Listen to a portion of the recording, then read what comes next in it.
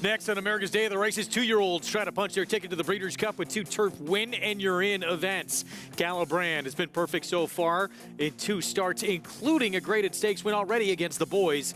Can she keep her perfect record intact in today's stakes action? Camilla T wowed with her debut performance, winning by almost half a football field in a 5-furlong sprint. Can she be as impressive as she stretches out in distance? Hall of Famer Todd Pletcher will try and make it 3 straight 6 overall on the win and you're in Pilgrim for 2-year-old boys. Agate Road finally got his preferred surface in his second start and overcame a wide trip to rally home a winner in his turf debut. Stablemate Triple Espresso, another deep closer for Pletcher. He debuted in Stakes Company, finishing furiously to get second in his initial run. Those 2 races coming up and a whole lot more on this Wednesday edition, rare Wednesday card from here at South Ozone Park, Belmont at the Big A. It's brought to you in part by America's Best Racing, for the love of the race. Visit americasbestracing.net. Today we have our first race coming up in just 4 minutes. And of course, as mentioned, 2 win and you're in events as these 2-year-olds try and make their way to the Breeders' Cup in early November. A busy week with some win and you're in competition here this week at Belmont at the Big A. I'm Greg Wolf. Good to be with you on our FS2 coverage today. Of course, the Miss Grillo Galabrand has been perfect to this point, including that win over the boys. Much tougher test, it would appear, though, this afternoon. We'll see if she can remain perfect. And then the Pilgrim for the boys, Todd Pletcher. He'll try and make it 3 straight in that race and 6 overall. He's won it the last 2 years with Major Dude and Annapolis. Here's what we have for you this week with the Win and You're In series for the Breeders' Cup. It continues on Saturday with 2 more in the Champagne and Frizette for 2-year-olds, and then the Futurity in that Juvenile Turf Sprint Division on Sunday afternoon. With me, New York Racing Association handicapper Andy Serling. Good to see you. Sun is shining on a rare Wednesday here. Belmont at the Big A. And we'll see what Galabrand can do here back in against her own division. I agree. They give you lemons, you make lemonade. The terrible weather here last Saturday, but we ended up making things work with the special card today, moving these races today so we could run them on the turf. And I think these races, both the Miss Grillo and the Pilgrim, came up as tough as it gets. And I think you're right, Greg, about Galabrand. Yeah, she beat the boys last time, and she beat a good one that came back with a very big win up at Woodbine. But I still think this is a much more competitive, deep field, and looking forward to both of these races. I think there are a lot of opportunities, hopefully, to maybe find somebody a little bit better priced that has a good chance to win. It's all coming up on this Wednesday afternoon of action. Miss Grillo, Grade 2, that's in race 5. Start of the late pick 5 in that 6th race, and part of that sequence, the boys get their turn to punch their ticket to the Breeders' Cup in that Grade 2. Pilgrim, again, Todd Pletcher looking for a 3rd straight victory in that race. Today's action presented by Claiborne Farm. Again, just now 3 minutes to post here in our opener on this card coming up. You can play all the action, including this early pick 5, by getting signed up with Now Our Bets. They offer that $200 deposit match. New customer bonus when you punch in that code at sign up, match 200, and bet any track, anywhere, anytime. We're going to kick off this card with a 6-furlong sprint. New York Breds, $30,000 maiden claiming group, and right now the favorite, Blue 85, the 3 for Bill Mott, and the 9 taking support as well. 2's a crowd, both those 2 dropping down in class. Yeah, I mean, they are quite obvious to everybody. You can see on the board to be the 2 major players. If you like somebody else, you're going to get paid if you're right. Get a look at the field. Here is Solo in Paris, who is debuting and working with some older, tougher company in the morning. Don't really think of Randy Persaud as winning with first-time starters. We'll see if this one can run. 15-1 by Salamini. Even money now on Blue 85, making start number 4 for Bill Mott. Yeah, I mean, just gets the needed drop down here. New York bred, maiden special to maiden claimer, a very logical horse. I think a little overbet at even money, though. 6-1, Papadou, first-time starter, who's been training at Monmouth for Jorge Delgado. Yeah, I mean, you've got the Bug Rider riding. We'll see if that shows some confidence, a rider that often can be aggressive. Drop in class, not as big a drop as the 9, really, but it was against State-bred maiden special and took no money for Mark Hennig. That's the thing, just did no running, has been gelded since that race. Retail Man, first-time starter for Jimmy Ryerson. Yeah, we'll see. The half to 6 horses that weren't that good, but how good is this one going to have to be to win? Another class dropper against State-bred maiden special that took no money first out for Ken McPeak, the 8. Rod to see him running this horse at 6 furlongs, giving the horse had no speed at a mile. And two's a crowd, 5-2, second choice for Derek Ryan. I prefer this one at a better price. Ran in the slop in the only dirt race, turf, first time out. Thought it was kind of an interesting a horse that could run a little bit better today. Part of our early crew as we get set for our first race of the afternoon. Champion jockey Richard Migliori. Let's send it downstairs to the Mig for more. Yeah, thanks, Greg. Very, very warm day here. You're going to see some horses getting sweated up, and I think that's a good thing. Horses need to sweat on a day like this. Listen, your favorite, Blue 85, makes a lot of sense, but this horse does not have any speed, and you know, I think speed is something you want, particularly with young horses, you know, going 6 furlongs. Horse that's got very low action, meaning he doesn't pick his feet up very much, really low to the ground, you know, fairly efficient, but I prefer others. You know, he's at a very short price. The 9 horse is a horse that I would prefer to as a crowd. This horse showed good speed at Monmouth Park against Open Company, is drawn outside, can show good speed again, and I just think tactically could have an advantage, and was very sharp. Stayed with the pony in the warm-up, but was very sharp and looked good. But the horse I'm going to pick is a first-time starter, guys, and that's the 5, Papa Do, Papa Do. Horse just looks very, very sharp and made a nice impression, the son of Flame Away. Has not really had any interruptions in training going all the way back to July 2nd to current day. Tells me a horse has been doing well, has had no interruptions in the training, means they're a healthy horse, and I loved his action. Really pretty way of going. I'm going to take a little bit of a swing with a first-time starter here, ridden by Matty Olver. All right, the 7-pound apprentice. Yeah, Matty Olver back here in New York. Thanks, Mig. We'll be on Papa Do, Papa Do. 2-year-old by Flame Away, who's making the debut coming up. I believe this is Flame Away's first crop. The 3 foals, there were 5 foals actually. 2 were actually okay, ran figures in the 70s, certainly be good enough here. 3 didn't do much running at all. The dam was all right. She ran figures in the 70s. We'll see. Taking some money in here. No one should be even money here, right? No, I agree. And the reason I like the 9's going to be much more forward. The 9 could even be in front. Whereas the 3 Blue 85 has never shown that much speed. Now, you could expect he'll be a little closer today, but I think his lack of speed kind of gives the 9 maybe an advantage over him. Well, looks like that one will be in front. Rat Ortiz Jr. will be in the irons on the 9 to the outside. There is Mad Banker. Huge price, as we talked about in the debut, against a little bit better. Did get gelded since that time. Katie Davis will ride. Kicking off this Wednesday card, Belmont at the Big A starts the early pick 5. Let's go upstairs. John Imbrial with the call. Waiting for Retail Man, One with Everything, and Two's a Crowd. First time starter, Retail Man has gone in. Waiting for the outside 2. One with Everything now steps up. And Two's a Crowd will complete the 7-horse field. They're sprinting here at 6 furlongs. Two's a Crowd goes in. We are set for the Wednesday opener. And they're off. Two's a Crowd away well and out for the lead as a Mad Banker now moves up along with a Retail Man. Retail Man to the front. Mad Banker is next in second. Two's a Crowd is right alongside and moving up a spot. Then it's One with Everything and Papa Do, Papa Do. Their heads apart 4th and 5th. Solo in Paris is next, and Blue 85 is the trailer in 7th. The leader is Retail Man by a length. Two's a Crowd runs in second. The opening quarter mile, 22 and 4/5 seconds. Mad Banker is next in third, 3 lengths from the front. Then comes One with Everything, and it's a half dozen lengths back to Blue 85, who now comes through to grab 5th.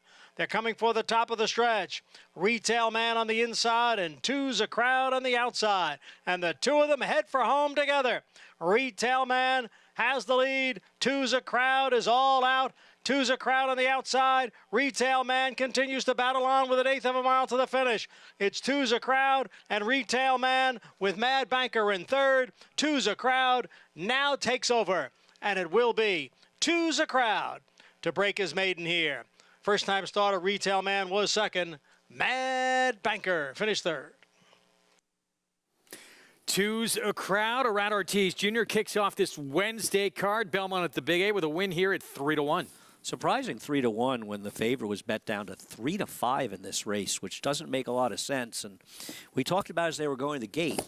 Tactically, this horse figured to be more forward. Now, you never know about the firsters, but you knew this horse would be at least forwardly placed, whereas the favorite, Blue 85, has no speed. Manny Franco was riding that horse from the start.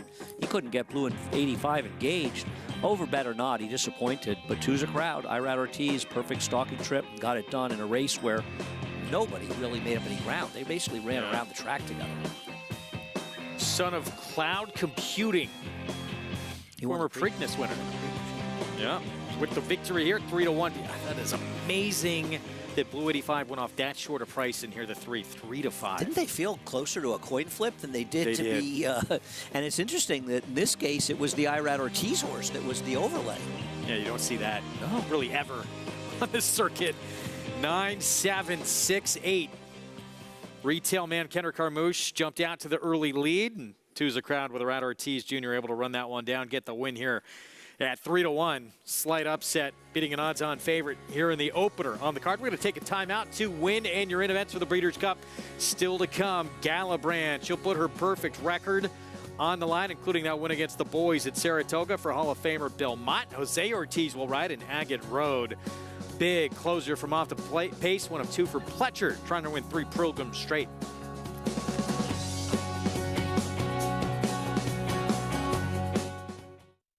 A Grade 1 winner on both dirt and turf, War of Will became a classic winner with this victory in the Preakness Stakes. He added turf credentials to his resume with a determined victory in the Grade 1 Maker's Mark Mile. Now his progeny are bringing top dollar in the sales ring. 650,000. Jesse, 375,000. AC, 335,000. A dual surface classic winning son of Warfront, War of Will, standing at Claiborne Farm. RaceLens is the most in-depth product in horse racing with unique features found nowhere else. True odds, predictive analysis, and pace projection. RaceLens. It will change the way you follow horse racing and take your game to the next level.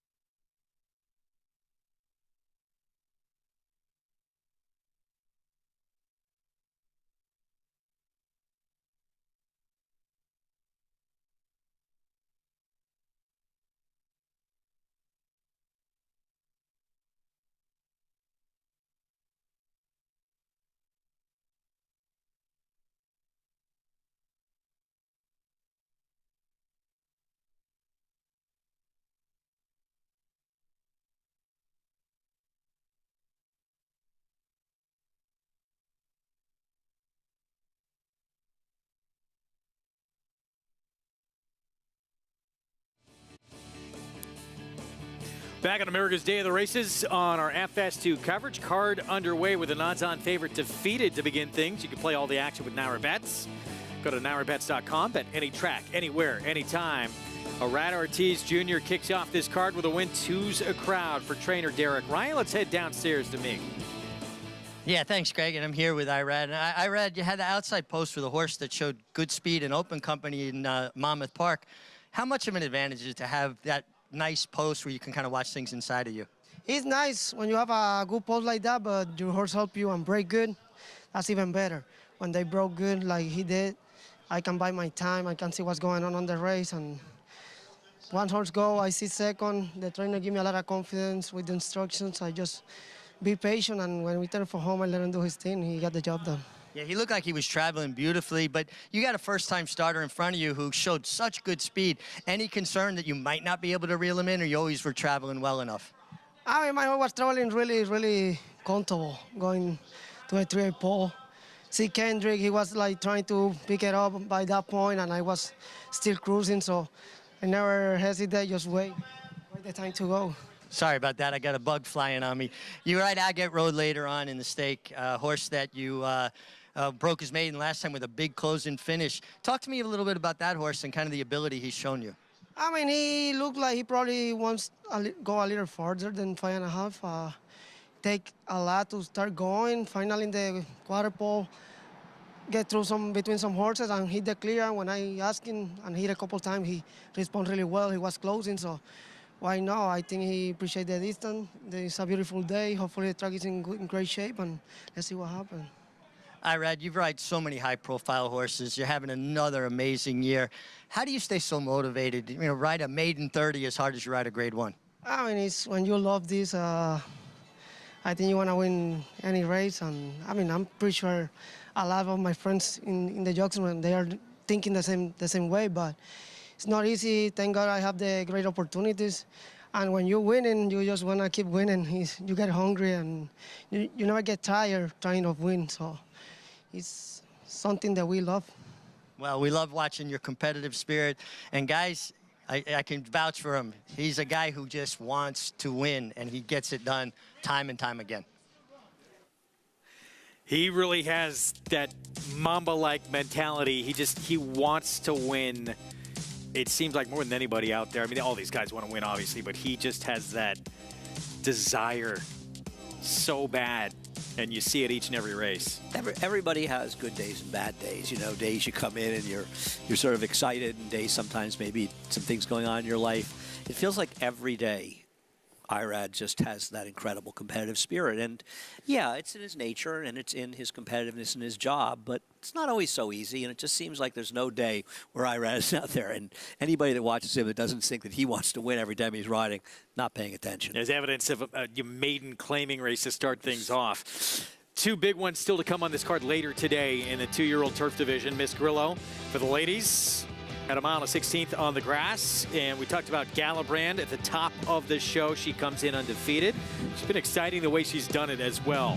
Deep closing sprinter at 5.5 furlongs. First time out, she got up to win impressively.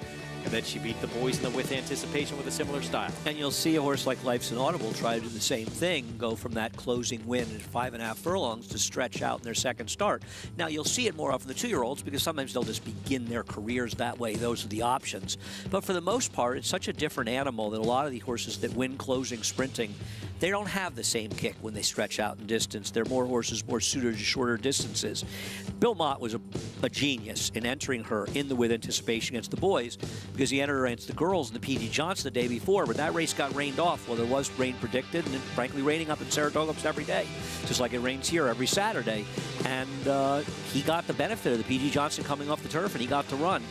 I think she's meeting a more competitive group, though to be fair, she beat a horse, Greg, that came back with a big performance up at Woodbine next start. That's Carson's run for West Point and Christophe Clement, who impressed in a very big race north of the border. We'll see if she can run her record at 3 for 3. Meanwhile, Life's an Audible for Todd Pletcher. Yeah, as you said, similar style, 5.5 furlongs sprinting in her turf debut. She got washed off the turf first time out. She got up to win impressively as well for Todd Pletcher. If you like her and she's the morning line of 8-1, you should bet her. I don't like her, and I don't think she'll be the morning line of 8-1 for Todd Pletcher and Irad Ortiz, but it is a big competitive field, so I understand making that line what it is. It's very tough. She was good. Now, she got, this ride by Irad Ortiz, you want to make a tape of like the 10 rides that show why he's as good a rider, if not the best rider in the country. This was one of them. Breaking from post number 9, he got this horse to the inside. He saved ground and angled out. It was just a picture-perfect, beautiful ride. So Irad Ortiz Jr. will be aboard for Pletcher in a wide-open Miss Grillo. Let's bring in Jonathan Kinchin for the first time this afternoon and get JK's thoughts here on who he prefers in this Miss Grillo. Of course, you were there at Saratoga when we saw Galibrand look so impressive, Jonathan. Yeah, look, Galabrand deserves to be the favorite. She'll be the favorite because of her undefeated record and the way she did what she did and who she's been running against. Memorialize, another horse, the 7, who will also take some money. But I just can't get past the 2 Hard to Justify. What we saw from Hard to Justify, overcoming the adversity of that maiden win up at Saratoga. I mean, at this point, if you bet Hard to Justify, you did what I did, which was turn away from the TV and be frustrated that you're getting this type of trip. Then you start looking for any other horse you might have had in the pick 5 or any other horse that you needed to try to stay alive from a wagering standpoint. Right about here when she kind of gets shuffled out of here. And you just kind of forgot about her for a second. And then when they turned for home and I saw her running on the outside, I was unbelievably impressed despite the outcome that she had found a way to get herself back into the race. The fact that she won the race is just icing on the cake for me. The problem is that her speed figure is a little bit light. But I will say this, when you're dealing with 2-year-olds, you're dealing with lightly raced horses, figures are hard to make, especially on a turf course that we saw this summer that had a lot of different surface, it's different surface, different give to the ground. When it was wet one day, it rained for 7 days, then it was a little bit firm. I think it's harder to make figures on days like that. And so to me, I can kind of forgive the fact that the figure was a little bit low, and I'm going to try to go a little bit based off of what I saw visually. The whole visual test is a dangerous game to play, but I do think that you can find some good opportunities when you're dealing with these 2-year-olds and two-turn turf races. No question, she overcame a lot, and yeah, especially with a 2-year-old who has only 1 start on the resume. Speed figures, take them with a grain of salt. Yeah, I mean, the figures are what they are. There's nothing inaccurate about them. They don't necessarily represent a horse's ability. We certainly see this huge improvement from these 2-year-olds to 3-year-olds going long, and I think a lot of it is that these are 2-year-olds going a mile and a 16th at the end of July. They're not ready to go 2 turns, 6 mile and a 16th races. So, of course, they're not running faster figs. Now, I don't know how good Hard to Justify is. I picked her second. Obviously, she had that trouble. She ran well in the context of that race. But once again, what price is she going to be? She's 10-1 in the morning line. But we all saw that trip. The whole world saw that trip. And it was a real trip. If she goes off at 8-10-1, she's probably a good bet in here. But if she goes off at 4-1, she may not be that great a bet. I think you're really going to have to let the board be your guide in this race and keep an open mind because, Greg, I don't know about you. I think there's a whole lot. Gold Lightning can win. Dancing Spirit can win. Memorialize can win. Galabrand can win. I think all of those horses are. I even think Later Darling is a dangerous player in here. Seems like a very wide open race. Meanwhile, the boys, they get their turn. Race 7, Grade 2 Pilgrim. As we've talked about, Todd Pletcher trying to win a 3rd in a row. He'll have 2 chances to try and get that done with Agate Road, who we're going to talk about right now, and Triple Espresso. Both these 2 come from far out of it. Yeah, I'm never going to bet Agate Road in these races. Now, no one could, neither Timeform nor Beyer could make a figure for this race. And obviously, he's his own worst enemy. His issues coming out of the gate. He was a bit wide in the race as well. You'll see him run down the stretch. He was closing, few others were. But he was also clear in the stretch of a great deal of trouble that was taking place inside of him. And the one issue, he was visually extremely impressive.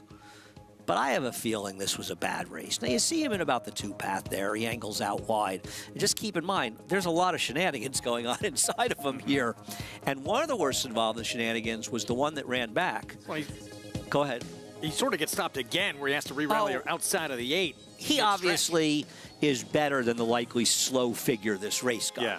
But the question is he mature enough to start showing it? Because he's not going to run this kind of race and beat this field. And the only horse that I could judge it all out of the race was, I think, the Bruce Brown horse that ran a very, very sneaky 5th in this race. He was involved in the bumping against in the stretch. He was closing the end, and he ran against BD Saints, and there's a search party out for him.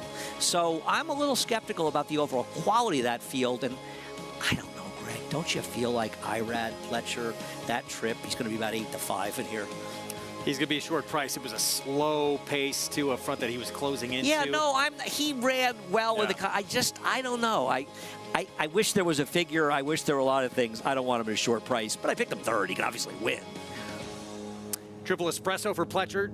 Came from off the pace as well in that debut. He got off to a slow start, and then there's some other intriguing runners. Obviously, in this group, all these horses, 2-year-olds, as we talked about, can improve by leaps and bounds from that 1st to that 2nd start. Let's head downstairs to Mig for more. Yeah, guys, I'm fighting with these lantern bugs or whatever they're called. They keep on landing on me, but I'm just so happy we have turf racing today. The turf courses are in great shape. They haven't had a lot of use. Obviously, we got so much rain, but we've had steady sunshine the last few days, nice breeze, and the course is pristine. There's not a lot of cut in it because it hasn't been used up. So I don't think we'll have a lot of give in it, but even if we did, because of how pristine it is, I don't think any of the horses are going to have any trouble with it. I'm just excited that we got turf racing back. Yeah, first time in a little while we're having some races on the lawn here in South Ozone Park. I can't remember. We were on the turf last, but it is nice to be back. And and it was a tough situation, but we made the best out of it. And I think running this Wednesday card in these races makes for a very nice day of racing. So 2 races this afternoon where runners are going to be able to punch their ticket to the Breeders' Cup. And then 3 more still to come. Champagne for Zet, Dirt for 2-year-olds on Saturday. And then that juvenile turf sprint win, and you're in the Futurity Grade 3 on Sunday. We look forward to an important week of action coming up. Our second race on the card, 6 furlongs on the main track here, $32,000 claiming race. And right now, it's the 4, Cajun Casanova, who is the favorite for Ralph D'Alessandro off the claim. Likely Print Rack will be favored by post time, and this was a tricky race to handicap in advance because there was a David Jacobson entry and one of them had to scratch. And if Chateau ran, he was going to make it very hard on horses like Print Rack and maybe even Cajun Casanova. But now both of them came out and took the speed out, so Print Rack can be the speed with Cajun Casanova. But Print Rack is coming off a win on what was one of the strongest speed tracks I've ever seen in his last start. He might be a little phony. Potentially lone speed, though. No? Yeah, I think you'll see the 4 trying to run with him early. I think that Javier's not going to let him out of his sights, but he could be clear. Well, Rudy Rodriguez with Print Rack in this race coming up. His brother with Flint Ridge. We'll have more on the brothers as they face off coming up in race 2 when we come back.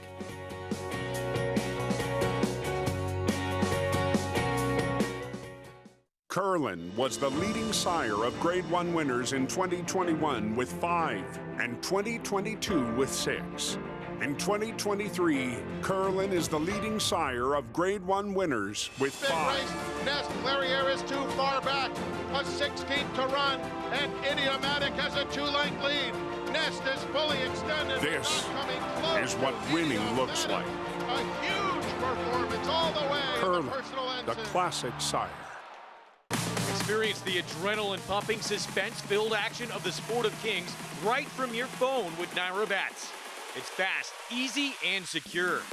Download the app today and start winning with our lucrative weekly promotions, thrilling handicapping contests, and a one-of-a-kind VIP rewards program. Don't just watch horse racing, be a part of the action with Naira Bets.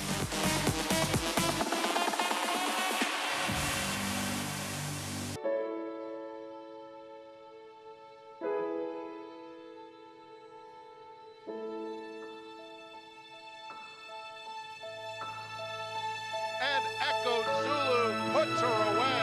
Echo Zulu, most impressive in the ballerina. And Gunite is maintaining the lead, and he will defeat Elite Power in the Forego. Gunrunner. Breed true.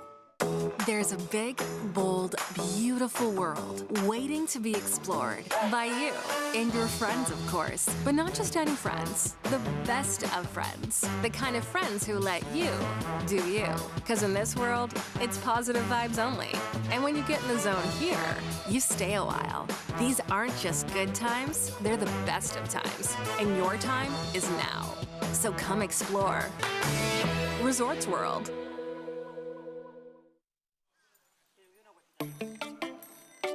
Trainers Rudy and Gustavo Rodriguez come from a family of 10 brothers, 5 of which have worked in the thoroughbred industry. But training wasn't their first job. I was a jockey for almost close to 17 years. And here's the wire, and Frost Giant, a huge upset. I broke a lot of bones.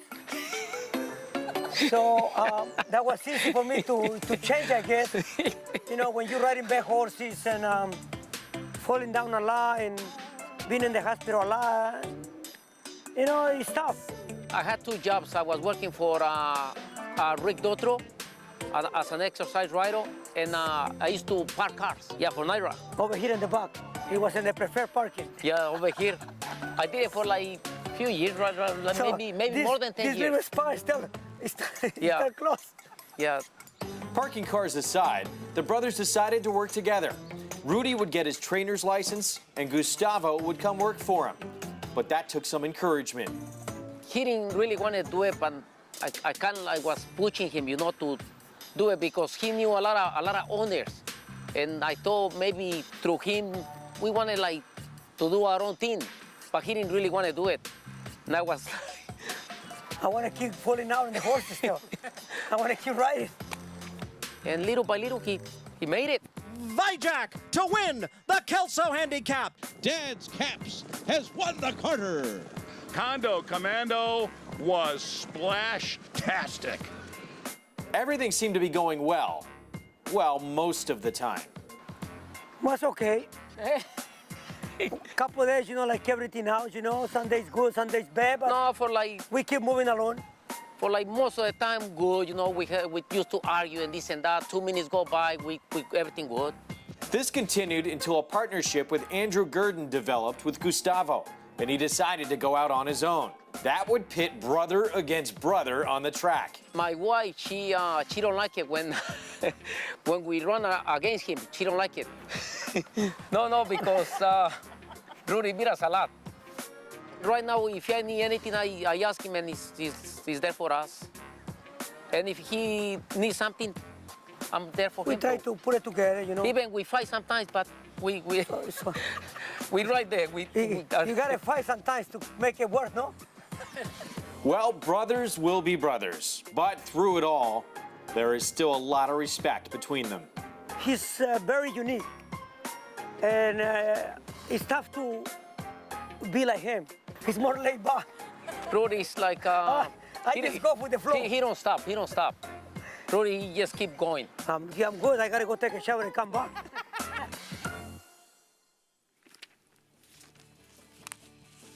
Brothers who are obviously competitive, but have fun with each other as well, and they're both going to be lining up against each other in this race coming up. Print Rack for Rudy Rodriguez, the 5, potentially the lone speed, and then Flint Ridge for brother Gustavo, who was for a moment the favorite. We'll get to him. The money Print Rack just took. It was 7-2, and now down it's 7-5. Everybody else jumped up. Here's Flamingo Hawk. Blinker's coming off. Well, he is moving up off the claim for the Cantermachis, who have very good numbers off the claim, so I thought he was a little dangerous.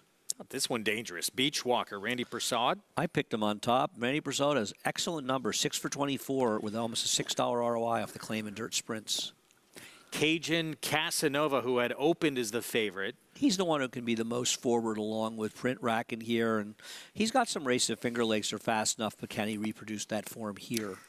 Gate to wire win against easier last out for Print Rack. And the Scratch of Chateau changed the whole ball game for him, but he did win on a huge speed bias track last time. Biggest class dropper in this field. It's a 6 Chivalry. Yeah, I thought he was absolutely possible. He has some back form, but obviously his return race against a much tougher field against the track was awful. And Rudy's brother, Gustavo Rodriguez, here with Flint Ridge, Flavian Pratt rides. He should be in attendance the pace as well on the outside, and Flavian Pratt not one to rate a horse that can be forward. I just don't want to bet a barn at a relatively short price. It's 8 for 103 this year. That was in Linda Rice's barn before, and she's a tough person to claim and have success from. Well, here's Beach Walker, 6-1. 6-year-old who's only won 4 times in his career, but he's coming off 2 of the better performances he's ever produced. Yeah, I mean, the problem with him is that he doesn't have a lot of speed. He's going to have to find a way to be a bit more forward in here, but I thought he ran well behind Victorious Wave, and a repeat of this performance gives him a chance. And I noticed the Randy Prasad claim stats, and I think a lot of people will look and say, well, he's claimed by Randy Prasad. He wins the low percentage. Why would I bet him? He's 6 for 24 with a 585 ROI off the claim in dirt sprints. So Randy's actually good off the claim, especially with dirt sprinters, not good with routers. And I just thought it might make him a little bit dangerous. And he's a bit of a price in a race where I don't really like anybody that much. 7-1 right now. Ramiro Mirage will ride. Let's go back to JK. Yeah, Yeah, guys, look, I like the 7 Flint Ridge towards the outside a little bit here. The horse has been running going 7 furlongs in the last 2 starts. And if you look at the pace figures, it feels like the cutback is actually going to help this horse quite a bit. In his races, he seems to be slowing down late going to 7. So maybe if he can kind of use some of that energy he used to get that extra 1/8 of a mile, using that to kind of help finish his race. I like the outside draw as well. And you get Flavien Prat. So there's a lot of pluses for me when it comes to Flint Ridge. I'm with Andy. I don't necessarily trust Print Track in here, who's taking all the money. It's a wide open race, though. I think it's very interesting. I think a lot of horses in here make a lot of sense. But like I said, I'm going to go to the outside with the 7 Flint Ridge, who's cutting back from the 7 furlongs. Richie? I'm right with you, Jonathan. I like Flint Ridge a lot. I liked him on paper. I think he's going to get a very similar trip to the winner of the first race, stalking from the outside. I like Flavien Prat staying put here. And he was the first horse that really drew my attention in the paddock. He's just a lot of horse. Love the way he warmed up. He's got a good sweat on. You want to see a good sweat today. It is very warm out here, and you need to see a horse's natural coolant system is working well. I'm all about Flint Ridge from that cozy outside post as well. The 5 Print Track looks good. You know, he's moving up in company. Rudy Rodriguez does really good work. He's equipped with an extension blinker, which is equipment that he has had on previously. He won with it last time as well. And for people that don't know, an extension blinker just kind of inhibits a horse's peripheral vision even more. Comes out at its extended blinker cup for horses that have a tendency to want to drift out or to the right. Jose Gomez rode him last time. He suggested to Rudy to keep the same equipment on. The only thing you have to be careful with horses like that is at the break, make sure that their head is perfectly straight so that they could see the break. If their heads turn to the left, they're not going to see the break, and they'll have a tendency to break a little bit slowly. Hasn't been the case with this horse. Jock knows him as well as the gate crew, so I don't foresee it being a problem. I just prefer Flint Ridge, guys. All right, so Mig going outside, Flint Ridge, Prat for Gustavo Rodriguez. But again, Print Rack, 8-5 on a horse who potentially is going to be alone in front, but certainly going to be forward. Yeah, I don't see Castellano on Cajun Casanova, or especially Prat and Flint Ridge, letting him get some kind of massive tactical advantage. Now, to be fair, he ran reasonably well in his race 2 back, but that was a $10,000 claiming race. And he was claimed out of a 12-5. I mean, this is not just his at 32, but you've got horses dropping in here as well. And his last race was on a super, super speed track. So I just think he's all dressed up with nowhere to go. Obviously, with the scratch of Chateau, his chances are increased. There's no doubt. I wouldn't have thought he had a chance on earth with Chateau in here. But still, I think, like the others, that he's a vulnerable favorite. So he's 8-5 in this spot. The 2 brothers who we just showed you the feature on with the top 2 choices on the board. Rudy with the 5 Print Rack. Gustavo, the 7 Flint Ridge. We had an odds-on favorite defeated in our opening race on the card. We'll see what happens here in race 2 to start this pick 4. Flamingo Hawk, the first in line at 12-1. He's the biggest price on the board. Blinkers coming off. He has a massive race last summer, Saratoga. Where in the world did that come from? And we have not seen it since. 99 Beyer speed figure when he won against 25 claiming. But he's huge price. So, I mean, at 13-1, listen, I picked him second. I thought he was usable in here. I think he's a crazy big price. And the Cantermachis are good off the claim. I thought this was a race that was open. There's the favorite, 9-5. Jose Gomez rides on Print Rack. Can he get that lead to himself or will he have company? Let's go upstairs. John Imbrial, the call. Field of 6 going 6 furlongs in race 2. Belmont at the Big A. We're set.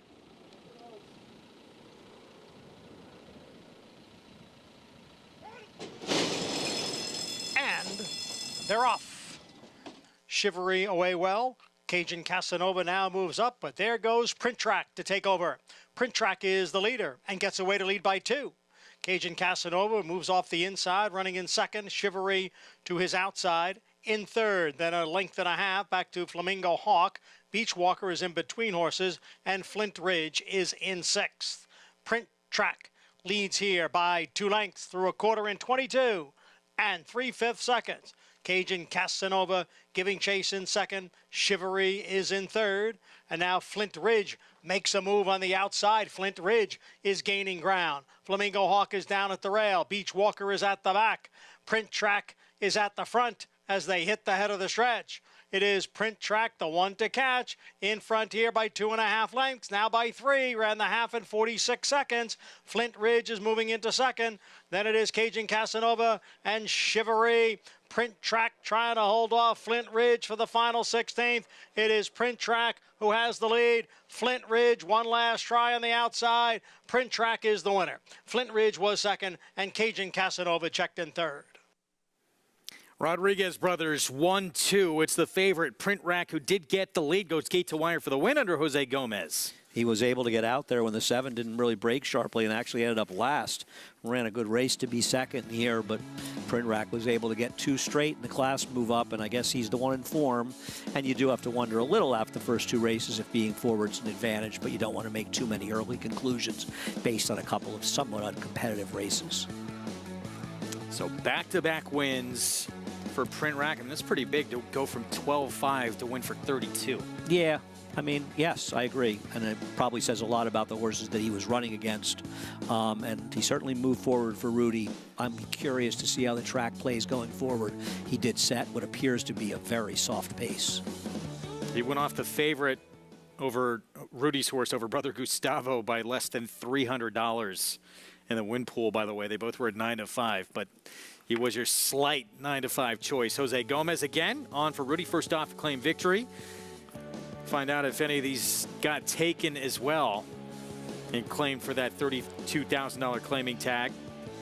Print Rack's 6th victory in his 4-year-old career. 5, 7, 4, 6 here in race number 2. So slight upset in the opener. Formful second here to kick off this early pick 4. Well, the price is for you when we come back, and we'll look back to Zandon's victory and the Grade 2 Woodward and what's next for him. Did he earn his way in the eyes of his connections to the Classic? We'll be back.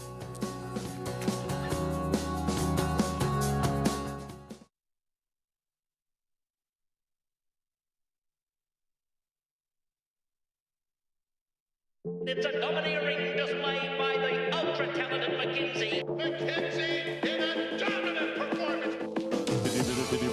200 right there. 1,200,000. 550. Mitchell, 550,000. And now 500. And 500,000. Thank you. 450. 75. 475,000.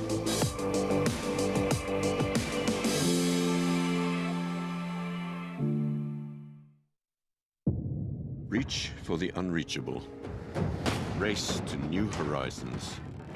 The artisan's quest for beauty burns in the heart of Japan, forging strength like no other, with love and honed to perfection. Noble, authentic, and only here. The legacy of strength.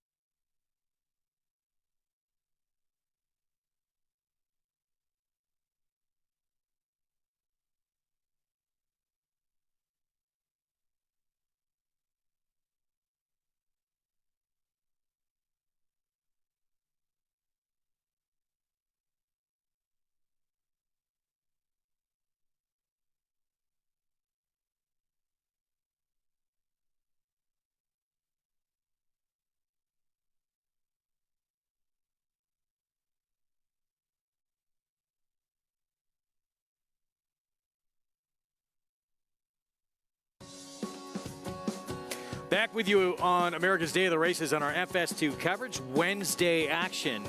Belmont at the Big A on a makeup card. And Print Rack kicks off the pick four here. Jose Gomez, Rudy Rodriguez first off the claim. In front of brother Gustavo Rodriguez with Flintridge for the victory. Print Rack gate to wire. Yeah, no, it's, you know, if you think the track is speed favoring, and I'm not going to make his conclusions off of two logical winners, then you'd say Flintridge ran extremely well because he came from dead last in here, which makes me wonder. But this horse also set a really, really moderate pace. $5.60 for the win. Let's go downstairs to Mig in the winner's circle. Yeah, thanks, Greg. And I'm with Jose Gomez, who is now 3 for 3 on Print Track. And you rode this horse last time when he was claimed and told Rudy to keep the equipment on him. It seems like the equipment works well, that extension blinker. Yeah, if you guys go back a couple races, he didn't have that extension blinker, and he got out real bad. You know, he bore out. It said in the notes it was pretty bad. So Patrick, he put on extension blinker on him, and he's been going great in that, straight as an arrow.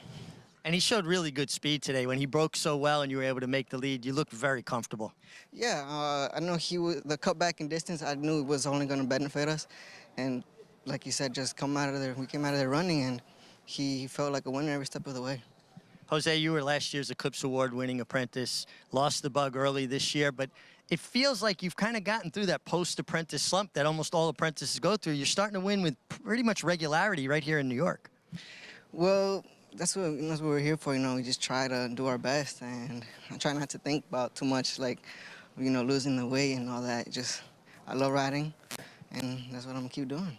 And how hard are you working in the mornings? Like, on an average day, how many horses do you get on in the morning? Well, honestly, right now, maybe like 2 an average day. That's light. That's light, yeah, but 2 busy days, you know, like 5, 6, but just, you know, it's a lot of, you know, try to just go see your people that help you. Well, congratulations. Keep up the good work. Guys, only 2? Back in my day, I'm going to sound like the old guy. 6, 7, 8. You got on as many as you could. Back to you guys. Did I see him eating a donut this morning? Mig, never. Mig sandwich, maybe. Some donuts. That's one former Eclipse Award winning apprentice talking to another. Mig back in '81 with that honor. It's a long time ago. More big action took place over the weekend, and you know, hasn't had a lot of wins, but he consistently runs really well, and he had an eventful trip, Zandon, in the woodwork. Well, I mean, what he got was a pace to run at, and obviously what he got was a slightly easier field. He wasn't running against Cody's Wish or White Abarrio or Epicenter or any of the other plethora of horses that finished ahead of him. But he's a horse that always shows up, and he runs solid races, and he also got pace. Chad Brown running Pipeline there ensured the pace would be honest for a change, and he wasn't really moving on the backstretch. Flavien Prat was trying to motivate him, and he wasn't going, but when he really asked him to stretch, he crushed this field. Wins pretty convincingly going away with some trouble in that race as well, and you know, not a lot of huge names that he's beating, but he did win pretty convincingly. Do you believe, why not go to the Breeders' Cup Classic with this performance? 100%. It's his last career start. I mean, why not? He handles the distance, and he should get a little bit of pace to run out in the Breeders' Cup Classic. And I think that's what's been difficult for him. I mean, you see his consistency. He shows up at the highest level, and he runs well. He's not a great horse. He'll never be remembered as a great horse. But he is a horse that shows up. And there have been some Breeders' Cup Classics won by horses that weren't great horses. Cat Thief, you know, going back, Concern, really good horses, but horses that showed up. And if the trip is right, and I'm not sure who he's supposed to be so afraid of in this year's Breeders' Cup Classic. Do I think he's a likely winner? No. But I do think he's a horse that can get a piece, and maybe in trying to get that piece, he could get lucky and win the race because he doesn't have a running style that's going to hurt him. If there's a fair pace in here and the track plays fairly, he's not going to be used early. He's not going to get burned up in a pace or anything. He could just come running at the end, and who knows, maybe he gets lucky. And second or third's not bad either. Yeah, especially, it seems, we've talked about it a lot. It seems like the 3-year-olds sort of hold all the cards, but for them to win any of them, they're going to have to take a leap forward. They are going to have to step forward a little bit. They're running figures that are somewhere around Zandon's. But they obviously have more room to go forward. They're younger horses that are running well. I think White Abarrio is the key, right? If he runs that 110 decisive figure, decisive win in the Whitney, he's going to win. But who the heck knows? Not running for 3 months. I mean, Rick Dutro's a genius as a trainer. I'm not denying it. But it's a little bit difficult to get a handle on a horse that it's not like he's run a plethora of those fast races before, and not the kind of horse I want to rely on at a short price. But obviously that Whitney was extremely good. We're going to take a timeout. A lot more coming up. We'll get into the third. When we return, we'll talk some Cody's Wish as well. Back to doing what he does best, and back to the Cody's Wish that we're used to seeing, getting his picture taken. Next stop, Breeders' Cup, as he tries to go back-to-back in the Breeders' Cup Dirt Mile. We'll be back right after this on America's Day at the Races on our FS2 coverage.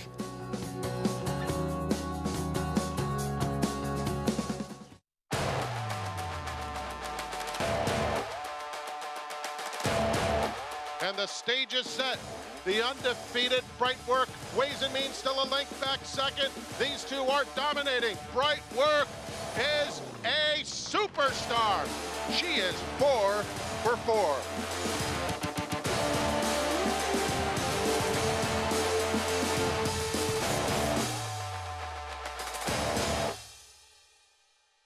Welcome to the Adelphi Racing Club experience. Take ownership of stakes-winning thoroughbreds like Funny How, racing at the highest level circuits. Funny How is in front. It's Funny How who's up by 3 lengths, approaching the 16th pole. It's all Funny How. Funny How, Katie Davis more than amused. Funny How wins the Broadway.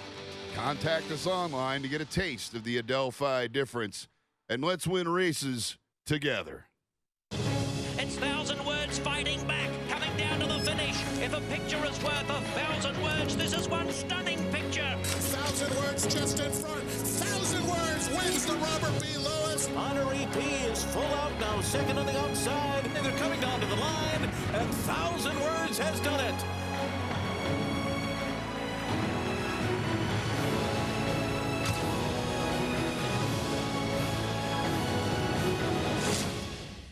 Racetrack Television Network brings you every race, from every track, on every screen, every day. With monthly packages starting as low as $5, RTN gives you great value and access to more live HD streaming and race replays than anyone. Visit RTN.tv today to sign up and watch on almost any device, including Roku and Amazon Fire. RTN has packages that start at $5 per month.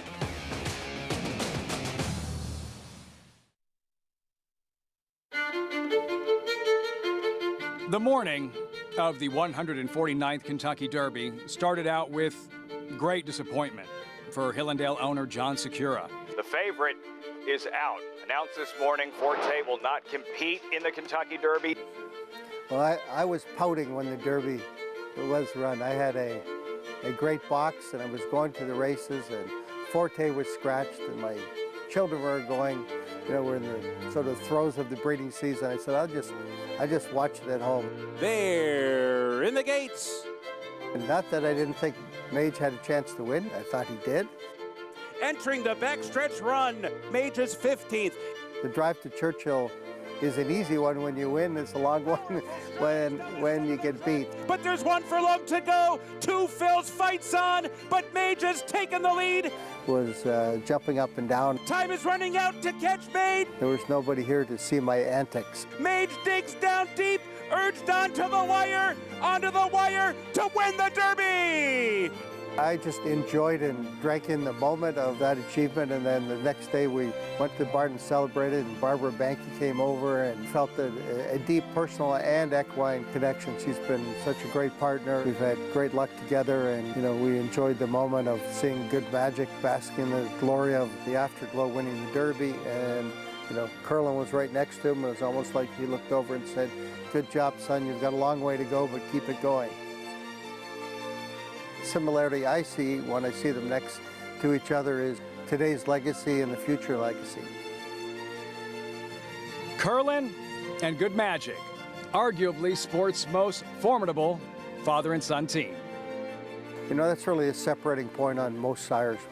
When you can sire Grade 1 winners and horses that compete at the highest level of racing, that's what breeders are really looking for. It's very hard to do.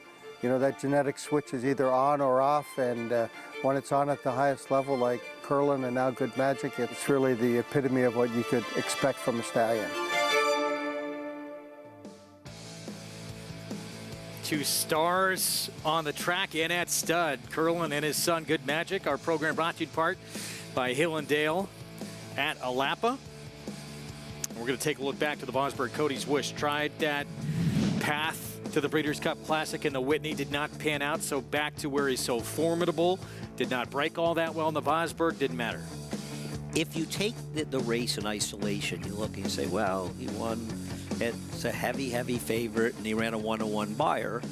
It's fair to make the decision that he's just not as good as he once was. And I can understand people having that opinion, and it may well be the case. And I think he's a very vulnerable horse in this year's Breeders' Cup Dirt Mile, around 2 turns in what likely will have a slower pace.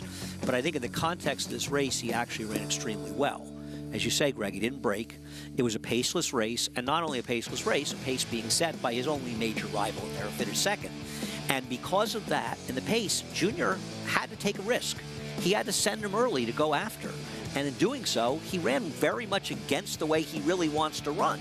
And he still got it done, and he ran a respectable figure. So I don't think it's unfair to say if it had been a faster pace and he broke a little better, even if he didn't break much better, the pace had been faster, he could have run 5 buyer points faster. And everybody would have said, oh, it was one of the faster races he's ever run, he's back.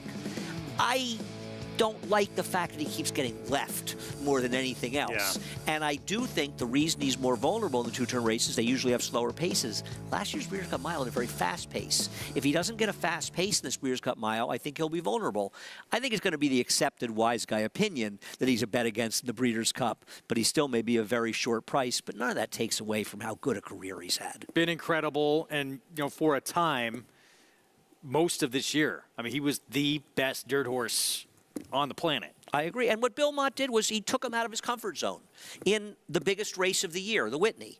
And it didn't work out, but he shouldn't be criticized for that. Bill Mott should be applauded, frankly. There should be more trainers that are willing to take a chance with a horse, especially a horse that's not only as good as Cody's Wish, but as popular as Cody's Wish. So he took a shot. It didn't work out. That's the way the game goes. The game is about losing as much as winning, more often. I think sometimes we get too obsessed with winning. I don't think he should in any way be condemned because he lost the Whitney. He tried something. It didn't work. And yeah, how much, just the fact he even made that move, how much intrigue, more intrigue was there for that Whitney because of it with his presence? 1,000%. Yeah. It made the race. He didn't win, but he was the story going the race. And in a lot of ways, the fact that he lost as badly as he did was a bigger story than White Abarrio running as well as he did. And it's no knock on White Abarrio. It's a credit to how popular Cody's Wish is for good reason. So a chance to close out as a 2-time winner, Breeders' Cup Dirt Mile. That's going to be likely the final start of Cody Wish of his career. And what a career it's been, regardless of what happens, as you said, in that finale in the Breeders' Cup. Race 3, 1-turn mile. New York Bred's allowance optional claiming field coming up. Shadow Dragon, speaking of Bill Mott. Well, he ran a big number 2 starts back. Really, that's kind of stands alone, though, by itself. He is the 9-5 favorite. He's been off since early August. Let's go downstairs to Mig for more. Yeah, guys, an interesting group here. We'll start with the 3-horse Colloquy. Tom Morley's runner hasn't been seen since July off a winning effort in Saratoga going a mile and 1/8. He looks very fit. He looks terrific. I love his coat. I love how well turned out he is. He just looks like he's just doing really well right now, like everything I'm seeing from the 3 Colloquy. The 5-horse Boss making boss moves, and I think this is like a perfect example of when you talk about you want to see a horse look really good in the paddock and healthy, which Boss making boss moves does. I mean, he's dappled out, and sometimes horses' coats this time of year, even though we got a warm day today, start going a little bit of a different direction. This horse's coat is phenomenal. Now, the other part of that equation is, are they good enough? Can they win on paper? I don't like Boss making boss moves on form, but I really love what I see from him physically in the paddock. If I liked him on paper, he would get the double check mark. Dave Duggan does good work, and this horse really can't look any better physically. Now he can only run to the best of his ability. And the 7 Shadow Dragon hasn't been seen since August in Saratoga. He's typical Bill Mott runner, just very well prepared, well turned out, like everything I'm seeing from him. And he gets a nice draw, 7 on the outside going a mile, just making a really nice impression, guys. All right, Meg, thanks. Interesting commentary on a big price in the race, and we'll see. The 9-5 favorite, it is Shadow Dragon. He's on the screen there and ran a huge effort 2 starts back. That was in defeat, and he's facing, last time out, he didn't run that well, but he was facing a very difficult group. He actually his first time Lasix, which is unusual because he's been in races like this one where he could have used Lasix for whatever reason. He's pace compromised. I don't mind that he ran as badly as he did last time. That was a very tough race.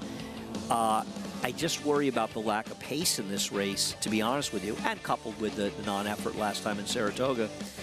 And if you think the track now, I think it's skeptical. I'm skeptical how much the track may be favoring speed, given how well the second-place finisher ran from last time. I'm not a big Shadow Dragon fan. He can win, but I prefer horses like the number 2, Thrill of It, and the 4, Market Alert. I pick Market Alert. I wouldn't bet him at 9-2. I expect him to go up because I think those horses can be more forward. Yeah, Market Alert's faced some very tough company, probably the toughest of anybody in this group. There he is in the background, the 4, 9-2. Trevor McCarthy will hop aboard. This horse's first start since early Saratoga, July 23rd. Yeah, and he just kind of got a little shuffled out of the running early last time. But I think with Trevor, you're going to see him be more forward today. If he's not more forward, it just means he can't really run anymore. And if that's the case, I don't really want him. If you want the speed, on paper, it's the one aggregation who's a rare Chad Brown-Klarvich horse at a fair price of the board. I'm just not a particularly big fan of this horse. I don't think he's very good. Yeah, his numbers would seem to suggest he needs to make a big improvement against this group. We'll see him first to kick off our post-parade, I would think. He's at 5-1. He'll put blinkers on today. Yeah, I mean, listen, if you want the speed, he is second off, not much of a layoff, a 3-month layoff, but he's second off, and he is the speed. The problem is he's just been disappointing this year, and he never really got back to those couple of good races he ran as a 3-year-old. So there he is with Manny Franco.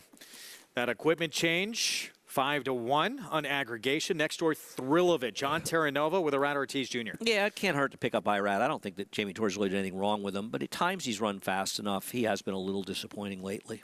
Colloquy, he has won 3 of his last 4 starts for Tom Morley. I'm a little surprised, Greg. He's taking so much money right now at 5-2. He beat an inferior field last time, but he's run well enough to be competitive here. I just preferred others. But been a good claim for that barn. The 4, Market Alert, we talked about off since July 23rd. Hoping that Trevor is aggressive and he's very forward in here. One that caught Mig's eye.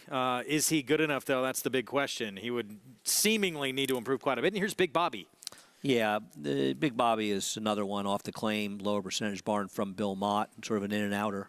Got some back races, though, He that make does. him interesting. And then here's Shadow Dragon. Really, it's just that one race. We showed you 2 back that makes him, a standout. The other races, he kind of fits in with the rest of this group. I agree. And it's tough with a horse that doesn't have much speed to take him in a short price here. But he's got some talent. And maybe he has some upside. So 9-5, Shadow Dragon from that outside post. He's the only 3-year-old in this group as well. Let's go to JK for more. Yeah, look, I'm not crazy about the price, but I'm going to ultimately pick the 7 Shadow Dragon, who is getting Lasix for the first time, which I think is also something to take into consideration. But, he's drawn outside, and look, a lot of times when you talk about a racetrack being speed favoring or favoring horses on the front end, it's usually more about kind of where they find themselves on the racetrack rather than their style. So maybe sometimes it's the inside that's good or the outside that's good, more so than speed being good or closers being good. So that is a little bit of a concern. But I thought that the 7 in the last race, Flint Ridge, ran well enough considering that outside trip. So it doesn't give me any issues with Shadow Dragon, who I think is going to appreciate cutting back. I think maybe the 9 furlongs up at Saratoga was probably a tad bit too much. But the 1 aggregation is also a little bit interesting. Putting the blinkers on, and as a horse that, like Andy mentioned, does have some tactical speed. And from that inside draw, you'd think that Manny would take advantage of that position. Send away from there. You've got the blinkers on. It says that Chad either wants the horse to either show more speed or show more focus. So just go ahead and put the horse in the race and try to get the horse to relax a little bit with those blinkers on and that inside draw of Manny Franco. So I think aggregation is interesting. I just don't necessarily trust this horse. I trust the 7 Shadow Dragon a tad bit more. Not a ton of pace in this race. This horse has shown sprint speed in the past, and now those blinkers do go on, and he's got the inside post, so maybe they got to go. Yeah, I mean, I don't really love his chances here. I'm just not really a fan of him as a horse overall aggregation, but I could see him getting a piece here because he does figure to be forward, and I don't think the race is going to have a ton of speed. I'm just hoping that Market Alert gets that more aggressive ride in here that he needs. And if he's more forward, I think he can win this race. But I can understand somebody making a case for aggregation. I'm just not sure how good he is.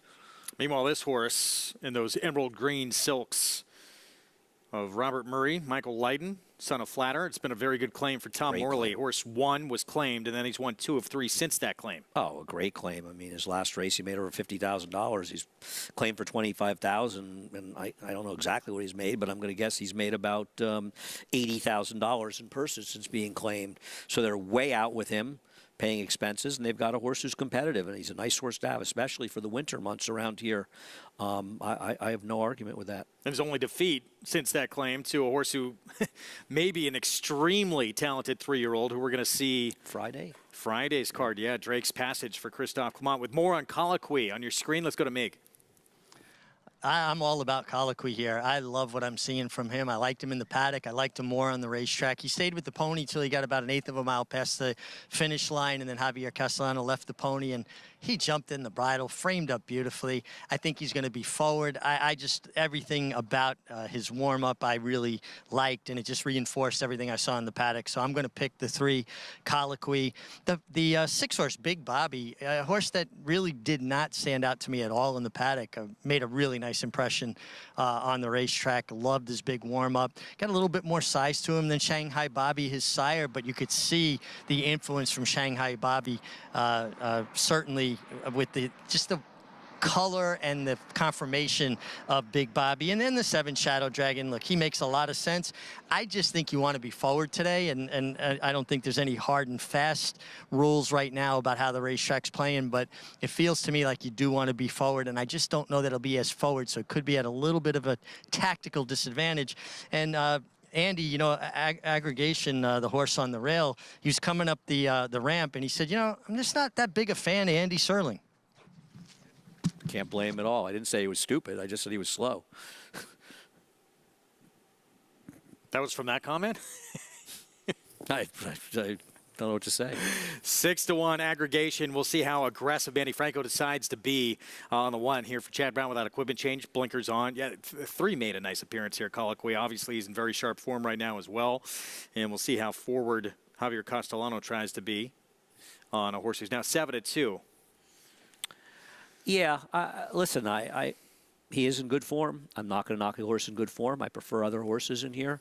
And like I said, I like Market Alert, who I think can be forward. He runs his best race forward. I'm going to hope that Charlie Baker can get him back to what was once form that would beat this field. If he can get him close to that, I think he's a very dangerous play at 6-1. If not, he'll be another loser that I picked and bet on. There'll be quite a few more of those coming up today, tomorrow, and every day. I don't understand taking 8-5 on Shadow Dragon because, Greg, where are his bevy of really good races? He's okay. He's got 1 race. Yeah. Yeah, the 1-2 back. In a 4-horse field. And he did run okay because it was a paceless race, but sometimes 4-horse fields, the race is a little bit easier. Maybe he can be kind of closer in this race, but I just think he's a terrible gamble at 8-5, now 3-2. I'd rather get involved with horses like that. I picked the race 4-2, 4-2-7-1. I'm with you. I thought he was a play against in this spot. He, obviously, you know, we talked about too, even though that last race, and his number dipped precipitously, but it was a tough group. Yeah, I mean, I don't love that he didn't run well. It was a 2-turn race. Now, it's interesting. He's run okay around 2 turns at Gulfstream in those races that didn't have that much of a pace. He's going to be a bit pace compromised, and that's one of my problems. But taking a horse that's a short price in a race where the pace is a bit murky and they don't have any speed, to me, that's never going to be a great gamble. We talked about this with the heavy favorite in the first race, who obviously was overbet as it was, and his main rival had much more speed. Doesn't mean he can't win, but I think over time, if you bet horses like Shadow Dragon at 7-5, you're probably not going to do very well. See what happens here. Jose Ortiz from the outside post, first start since early August, Saratoga for Shadow Dragon. Again, he's the only 3-year-old in this group. Tackling older company in this spot. We'll see what this horse does. Manny Franco, will he try and take it to this group early? With that equipment change, blinkers on. 6-1. Chad Brown, Klarovich, and Manny. As we get set for race 3 here. Let's go upstairs. John Imbrial with the call.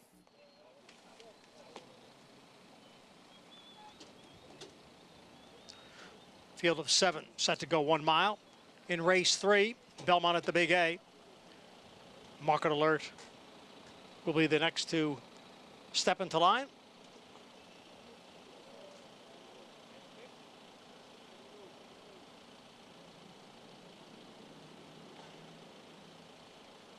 Market Alert and Trevor McCarthy go in, just about ready to go in, and they are indeed in there. So we're waiting for Boss making boss moves.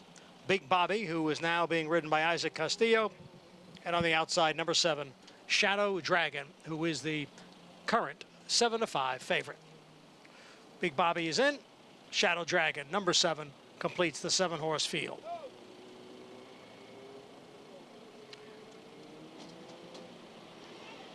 And we're set. And they're off.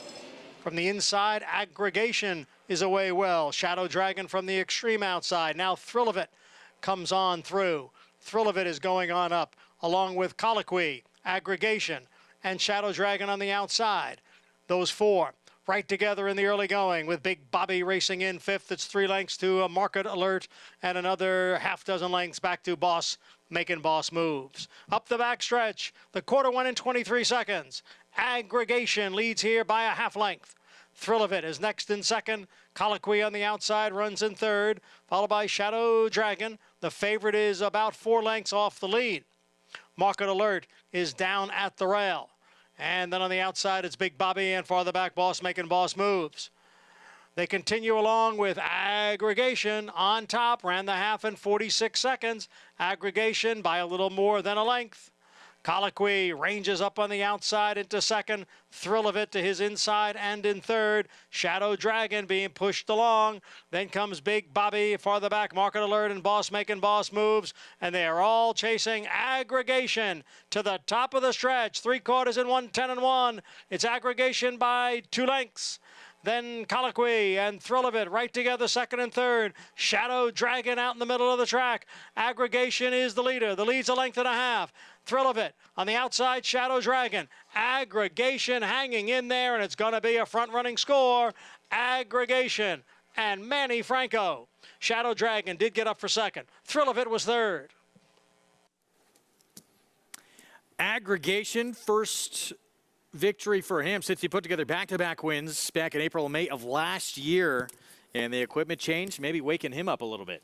Yeah, absolutely. And it wasn't, I mean, a super slow pace. He went 23.14. He got some pressure. He went about the same half as Print Rack did the last race, going shorter, and he's a big speed. And he just kept on going here. I didn't like him, but he got the job done here on the front end. Maybe the track helped him a little bit, or maybe he just proved the best horse today. I guess the 7 did a little bit of running in here, but he was more forward, so maybe that helped him a bit. But the reality was they never really threatened the winner. Manny Franco on Aggregation here, 3 wins now, 7 career starts. Shadow Dragon, the 7-5 favorite, finally getting by Thrill of It to get second place money, but no getting to the winner. Our first, we have had a favorite win the second leg. Second race of the afternoon, but odds-on favorite defeated in the opener. 7-5 favorite here. Yeah, with a 6-1 shot. And I think Market Alert, I got the answer. He can't run anymore. He has no speed. He just can't run. So Aggregation, 3 victories now from 7 career starts at 6-1 here. 1-7-2-3 finish. Prices for you when we come back. We have a new pick 4 beginning in the 4th. With the undefeated 3 Rivers for Bill Mott. Stay with us. We'll be back.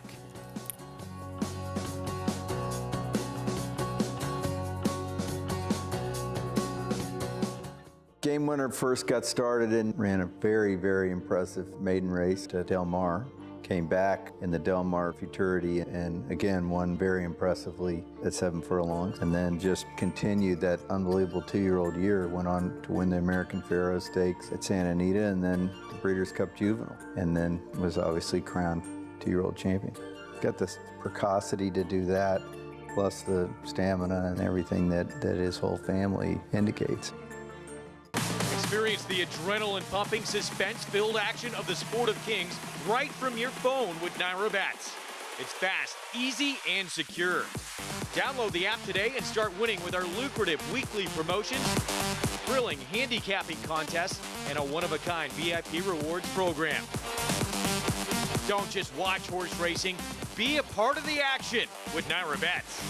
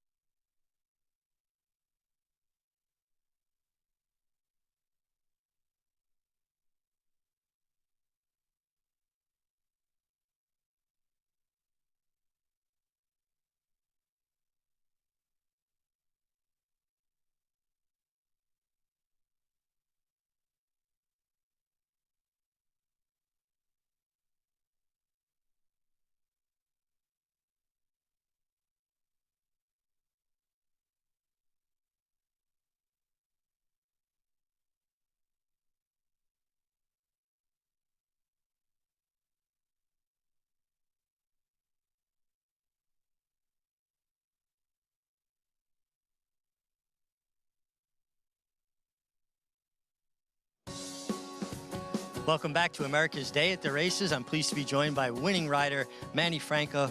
Manny, aggregation broke really sharp, and it looked like he was traveling so well throughout the race. First time with blinkers, and you've had, experience with them in the past. How much did they help? I think the blinker helped him a lot to get focused, because without him, he was a little bit, like green, doing his thing, and I know he got ability. Just I think he made the right call, to put the blinker on, and he was different. He was with the ear prick in front. I know the pace was a little bit quick, but the track is fast today, and I played the brake, and he broke like that. Just went on with him. Well, it was a little bit quick, but that's I think a perfect example. Not how fast you're going; it's how you're going fast. He was doing it so well. Yeah, like I said, as soon as he braked, he pricked the ears up. He was doing it the right way, so I just follow him, and he take me home. Manny, you're having another terrific year, closing in on 200 wins again this year. Just talk a little bit about, how you've evolved as a rider. Like, to me, you just continue to improve, and you're just such a strong finisher. Talk about the success that you're having.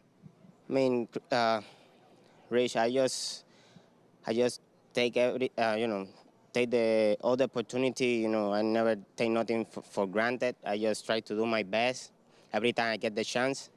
And I think that's the key. Every time you have a chance, you got to execute, take the best of you and make it happen. And I think that's what I'm doing, and that's why I've been having a lot of opportunities, and my agent is doing a great job. Well, and you're delivering, too, with terrific rides. It's a really hot day today, unseasonably warm. How difficult is it, especially when we've had a little bit of cooler weather, to deal with when it gets this hot again? I mean, we gotta do what we gotta do. That's my job. So we gotta just adjust it. Just take a little rest now. I'm off in the nest and go from there. All right, thank you very much. As we got our emergency alert system signal going off here, guys, I apologize for that. Yeah, make everybody getting those. We actually got an update that you would be getting one, not to be alarmed. I believe it's just a test. Manny Franco came into today. It did work. As the co-leading rider at this meet, and matching Irad Ortiz Jr. had a win to start off the card with a victory.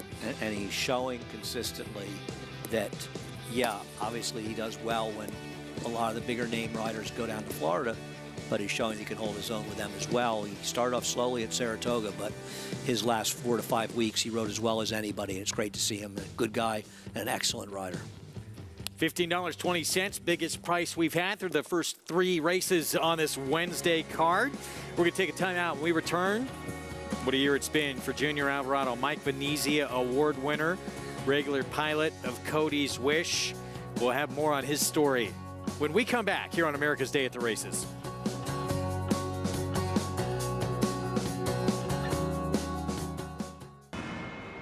Catholic Boy, a Grade 1 winner on both dirt and turf, including this romp in the Run Happy Travers Stakes. He's so impressive today, the others didn't even have a prayer. This 6-time graded stakes winner was the fastest 3-year-old of his crop over 10 furlongs. Now his first runners are hitting the track. Dual surface Grade 1 winner Catholic Boy, standing at Claiborne Park.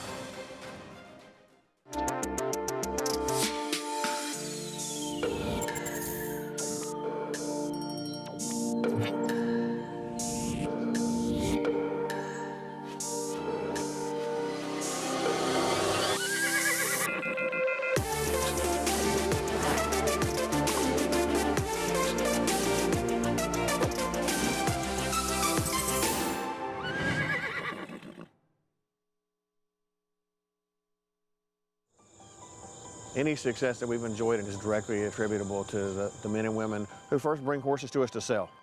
It's not a chicken and the egg situation in the thoroughbred industry or in the auction industry. You got to have good product. If we're able to attract quality horses to our sale with quality men and women selling them, we're going to have good sales.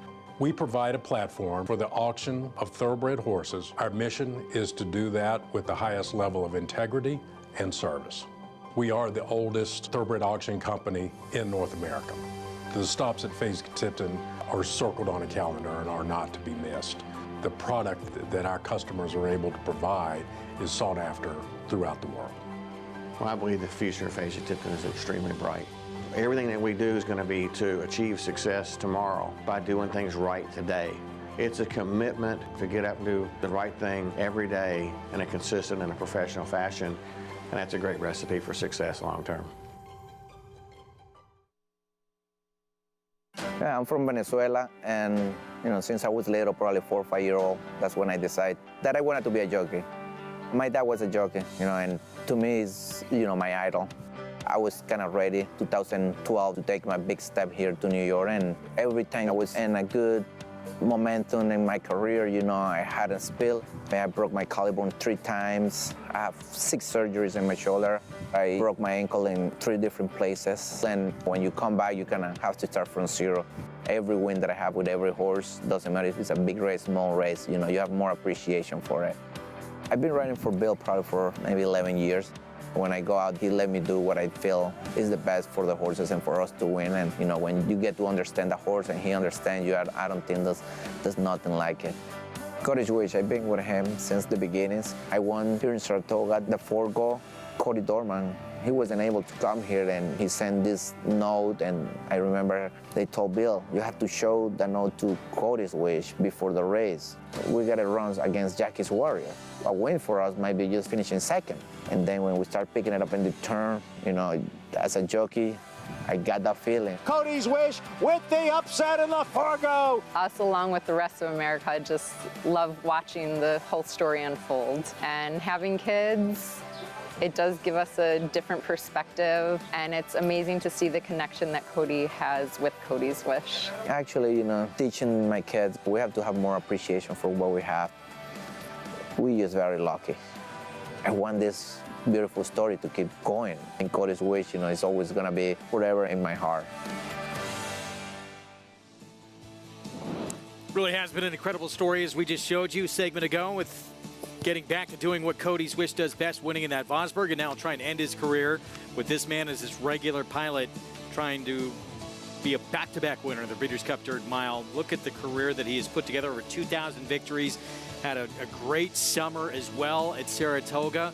Of course, Mig as well, Mike Venezia award winner. I know an award that's very special to you.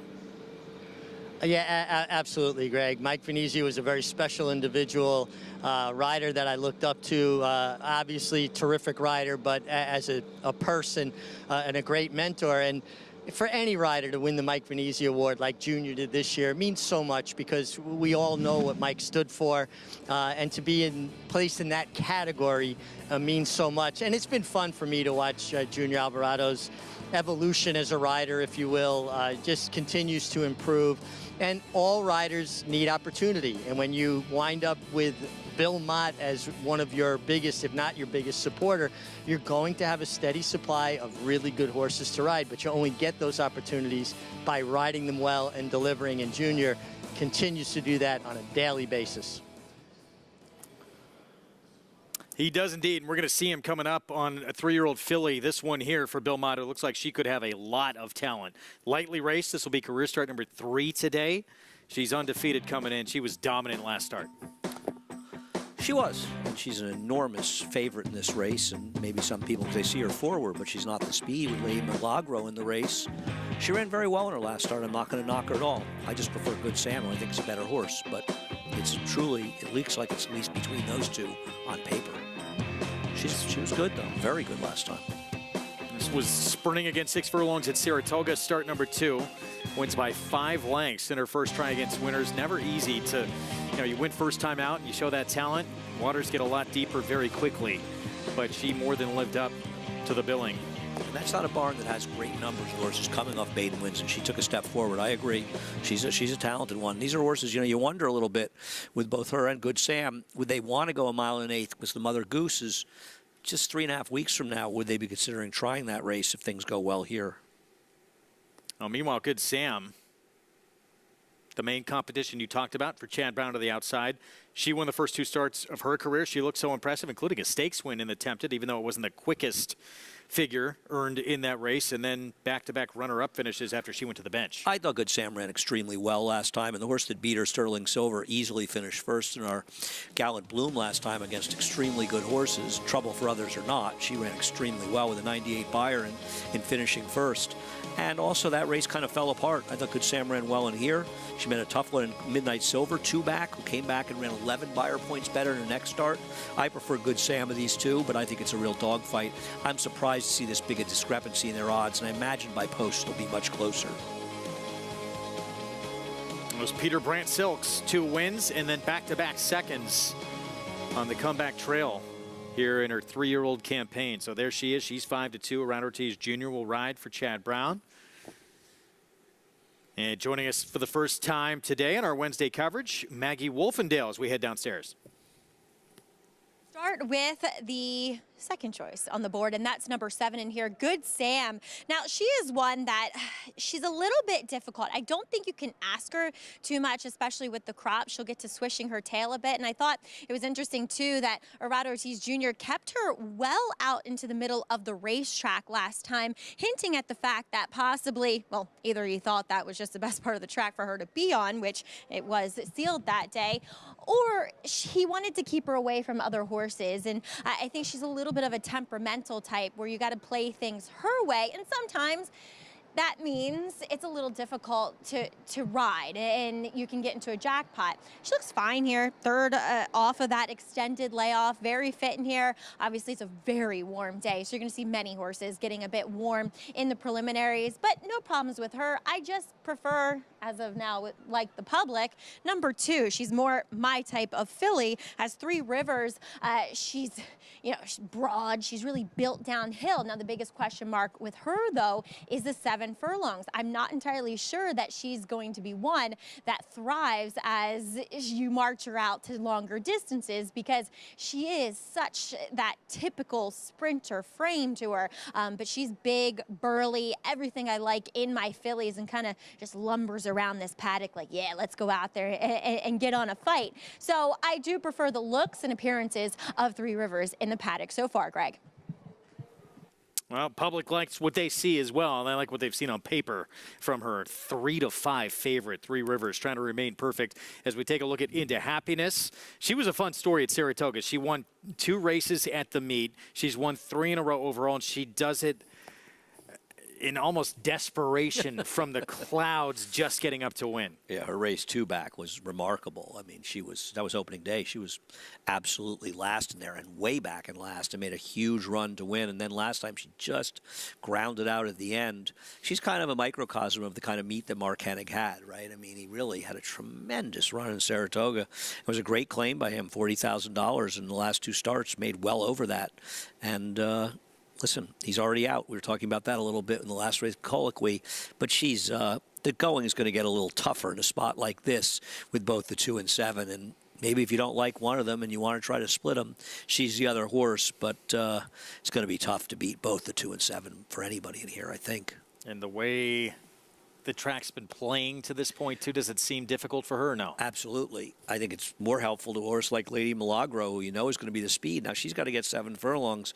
But I'll say one thing about her. She's a very game horse, and 11-1 is not a bad price on a horse that you know is the speed and is very game. Man, we just had the feature on Junior Alvarado. There he is. Again, he'll be riding for Bill Mott coming up here in race 4 on this 3-year-old filly by the Triple Crown champ American Pharoah. Mike Venezia award winner. What a run he's had as well with Cody's Wish, and that tremendous story of that horse named after Cody Dorman. And one more start coming up for Cody as he tries to defend his victory in that Breeders' Cup Dirt Mile. This is the one Junior will ride coming up, and she could be pretty talented. 3 Rivers. You don't think they'd consider the Cigar Mile with him? Maybe if it was a grade 1 still they would. Maybe. Should be a grade 1. Just give the Breeders' Cup and run them there. What I had read, I thought. Yeah, you're probably right. I was just hoping. They should come, yeah. I agree. It's a New York homer. Of course we're going to say that. Absolutely. 3 Rivers, though, just in terms of upside, too. I mean, there's still upside with Good Sam as well. But Yeah, it seems like there's a lot there, doesn't it? No, I agree. I mean, these are 2 talented horses in this allowance race. Both of them potentially could be horses we see at some point in stakes. They're going to have to get a little faster, particularly Good Sam. But you think about Good Sam, I mean, finished second behind a horse who was a dominant winner of the Gallant Bloom. I know there was trouble in there, and she obviously shouldn't have won that easily. It's a bit of a controversial disqualification. I don't think anybody would argue that she was the best horse on Sunday. Well, someone can argue it. I just think they'd be wrong.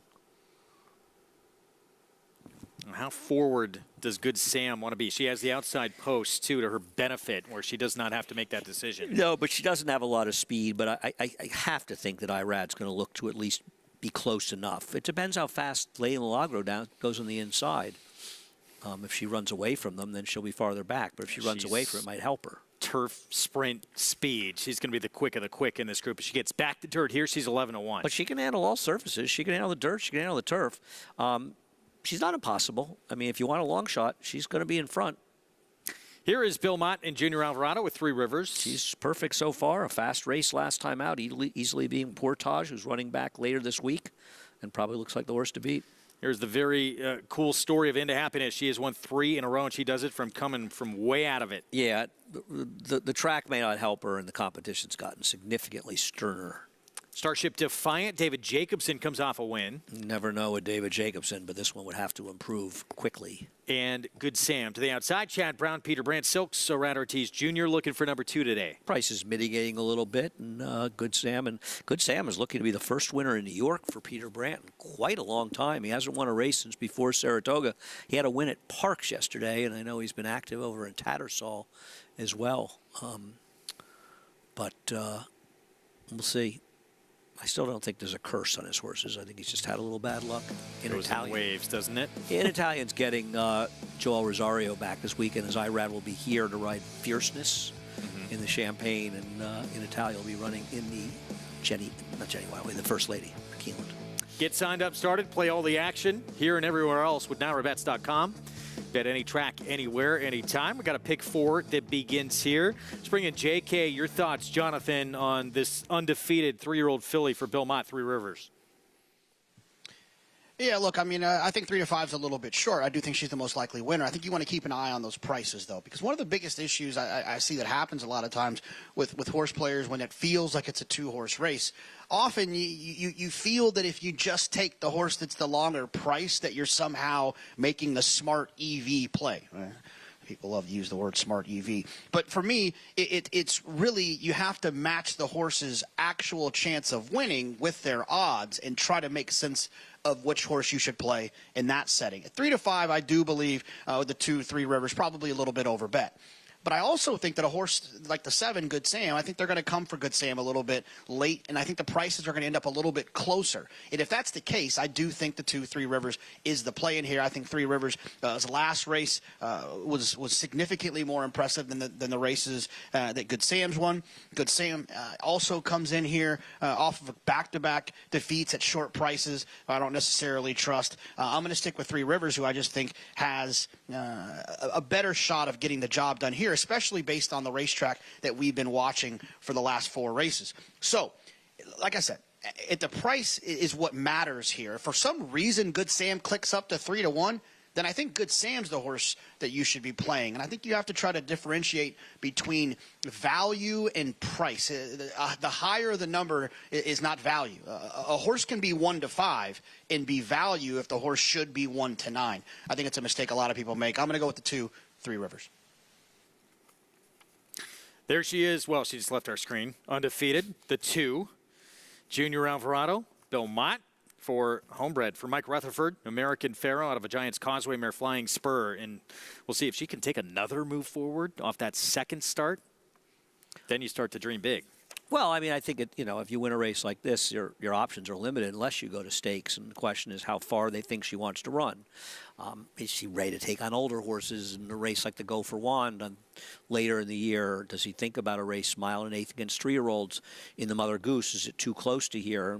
One thing about Bill Mott, he's not afraid to take shots. But first things first, he's got to get through this race. And he's got to beat Good Sam. And I think these horses have relatively similar chances of winning in this race. And I prefer Good Sam at this price. If they were both even money, I wouldn't really care. But I think at 2 to 1, Good Sam is an overlay. Let's go back to Maggie. Let's talk about the horse who is the fastest of the fast, and that's number 1 in here, Lady Milagro, as she is coming off of some turf races, and she, as Andy pointed out, is kind of equitalented. She can run on either surface and generally run the same kind of figures. So I've always thought she kind of, even so, looks more like a dirt horse. So I'm on the positive end of her in this spot. She looks good, too, warmed up nicely. They tend to keep her a little bit more quiet because she's one of those horses that you don't want to set off, kind of like setting a wildfire with the speed, that you just want to get her loosened up but keep it contained. Now, the 7 furlongs isn't necessarily what I don't love about her. Physically, she's built like one that should be able to handle it. It's more the pressure that she's likely to take from number 2 in here, 3 Rivers. I think it's interesting, though, getting Dylan Davis, a journeyman, on her. We've seen Jamie Torres riding her mostly as of late, and they get the 5-pound weight allowance, and I think that goes a long way when you're dealing with speed types. And 2, Jamie Torres is a guy who lets his horses run, does not take anything away from them, and sometimes we've seen Dylan Davis be a little less aggressive at times. There's only one way to ride this filly, obviously, but again, I'm kind of missing my man Jamie Torres around these parts. Greg? Been the regular pilot, on Lady Milagro the last few starts. So Dylan Davis will take over. 11 to 1 on the filly, who figures to be alone in front. Yeah, I mean, I think that she's an important player in this race as well, because she's run some fast races. I think people are worried about 7 furlongs for her, and I think that's relatively fair. But she gets away with a slower pace. The problem is the pace is slower, than 3 Rivers will be right on her. She's kind of got to go out there winging and hope it works out. She is a game filly. I don't think she's a likely winner of the race, but she's not untalented in here. And I'll tell you one thing. 3 Rivers doesn't want to go after her. 3 Rivers goes after her, and they go too quick. Good Sam will definitely beat her. I think it's one of those games where Junior almost has to play a little bit of a cat and mouse game, right? He's got to be forward, but he has to be careful, because if 3 Rivers and Lady Milagro engage and the pace is fast, I don't think she's going to be Good Sam. But meanwhile, this filly here, she's been a fun story to watch. Claimed by Mark Hennig, back-to-back wins at Saratoga. 2-time winner at the meet, doing it from so far out of it, including just up to win by a nose. Last time out, as we talked about, this is going to be a much more difficult proposition with potentially 2 very good 3-year-old filly she's going to face. But we'll see if this good story can continue for Mark Hennig. They're already way out. You know, they claimed her for 40 and they won the 2 races in Saratoga. So the rest of their races are a free roll. And Mark understands that. And I think Mark is looking at this race. Listen, she won an Hours of One last time. Now she's got to face better horses. If she can't be competitive here, he could consider maybe will things be a little easier in the winter. But then again, maybe there's a starter that comes up for her as well, right? Yeah, talking about the 3 Into Happiness, who was on our screen. And it's John Velasquez, who's aboard for each of those last 2 wins at Saratoga. So he stays aboard today. It was listed as Rosario. It's Johnny V. Is Joel not here? And down to 8-5 on Good Sam. Still a big difference, though, between the two. 3 to 4, which means 350, versus 3 to 2. So I don't think the gap between the two is that high, but we'll see. Peter Brandt's due. You ever do at the racetrack? I always hated that. Well, you just figure, especially as a bettor, that luck is going to turn in your favor if it comes at some up point. Heads 5 times in a row, tails is due. It's still 50-50 on the next it flip, is, though. unfortunately. But I do believe there are racing gods up there looking out for you. Yeah, they're not looking out for me. Working against you at times. Thank you. Just don't make them angry. There's Into Happiness. This one trying to make it 4 straight. 3 Rivers, the 2 undefeated for Belmont. Good Sam trying to get the first win of her 3-year-old campaign from that outside post for Chad Brown with Irad Ortiz Jr. Let's go upstairs. John Imbrial, the call. Starship Defiant has gone into the gate. And number 7, Good Sam, will complete the 5-horse field. Fillies and mares going 7 furlongs. We're ready for the start.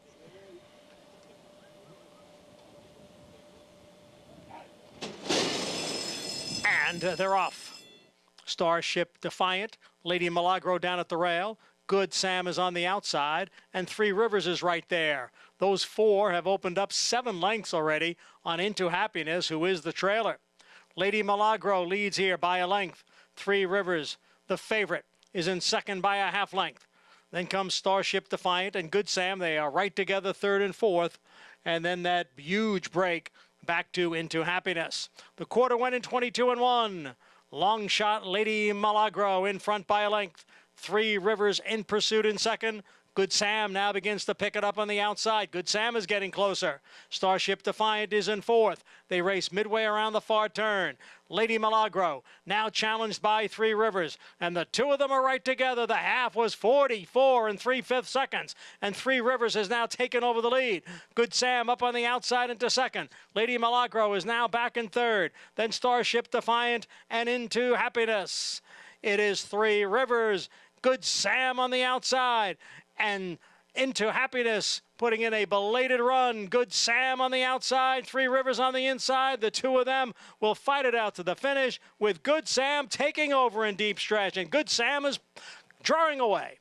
Good Sam wins at the end by 3.5 lengths. 3 Rivers was second, and Into Happiness came from well out of it to get 3rd. 122 for the 7/8 of a mile. Good Sam, first win since her 2-year-old campaign. 3 wins from 5 starts now. And I think it's one of these races, and I'm always curious what Maggie thinks, because Maggie had thought she was a horse at times. You see her swishing her tail, but she was more professional today. She broke well. She actually broke better than the favorite did. And she got herself in that position, and you and I were sort of talking during the race. It seemed like Irad, win or lose, was very confident. The way he just sort of even let the favorite take the lead and just wait outside of her. He was right. I don't think the favorite ran badly. Good Sam just beat her fair and square today. Yeah, 8-5 beating a 3-5 here. Good Sam taking a step forward with this performance. 3rd start of her 3-year-old campaign. Maggie, how impressed were you by this? Look, she's probably the filly that's most suited to the 7 furlong distance, where I like 3 Rivers, as I said, but the 7 furlongs is probably her undoing, and running that quick and pressing through and taking over Lady Milagro through that 44 3 half mile was probably her undoing, but it was the only thing that Junior Alvarado could have done. Now, as far as Good Sam, you see Irad very chilly on her, very quiet, keeping her away from other horses as they turn down the lane. She still switched back to her inside lead, got to wondering a little bit. She beat this field. Like I said, I think the others are distance challenge. She's a nice filly. I still feel like there's a move forward. Like she just needs to be a little bit more direct and run straighter at times. And how about a little congrats to Peter Brand, who's been a long time since he's won a race in New York. And, you know, no matter how much success you've had in the past, losing is never fun. And it's nice to get the win. And she's got a little bit of ability. I don't think Three Rivers ran badly in here. No. I really don't. I just think she lost to a horse. And I think there may be something what Maggie's saying. I'm not suggesting Maggie's wrong about that, but I don't think it was a bad performance by Three Rivers. Not that Maggie suggested that. I just think she lost to a horse that ran huge today. Yeah, and maybe distance-wise, too. Maybe a little bit more. Yeah, I 7/8. think that Maggie's right. It's a little more suited to 7 furlongs. But Three Rivers is going to win this division, this race, a lot of the time. She's just not going to win it when Good Sam is in there. 2 today for Rad Ortiz Jr. Good Sam, now 3 wins and 2 runner-up finishes in 5 starts. And this, the best that we've seen of her in her comeback effort. First start since late July, Saratoga. We're going to take a timeout. When we return, Hall of Famer Mark Casse. He'll look to score an upset. And the Miss Grillo to come and punch a ticket to the Breeders' Cup Juvenile Fillies Turf. We'll be back.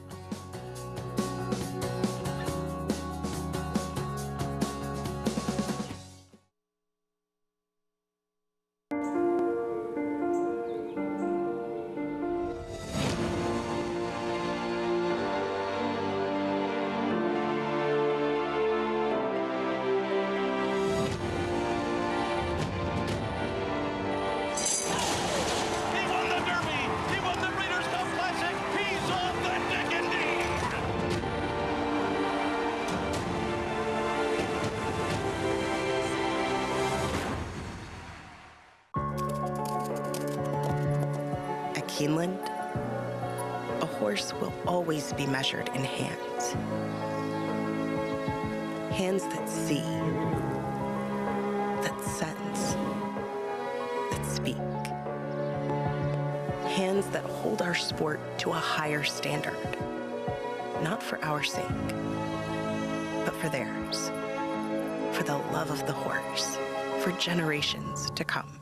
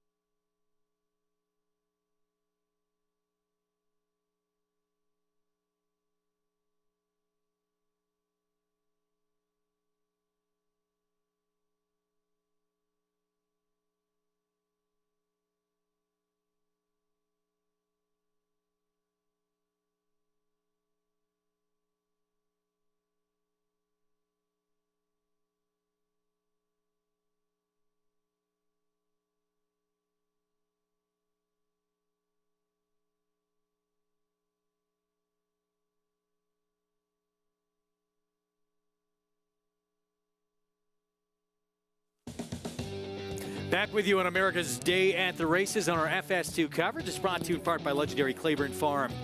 100 years of doing the usual unusually well to win and you're in races, which we'll get to coming up in a moment. Let's look back at Good Sam again. Impressive performance here to win for the 3rd time in her 5-race career. She was good today, and you could just see how confident Irad was. And Junior sort of had to go and engage the one that's more the filly who's riding, but Irad just sort of let him make that move and felt like he had him measured all the time. Sometimes you think you have him measured, doesn't work out, but Irad was right. A lot of confidence in this filly, and she ran very, very well. This was a very, very good race. Yeah, again, 122 flat for the 7/8. That's moving pretty good. 2 today for Rad Ortiz Jr., leading rider now at the meet. $5.40 for the victory for Good Sam. Three Rivers running second into Happiness, and Lady Milagro set the pace early. Third and fourth, we move into the Grade 2 Miss Grillo on the inner turf, rail out 27 feet. And the undefeated Galabrand for Bill Mott won from the clouds at 5.5 furlongs at Saratoga to break her maiden, and then won the Grade 3 with anticipation against the boys in start number 2. Meanwhile, we talked about Mark Cassidy going to break. He'll send out Sierra Sky, still a maiden, making start number 2 debut at Kentucky Downs. Mark got an early education in training horses, taking over the operation of his father's stable when he was just a teenager. The wins have come consistently ever since, including 14 training titles at Woodbine, training champions like Tepin and Classic Empire, and American Classic winners like War of Will and Sir Winston.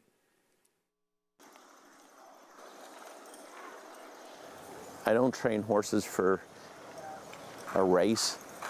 I try to train them for a career. I always say it's like a baseball game.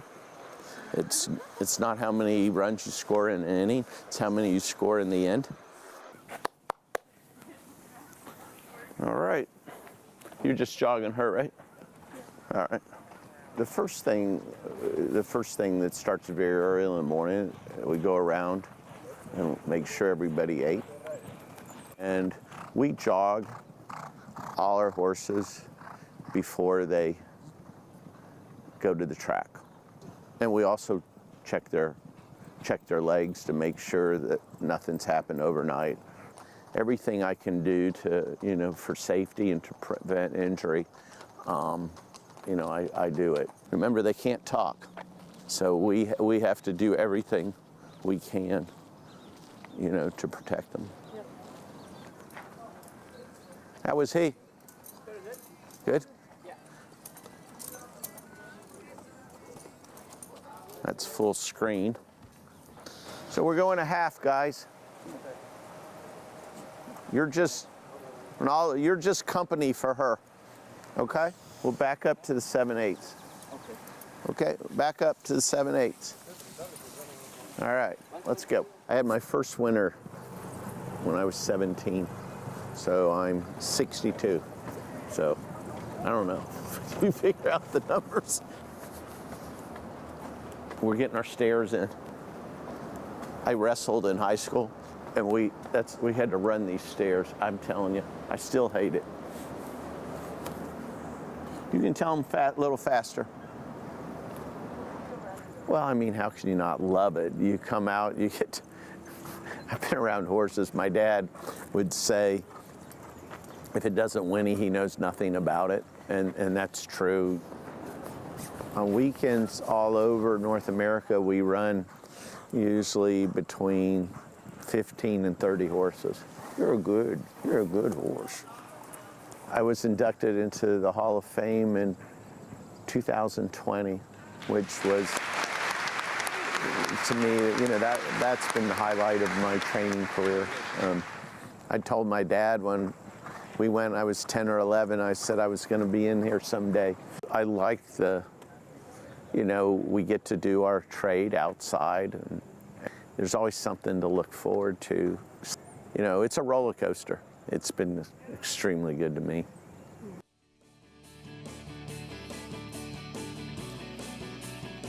A lot of wins in that career, including taking 2/3 of the Triple Crown back in 2019 with two different runners. Sir Winston and War of Will, that's right. His father, I met his father when I was a kid. His father, Norman Sr. His father's a real legend. His father started a lot of the stuff in Ocala, but also his father was a great character as well, and a really, really, really good trainer as well. What do you think about his filly coming up in this Miss Grillo, Sierra Sky? I don't like her. Should I? Thought she had a good trip. I did pick a Kentucky Downs horse in the Pilgrim, so I can't say I don't want to pick Kentucky Downs horses, but I didn't want her. 26 to She's 100 to 1 1 if you like her better. Right now. I just don't like her. Javier Castellano will ride. Second time out. Debuted at Kentucky Downs. Still a maiden coming in here to the second start. Do you know that Chad Brown ran 3 in the Pilgrim, and one of them was Lady Eli, and she was the longest shot for 3? Win a bar bet on that, won't you? This moment in Chad Brown history brought to you by Andy Serling. We're going to take a time out. We'll be back. Miss Grillo coming up right after a break. Stay tuned.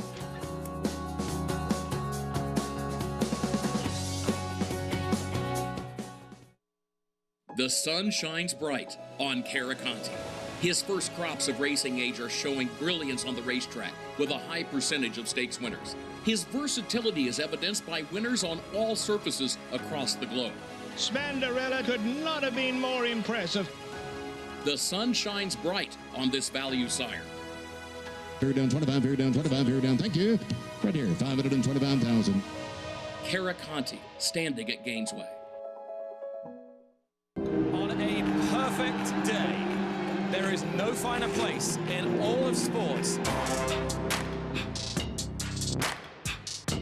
Nerves, excitement, and anticipation. Than beautiful, truly stunning. For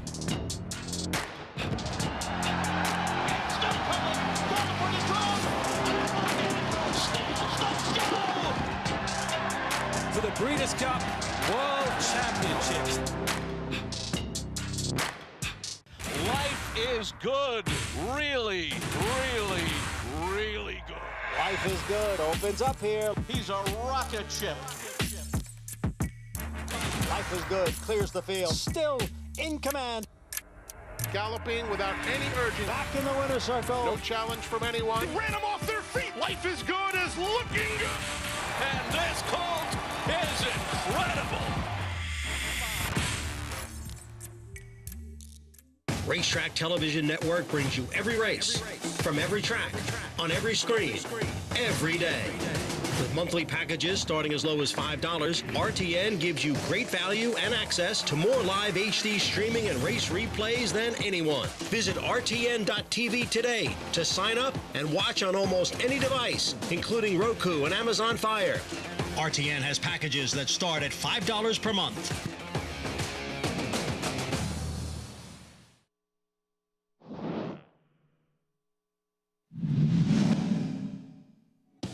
Newspaper of record turns for home in control. The main threat on the outside, Miss Technicalities trying to close the gap. And they're followed by Dog Tag in third. But now Newspaper of record is set down in the final furlong, and she takes off. Oh, she's pouring it on late. This is one fine filly. Newspaper of record. She won it by 8. 6.5 officially in the end. Gate to wire, she was dominant. She was so good when she was on the lead. She was good. She was favored here, unlike Lady Eli. She actually paid like $5 after that huge debut win as well. But she was a nice horse, won the Breeders' Cup, of course. Struggled in her 3-year-old career, sort of the foolish idea of trying to rate her at 1.25 miles to even get that far. But she put it together as a 4-year-old, won the Just a Game in a mile, Intercontinental Just a Game. So she got her act together again. Take a look at this year's group. Chad Brown is going to send out Hard to Justify, who Jonathan had talked about earlier on in the card with all that trouble in that debut. She will inherit the inside post. Flavia Pratt with the scratch of the one appellate. And Hard to Justify is the third choice. If you look at a lot of the multis, favorites Memorialize, a slight favorite in the pick threes and doubles. First of 2 win and you're in events today on this card for the Breeders' Cup. Automatic entry for this race into that Breeders' Cup Juvenile Fillies Turf, November 3rd. Entries, fees paid. Award to nominator of $10,000 and more.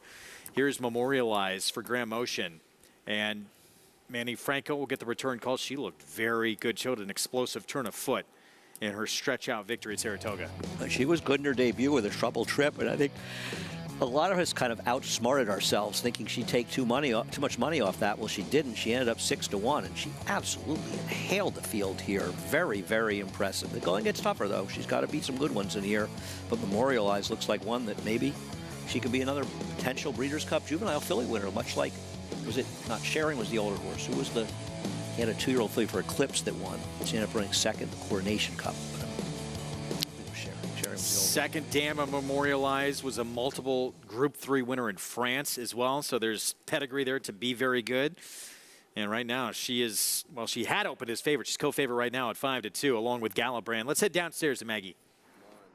we are going to take a look at some prices in here and begin with the inside runner in number 2, Hard to Justify. I know that first race came up a little bit on the slower side when you look at the Beyer speed scale, but Hard to Justify was a horse who had some legitimate trouble in that debut and still was able to overcome it, including being checked sharply going into that second turn and swinging wide. She was green in the preliminaries as well, and so far today it's a night and day difference. And obviously it's so much more quiet here at Aqueduct, so we will naturally see horses be just a bit more calm here at the Big A as opposed to the very energetic Saratoga, but she has definitely moved forward from that first start, and I think there is a big move forward in her as she tries this Miss Grillo field. Moving on to number 6, Camilla T, a little bit of a wild card as she comes in here with by far the fastest race to date, but that was against inferior competition, going 5/8 of a mile at Monmouth. Now, the pedigree doesn't say longer is better. I can't say physically she's saying longer is better, though I will say she's nice and relaxed here, which is a good sign when trying to get a little bit further as things go on. She's well muscled overall, but she really, truly looks like your typical no-name ever. Every single one of them kind of brown paper wrapping, dark bay, stout, compact, and that's what I'm seeing from her. So I'm not in love with the stretch out, but don't get me wrong, she could be loose here and potentially dangerous. As we'll move on to one who is not fast out of the gate, and she's hoping somebody will challenge Camilla T and make things a little hot. That's the maiden in here, and she's going to be a big price, hopefully, rightfully so. And number 10, Later Darling. She's made up significant ground by compromising her own chances at the start, where she just kind of looks at the field and says, oh, okay, I guess we're supposed to run now, and just puts herself really far behind. Now, she continues to strengthen up with each subsequent start, but again, she is very quiet in here, and Greg, if she could ever put it together, she could be quite a nice filly. Well, we'll say if today's the day, big price, 17-1. We're going to look back at Galabrand. There she is for Bill Mott, and just the way she has done it, too. It's just been thrilling. She wins at 5.5 furlongs, breaking dead last in a field of 10, first time out. Then she stretches out, and genius move, as you talked about, from Bill Mott. Her division, reigned off the turf. He entered in both, so wins against the boys on a day that stayed on the grass in the Grade 3 with anticipation. And this performance got a lot better when Carson Runner was second in here, came back and was very impressive in winning the summer up at Woodbine with an 85 Beyer. So it certainly more than justifies that race, and I guess ran 10 points better. But regardless, it was a very fast race camp. Might have been a little higher, I'm not sure, but she could be okay. I think the competition has gotten a lot sterner in this race, but I'm not denying her ability. I just prefer others. She will again be coming from well out of it. Jose Ortiz will be back aboard. Meanwhile, Life's Notable for Todd Pletcher. Wanted 5.5 furlongs sprinting in the turf debut. That was at Saratoga. Rad Ortiz Jr. will try and look for number 3 this afternoon. He's one of the last 2 runnings of this race. It's a great ride by Irad. He was able to save ground on the turn and angle out and get it done. And it's tough to make that stretch out. Todd Pletcher's numbers, the stretch outs from sprints to routes to the turf, not particularly strong, but she showed a lot of ability. And I think a lot of the ones you'll see are you know, that are unsuccessful horses that are trying to sprint that end up going longer. Whereas this was her first start. She's a big price if you like her. I didn't love her chances, but she ran fast in there, and she's over 10-1. So I wouldn't knock anyone that took her at that price. It's a wide 11-1 right now, and Life's Inaudible. Hard to justify.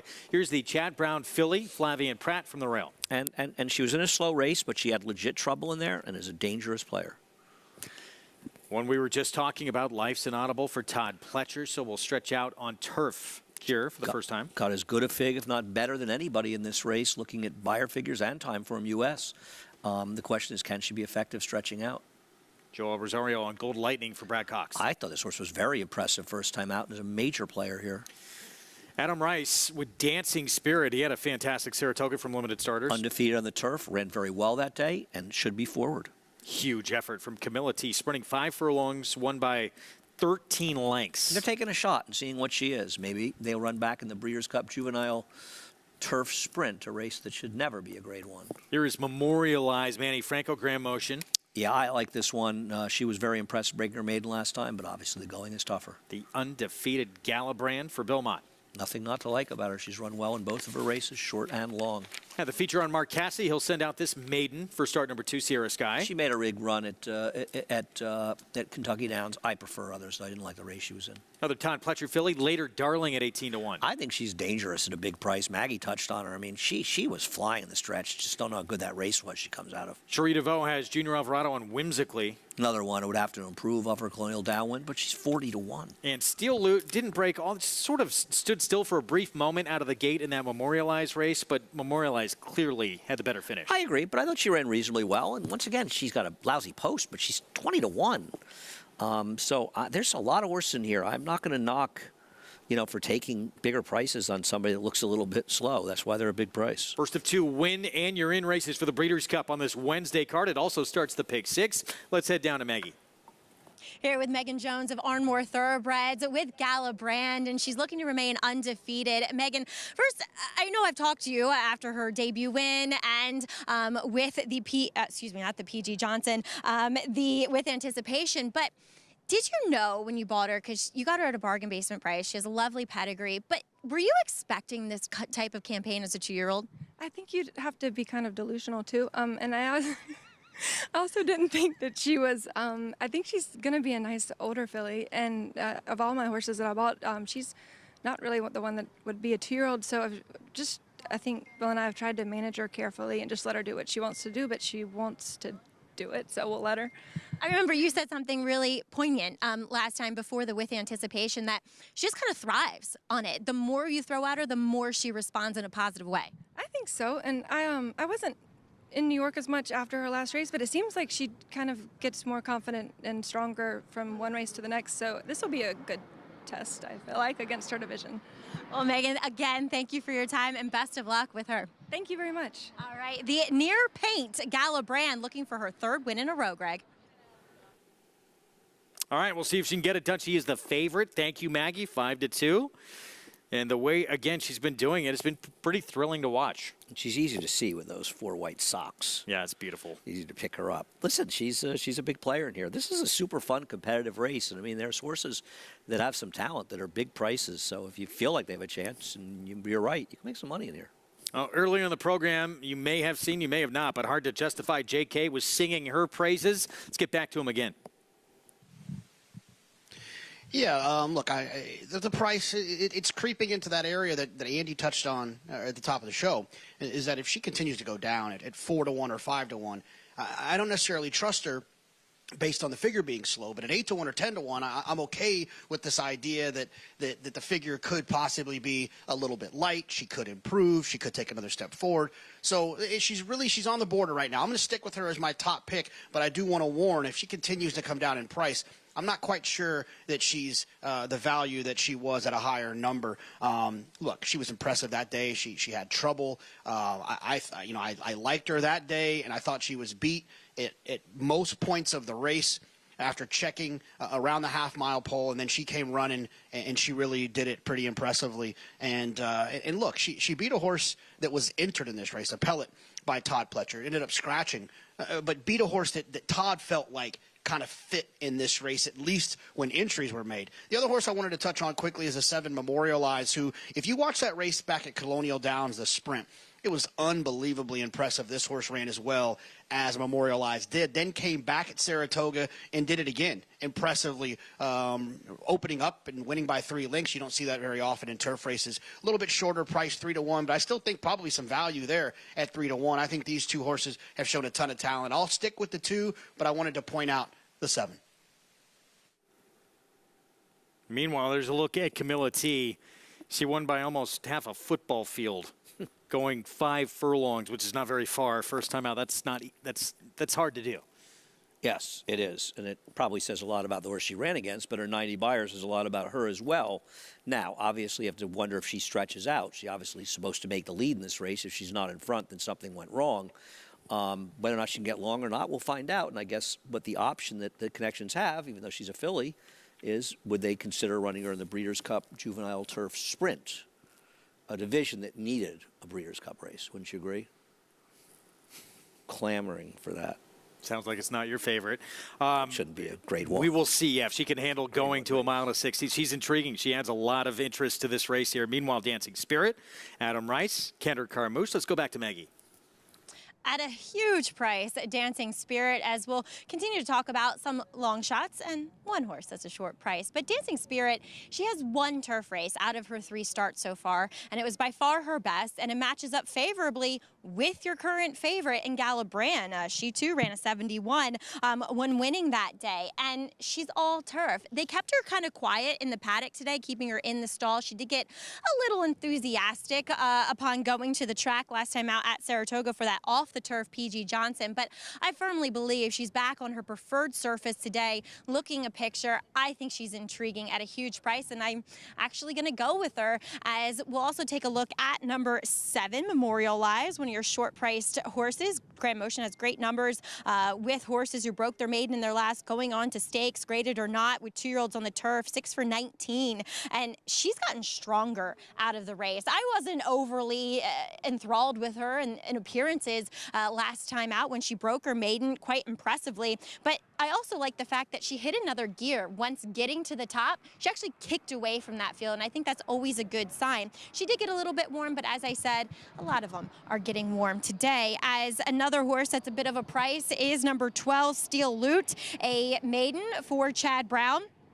And she's one that did not take a lot of money at first asking for, considering it's a Chad Brown horse coming out of that same Memorialized race. But I thought she ran okay. She settled inside of the winner on the backside. She kind of had to wait, and she swung out in the stretch, and she ran on yet a bit green behind Memorialize. She's a good-looking filly. She's come together even more so. She's fitter than what she was for that debut race. I don't love her chances, but I again, another one that has that look of stepping forward, much like Chad's other runner in here at 7-1 with Hard to Justify, who I'm a fan of as well, Greg.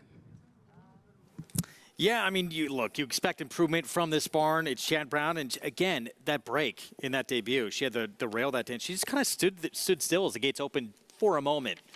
But then she did get a pretty good ground-saving trip after that. No, I agree. I thought she had a pretty good trip, and now she gets a much more difficult post.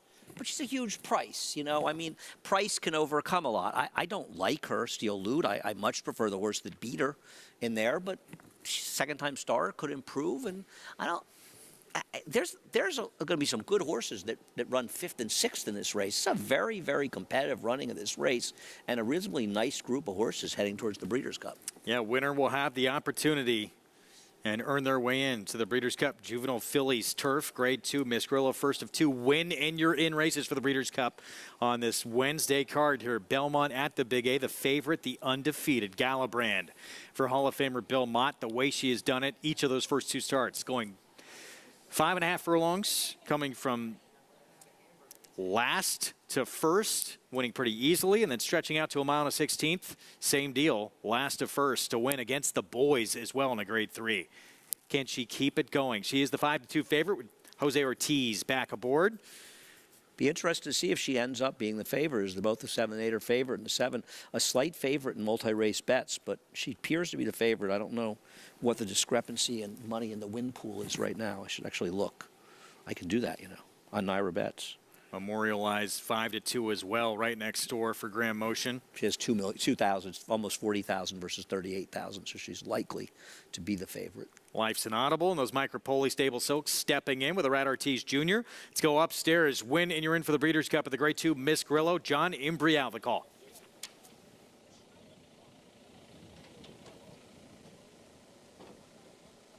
Waiting now for Camilla T, who moves into line. And to complete the field, it'll be number 11, Whimsically, and the 12, Steel Loot. Field of 11 2-year-old fillies going a mile and a 16th on the inner turf in this Grade 2 Miss Grillo. Steel Loot and Jose Lascano. And they go in nicely, and we are ready for the start. And they're off in the Miss Grillo Stakes. Number 9, Sierra Sky, seemed to veer out at the start. She's made her way down to the inside. So it's Hard to Justify and Camilla T, and those two are heads apart, with Life's Inaudible racing in third, Whimsically to her outside, next in fourth. Then Dancing Spirit, a bit tough to handle there. On her inside is Gold Lightning.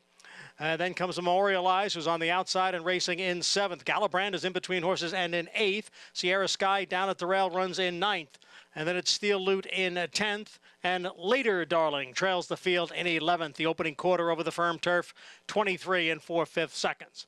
And it is Camilla T who will lead the field up the backstretch. Camilla T in front by a length. Hard to Justify is running in second.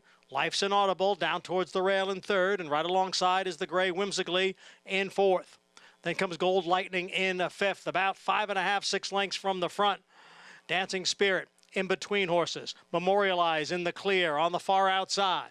Then comes Later Darling, who's made up some ground down at the rail, followed by Sierra Sky, then Steel Loot, and Galabrand is the trailer.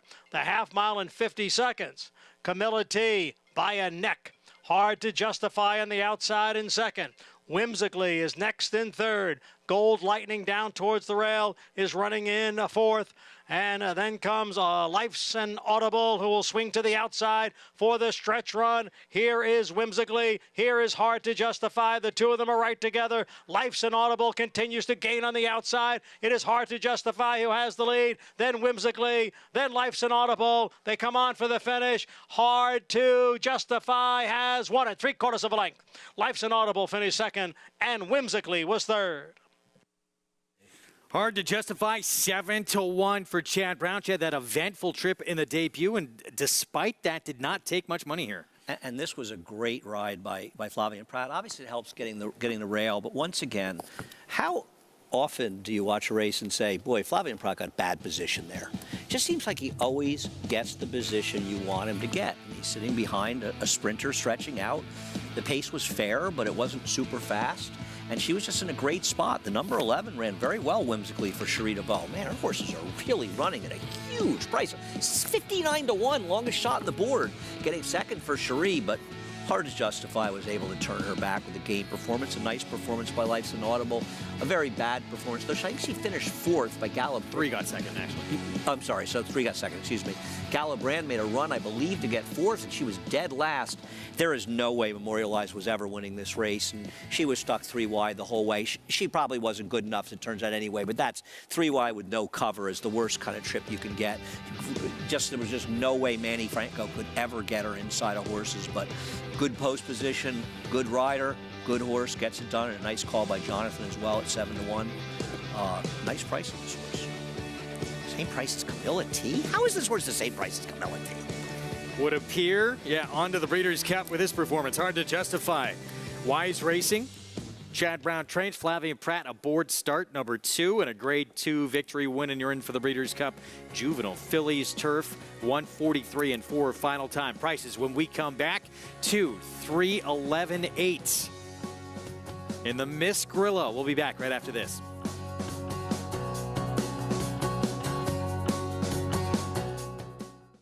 Flightline is in full flight. Flightline turns it on at the top of the stretch, and he's in cruise control. And Flightline takes off. Take a good look at this, because you're not going to see this too often, maybe never again. Flightline, 20 lengths clear. World-class racehorse, world-class performance at a world championship event.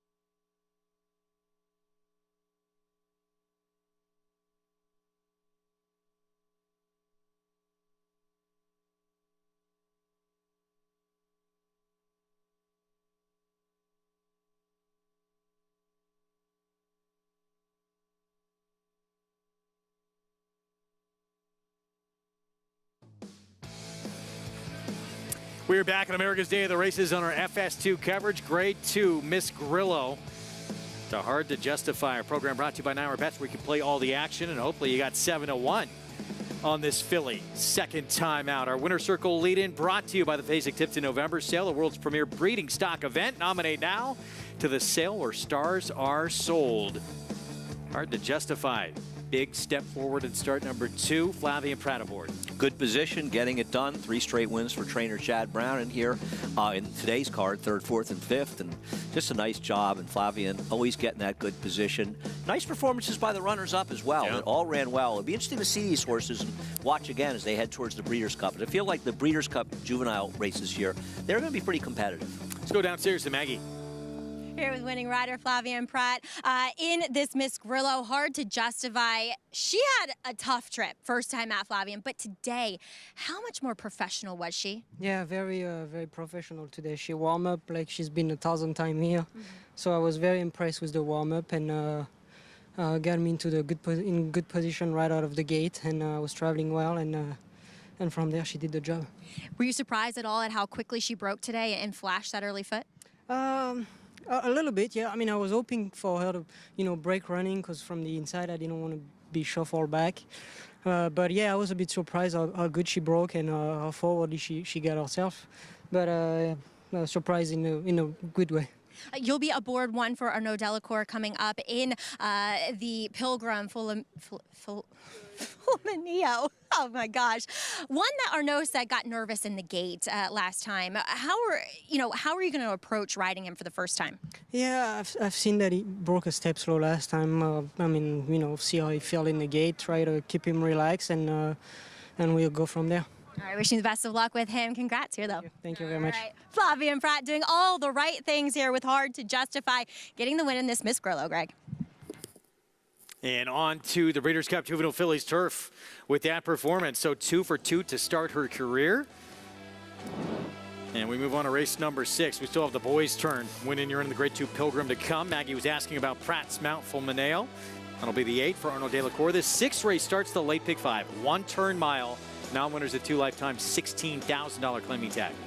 Yeah, D Speedster's the favorite. Didn't have a strong opinion here. We just got to get Migliori on the set before he trashes the place. I mean, he's knocking stuff down here. Yeah. Guy's a mess over there.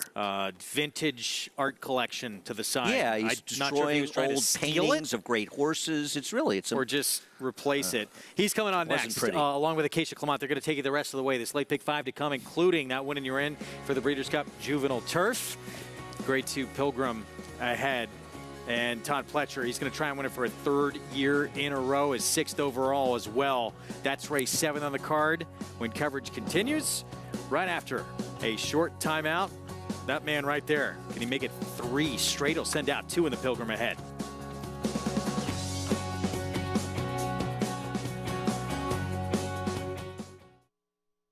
Curlin was the leading sire of Grade 1 winners in 2021 with 5 and 2022 with 6. In 2023, Curlin is the leading sire of Grade 1 winners with 5. Big race. Nest Clariere is too far back. A 16th to run, and Idiomatic has a 2-length lead. Nest is fully extended. This is what winning looks like. A huge performance all the way. Curlin, the classic sire. Experience the adrenaline-pumping, suspense-filled action of the Sport of Kings right from your phone with Nyra Bets. It's fast, easy, and secure. Download the app today and start winning with our lucrative weekly promotions, thrilling handicapping contests, and a one-of-a-kind VIP rewards program. Don't just watch horse racing, be a part of the action with Nyra Bets.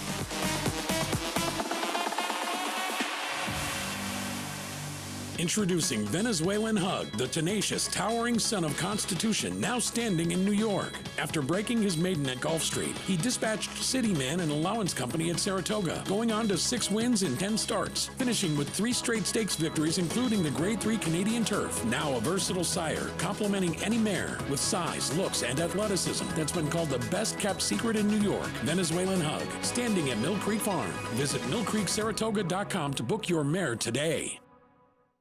Now more than ever, it's time to get with the program. When shopping for your next race prospect, consider that New York breds start with an advantage. Our New York breds run for serious green. At Saratoga Race Meet, New York bred maidens run for up to $88,000. New York bred allowance horses run for up to $100,000. And New York bred owners can collect awards of up to $20,000 per horse per race. So get back with the program. Seriously.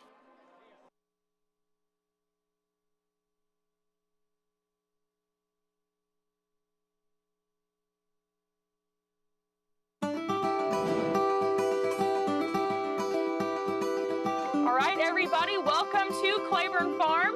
Claiborne Farm has been around since 1910. The tour is a backstage look at how we operate as a large-scale breeding farm. These are parts of the farm that have always been off limits to the public. You know, you would only see these barns and these horses up close if you worked out here. So it's been really exciting to open that to the public, to show that end of the industry and just spread that knowledge. You know, you take a group out, they get to scratch on a mare and foal, they think it's super cool, and hopefully create a lifelong fan. So our stallions stand from anywhere from $5,000 to $100,000. That is a stand and nurse guarantee. So that fee is not paid until the next year after the mare has had her baby, the foal stands, and everything is good. We have conceived 22 Kentucky Derby winners, 19 Preakness winners, 22 Belmont winners, and 29 Breeders' Cup winners. In addition to that, 6 of the 13 Triple Crown winners have been conceived in our breeding shed.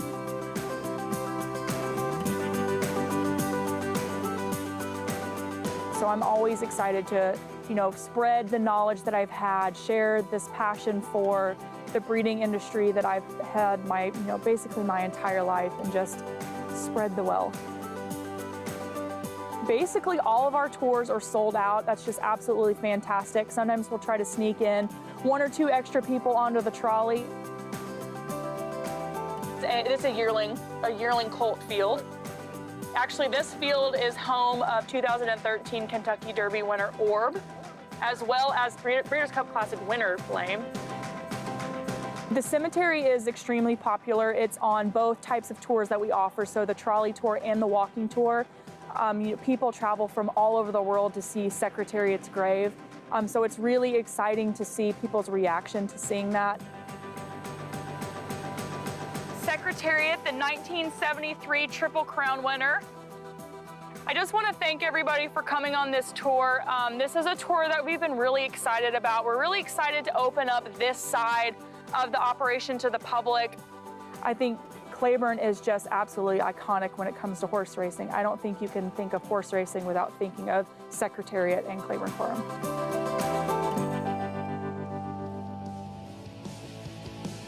Claiborne Farm, 100 years of doing the usual, unusually well. As you're watching America's Day at the races, glad to have you with us. Acacia Clemon and Richard Migliore stepping in here with you. And don't worry, Richie was just checking on the Kelso painting on the wall. And good news is that it's not stuck to the wall. No, I actually thought it was. It slid off the wall. I caught it.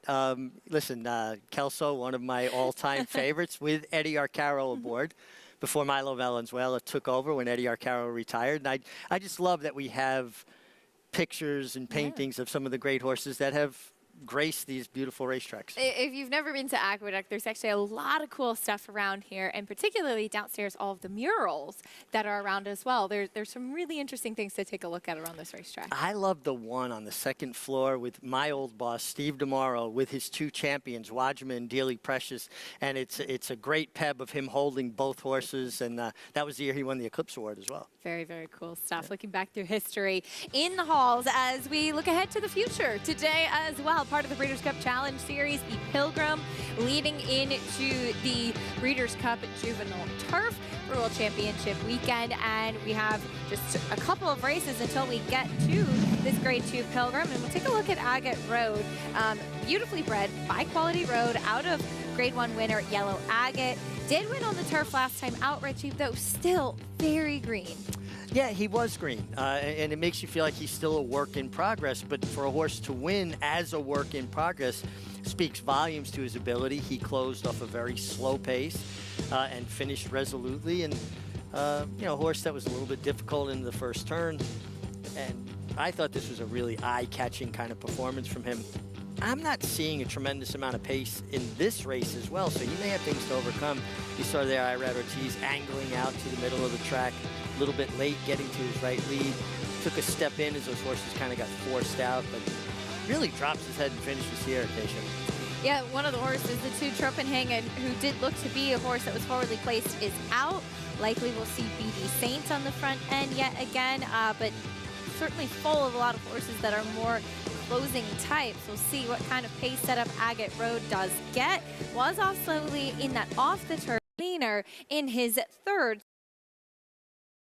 To Pilgrim. We saw the Miss Grillo for the girls already, as the boys will take center stage coming up in the 7th. But first, we have race 6 coming up, as we'll be on the main track in a claiming race as our next order of business for the next live race on the program here. Going a mile for non-winners of 2 in life, 3-year-olds and upward. There's a look at the number 10 to the outside, Skate to Heaven, who's taking a drop in class for Linda Rice and currently your favorite as we head down.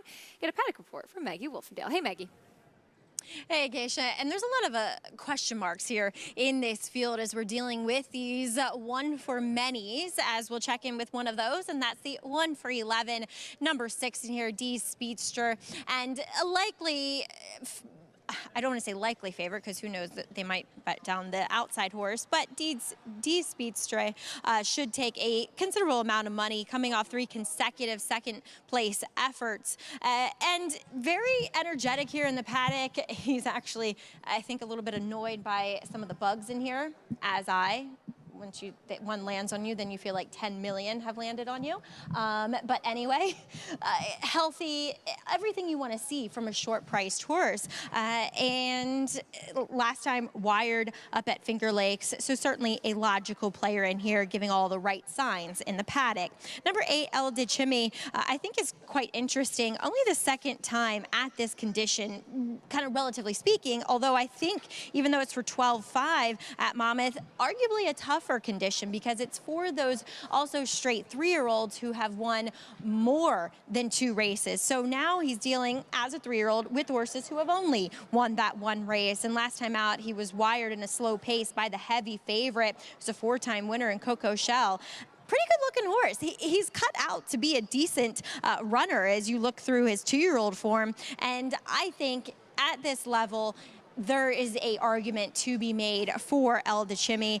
Really makes a great impression on me here in the paddock. As we'll take a look at number 10, Skate to Heaven. He's kind of the true blue drop down in here for Linda Rice, ever dangerous as she is. I thought a little bit against the track last time while on the inside, where maybe not the place to be that day on August 10th at Saratoga. But at the end of the day, he just kind of feels big and slow.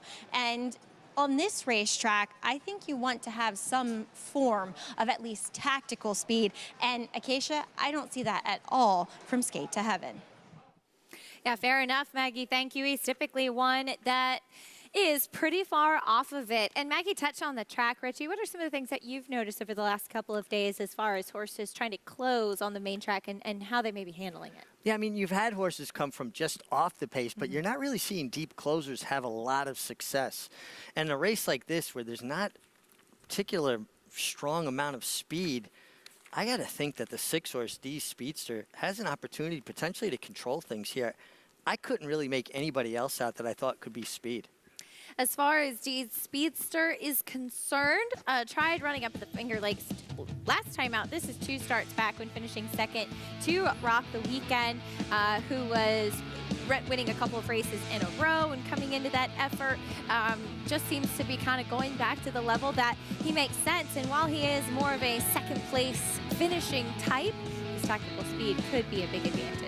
I really do think it's a big advantage. And this particular race in Saratoga, where he gets picked off late, there was enough separation, a lot of separation back to the 3rd place finisher. And also, that was a strong pace for the 1-turn or the mile races out of the Wilson Chute in Saratoga. Anything under 25, because it was a very short run-up, meaning they start, timing the race almost immediately from a standstill. I thought that was a pretty fast pace for this level of horse. 2-1 favorite. There is Irad Ortiz, will be his pilot once again. Rode this horse 2 and 3 back, both second place finishes, so is very familiar with Dee's Speedster as well. 2-1 on that horse. To the outside, the number 10, Skate to Heaven. As Maggie touched on, tactically speaking, he may be up against it, but he is one that has been facing significantly tougher on the main track as of late. Oh, absolutely. This is a major drop in class for Skate to Heaven. And this is something that Linda Rice has excelled with over the years. She's a trainer that really understands how to place her horses, spots them aggressively. This is a New York bred that, no, excuse me, not a New York bred, a horse that's dropping in for 16. I was thinking about the 6-horse Dee's Speedster. That's a New York bred. We love those New York breds, that's for sure. We'll see what kind of trip Skate to Heaven could get. The number 8, El Dechimi, the 3-year-old who Maggie touched on, could be one who's kind of in the catbird seat. But there's a look at Linda Rice along with Jose Ortiz, as they have had yet another good year, 5 straight NYRA titles for Linda. She's currently in second to Chad Brown, who has had a 3-win day today, including that Miss Grillo so far. And Chad Brown's not done yet either. He has a few more live runners, the remainder of the card for sure. But this horse is taking a meaningful drop in class, but I think a warranted drop in class. For Jose Ortiz, and obviously he's a talented jockey in his own right, but to be linked up with somebody like Linda, whose barn has been going so well and being a big part of the team, he works a lot of horses, and of course there's a family association as well, but how important is that for a rider to kind of have that barn that you know is always supporting you with live mounts? It's so important. You have a steady supply of live horses to ride. There's great trust and communication with a trainer, right? You have an understanding of how you're going to approach races. There's good conversations, but also the trainer has confidence in you to ride the race the way it comes up, and it doesn't always come up the way you've drawn it up on paper. You have to have plan A, B, C, D, all the way down the alphabet, and then be able to pull an audible as needed. Yeah, absolutely. And when a trainer has confidence in you and you have confidence in a trainer, there's no momentary lapse. There's no moment where you think about it. You react. It allows you to be instinctual, and it's so important for riders to be instinctual. There's Jose Ortiz about to get that leg up on to Skate to Heaven. We'll meet the rest of the field, though, starting things off with the 1, Scotto. Yeah, Scotto getting back to the $16,000 level just has not been competitive lately. Here's the 2, Break the Ice, cutting back off a 1.125 try. Yeah, and a horse that is taking a bit of a drop in class and feels like he's kind of figured the game out a little. Going to have to run his A race. Proven Hope goes turf to dirt. I thought he was pretty interesting getting back to the dirt. His start 2 back at Monmouth was a really good effort. There's Poppy on Ice. Yeah, deep closer in a race devoid of speed. I just think it plays against him. Dad's Good Runner, stretching out in distance. Actually, this could be your speed right here. A horse stretching out from 6 furlong races. And second time with the barn as well. Next in the post parade will be the 7, Strong Light. Yeah, Strong Light has just not shown any speed recently. It gets Kendrick Carmouche, but Kendrick's been on board before where he hasn't shown any speed. El Deshimi, the 3-year-old. Coming off a good effort also at Monmouth Park, and could be tactical, could be in a stalking spot. Colpo d'Oro, stretching out, also turf to dirt. Yeah, getting back to the dirt where his 2 races on the dirt leave a lot to be desired. Skate to Heaven, now 9-5. Drop in class, top connections. Can understand why this horse is taking money. And last in the post parade, the number 6, Dee's Speedster. I think Dee's Speedster sits the right trip. If Dad's Good Runner goes inside of him, it allows Irad to set up shop laying second, let him come back to you, you know, if you have doubts about him staying the mile. I think Dee's Speedster is really well placed here. You can join NYRA Bets today and play all of the action on our program and a whole lot more while earning up to a $200 deposit match bonus. Sign up with promo code MATCH200 and you could earn up to a $200 deposit match right after your first deposit. Bet any track, anywhere, anytime. Don't forget to join now at nyrabets.com for your $200 deposit match. We have pick 5 kicking off here. Favorite to the outside right now. But for more on some other runners in the field, we'll bring in Jonathan Kinchin to the conversation. JK, how'd you see the 6th race playing out? Yeah, Acacia, I think it's wide open, and you see that sometimes at these lower levels because it's, that's why they're lower level horses. They're very inconsistent. So you'll see a horse that'll have a good race, 3 bad races, and then they can sort some things out and have a good race. So a lot of times these races just they seem inscrutable because of the inconsistency of these horses. One thing I will say about the 3 Proven Hope is that this horse has been in the last 3 starts has run pretty good races.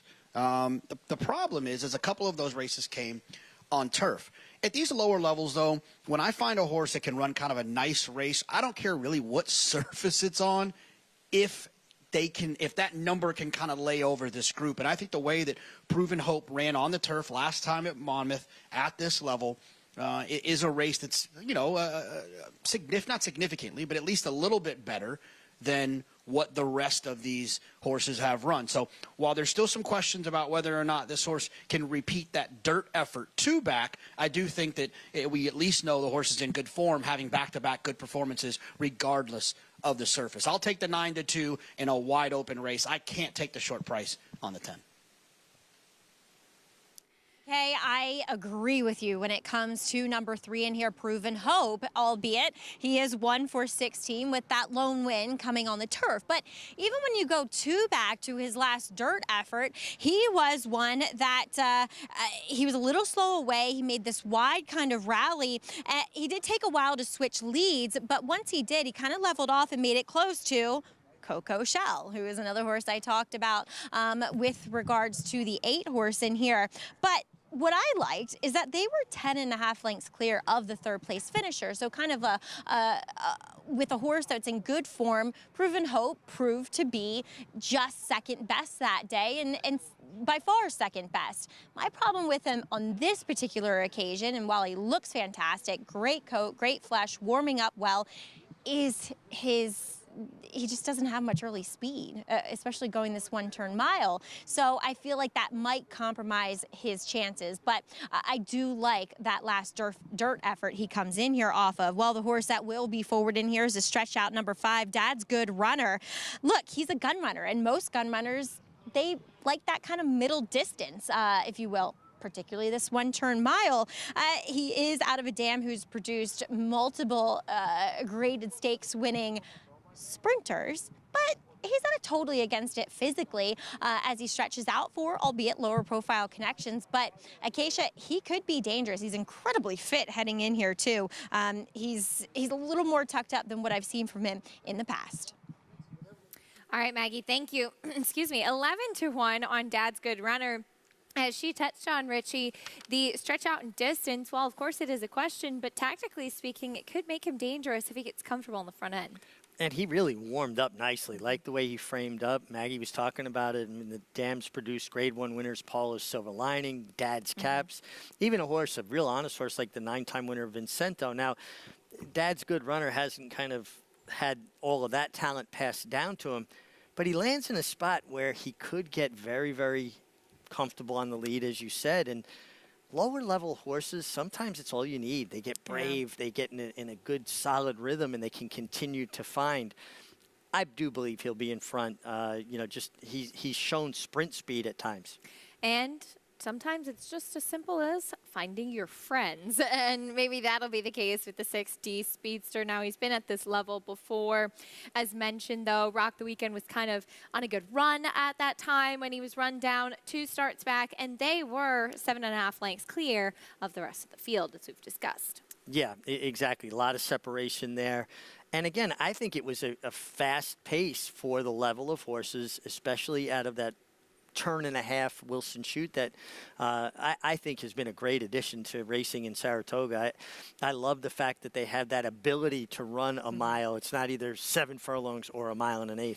And it was really very tough for certain horses who prefer that middle distance to find a good spot. And also, maybe for 2-year-olds that wanted a little bit more ground, because if races would come off the turf, it would go right back to the 7 furlongs instead of trying the mile and an eighth. And it was a little bit tough sometimes to kind of get that foundation that you were looking for. Yeah, especially for babies. A mile and an eighth is a marathon for them. They just haven't had the same, conditioning and foundation to get to that.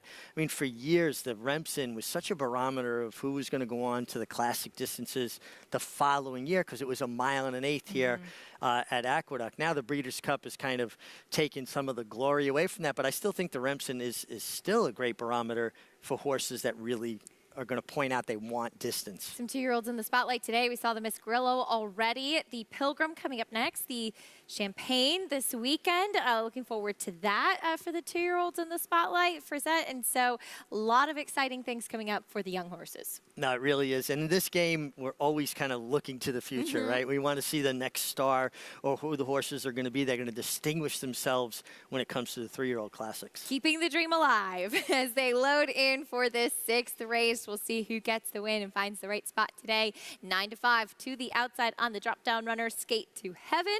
John and Brielle standing by with the call. Dad's Good Runner and Skate to Heaven. Skate to Heaven, the last to move in. We've got a field of 10 going a flat mile. Belmont at the Big A, race number 6. Skate to Heaven is in, and we're set. And they're off.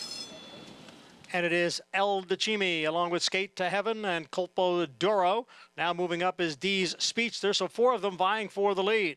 Dad's Good Runner is next in 5th. Break the Ice is in between horses and in 6th. Scotto is down at the rail and in 7th. And then it is Proven Hope who's moving on through from 8th. At the back of the pack are Strong Light and Pappy on Ice.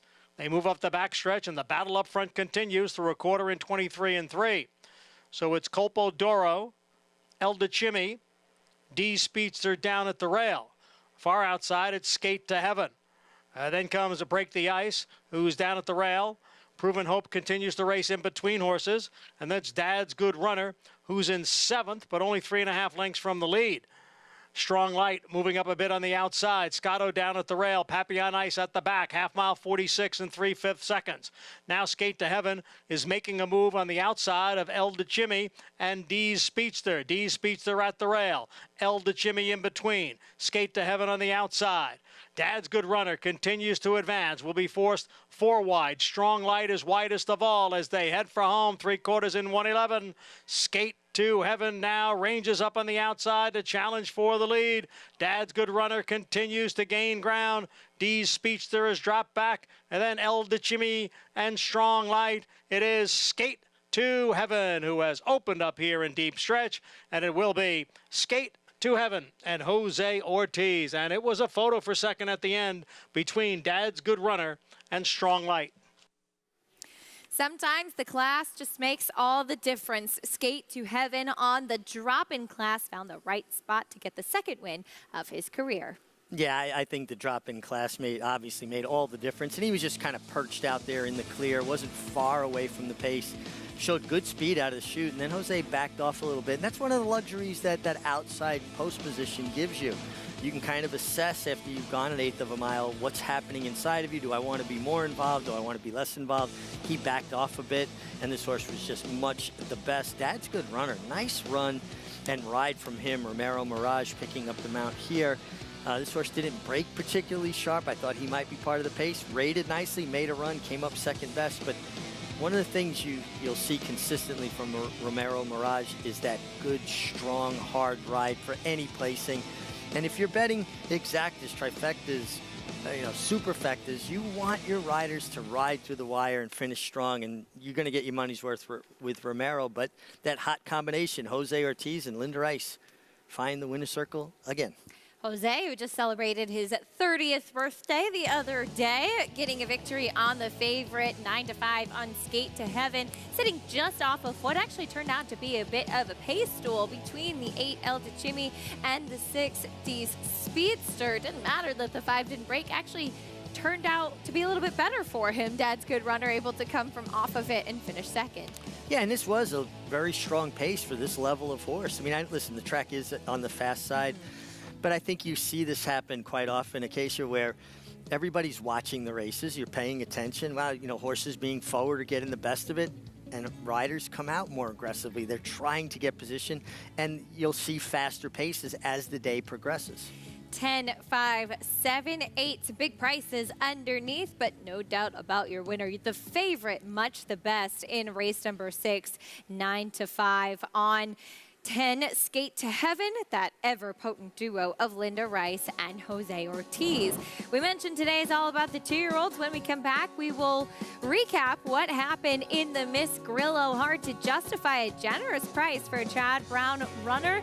Gets the victory and is moving on to the Breeders' Cup.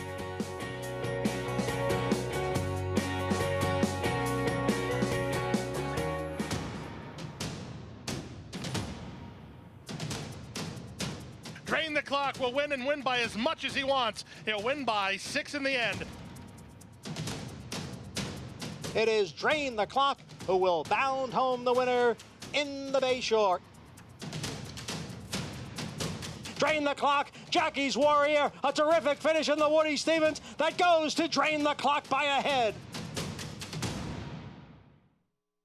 Is it the caramel, the cinnamon, or the pumpkin spice that'll make you live, laugh, launch yourself into a pile of cardigans? Maybe you find out. The Pumpkin Spice Signature Latte. RaceLens is the most in-depth product in horse racing, with unique features found nowhere else. True odds, predictive analysis, and pace projection. RaceLens. It will change the way you follow horse racing and take your game to the next level.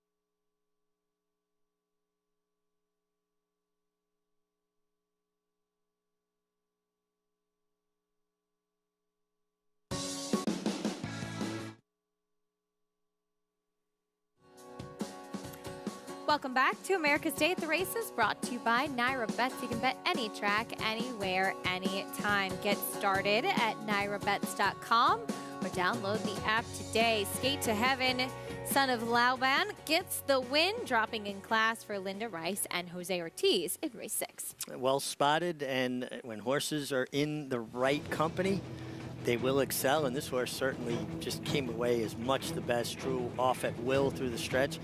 And I think this underscores the fact that you don't need to be on the lead today, but you still want to be forward. And looking at some of the horses, the back runners, and you can really see it, the difference between Dad's Good Runner and your winner here, Skate to Heaven. Skate to Heaven, even though he came from just off the pace, was completely clean.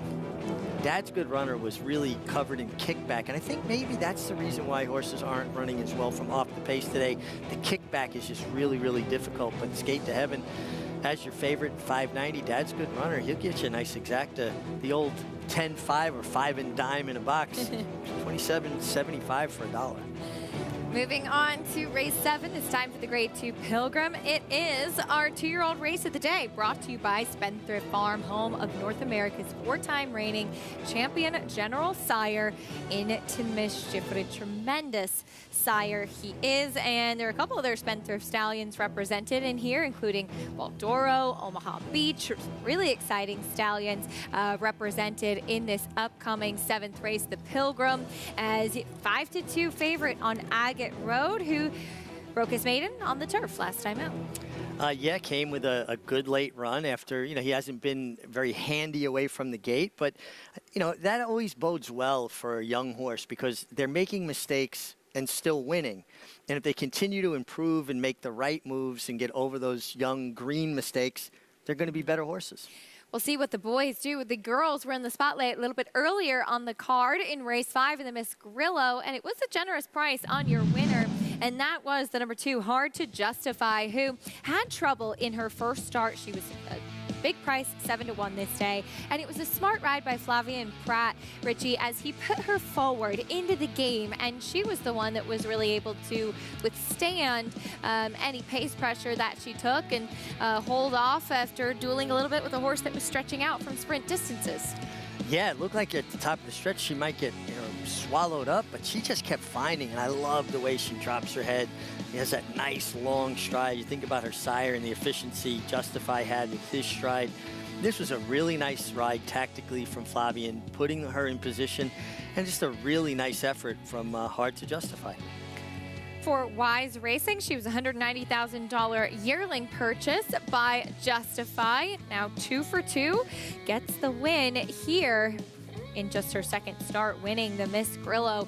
Certainly Chad Brown, who's had a 3-win day so far, certainly not done yet, has had success winning the Miss Grillo, and with horses winning the Miss Grillo going on to the Breeders' Cup Juvenile Fillies Turf as well. As we take a look at the group of horses that he's won the Miss Grillo with, including this year with Hard to Justify, a pretty impressive group, including Newspaper of Record, New Money Honey, Lady Eli, all horses who went on to win Breeders' Cup races. And his first Breeders' Cup winner ever in Marham. She won the Miss Grillo, wound up winning the Breeders' Cup Juvenile Fillies Turf out in California. So he has really made such a mark, particularly in turf racing in New York. I mean, just how many multiple stakes wins in all categories has he had? Certainly plenty, as Chad Brown not represented in this upcoming race in the Pilgrim. We'll see who will get the job done for the boys. Todd Pletcher currently has your favorite in Agate Road with that big pedigree owned by Rapoli Stable and St. Elias Stable. Todd represented by 2 for the same ownership. Also has Triple Espresso, who is still a maiden, a horse coming in from a second place finish in the Kitten's Joy over at Colonial. But taking a look at Agate Road, there he is in the paddock. Will be the number 3. Arad Ortiz will be in the saddle. We'll see if he can run a little bit more focused today. Not so green, but he is 1 for 1 on the turf. He'll tackle the Grade 2 Pilgrim field coming up next. We'll talk more about him and the rest of his competition after this break on America's Day at the Races. Consistently versatile with 25 Grade 1 winners on every surface from 6 furlongs to 1 1/4 miles all over the world. Switzerland in the Dubai Golden Shaheen. Switzerland wins. Churls Fight running on. Mason in front. Churls Fight on the outside. At the wire. Photo for the win. Prince of Monaco's too good. An impressive winner of the Best Pal. All purpose, all places, all power. Speightstown. How do you become the gold standard in racing partnerships? One horse, one partner, one victory at a time. Congratulations to all our partners who have made West Point the gold standard for the last 3 decades.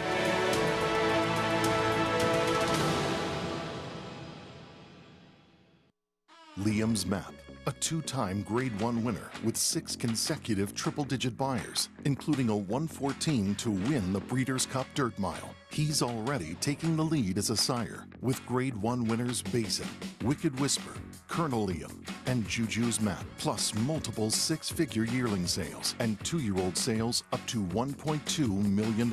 Proven on the track, proven in the sales ring. Liam's Map, only at Lane's End. Racetrack Television Network brings you every race, from every track, on every screen, every day. With monthly packages starting as low as $5, RTN gives you great value and access to more live HD streaming and race replays than anyone. Visit RTN.tv today to sign up and watch on almost any device, including Roku and Amazon Fire. RTN has packages that start at $5 per month.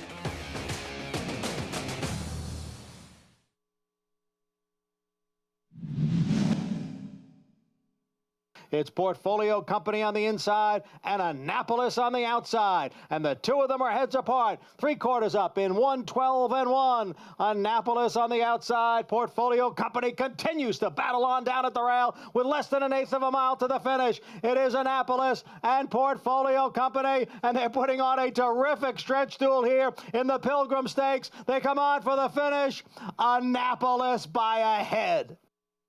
Annapolis and Portfolio Company really did put on a nice stretch battle in the 2021 Pilgrim. Annapolis was successful out of that for trainer Todd Pletcher, who will look for yet another Pilgrim today, represented by 2, but a very talented horse who's certainly gone on to do some good things after that too, Richie.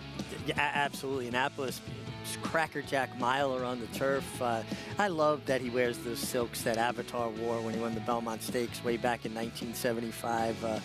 Ramona Bass. I just love the whole family connection and those colors. And those 2-year-olds put on quite a show that day, didn't they? They really did. And both, as not just Annapolis, but Portfolio Company would go in to run some nice races as well. Here's Todd Pletcher's Pilgrim victories. He will be looking for his 6th win. He has a record 5 Pilgrims already. Again, represented by 2 for Rapoli St. Elias, the owners of both of his runners in today's edition. Yeah, and actually Todd saddled a 6th Pilgrim winner, but that was for Wayne Lucas when he was an assistant horse named Super Mario that I rode for them. Ah.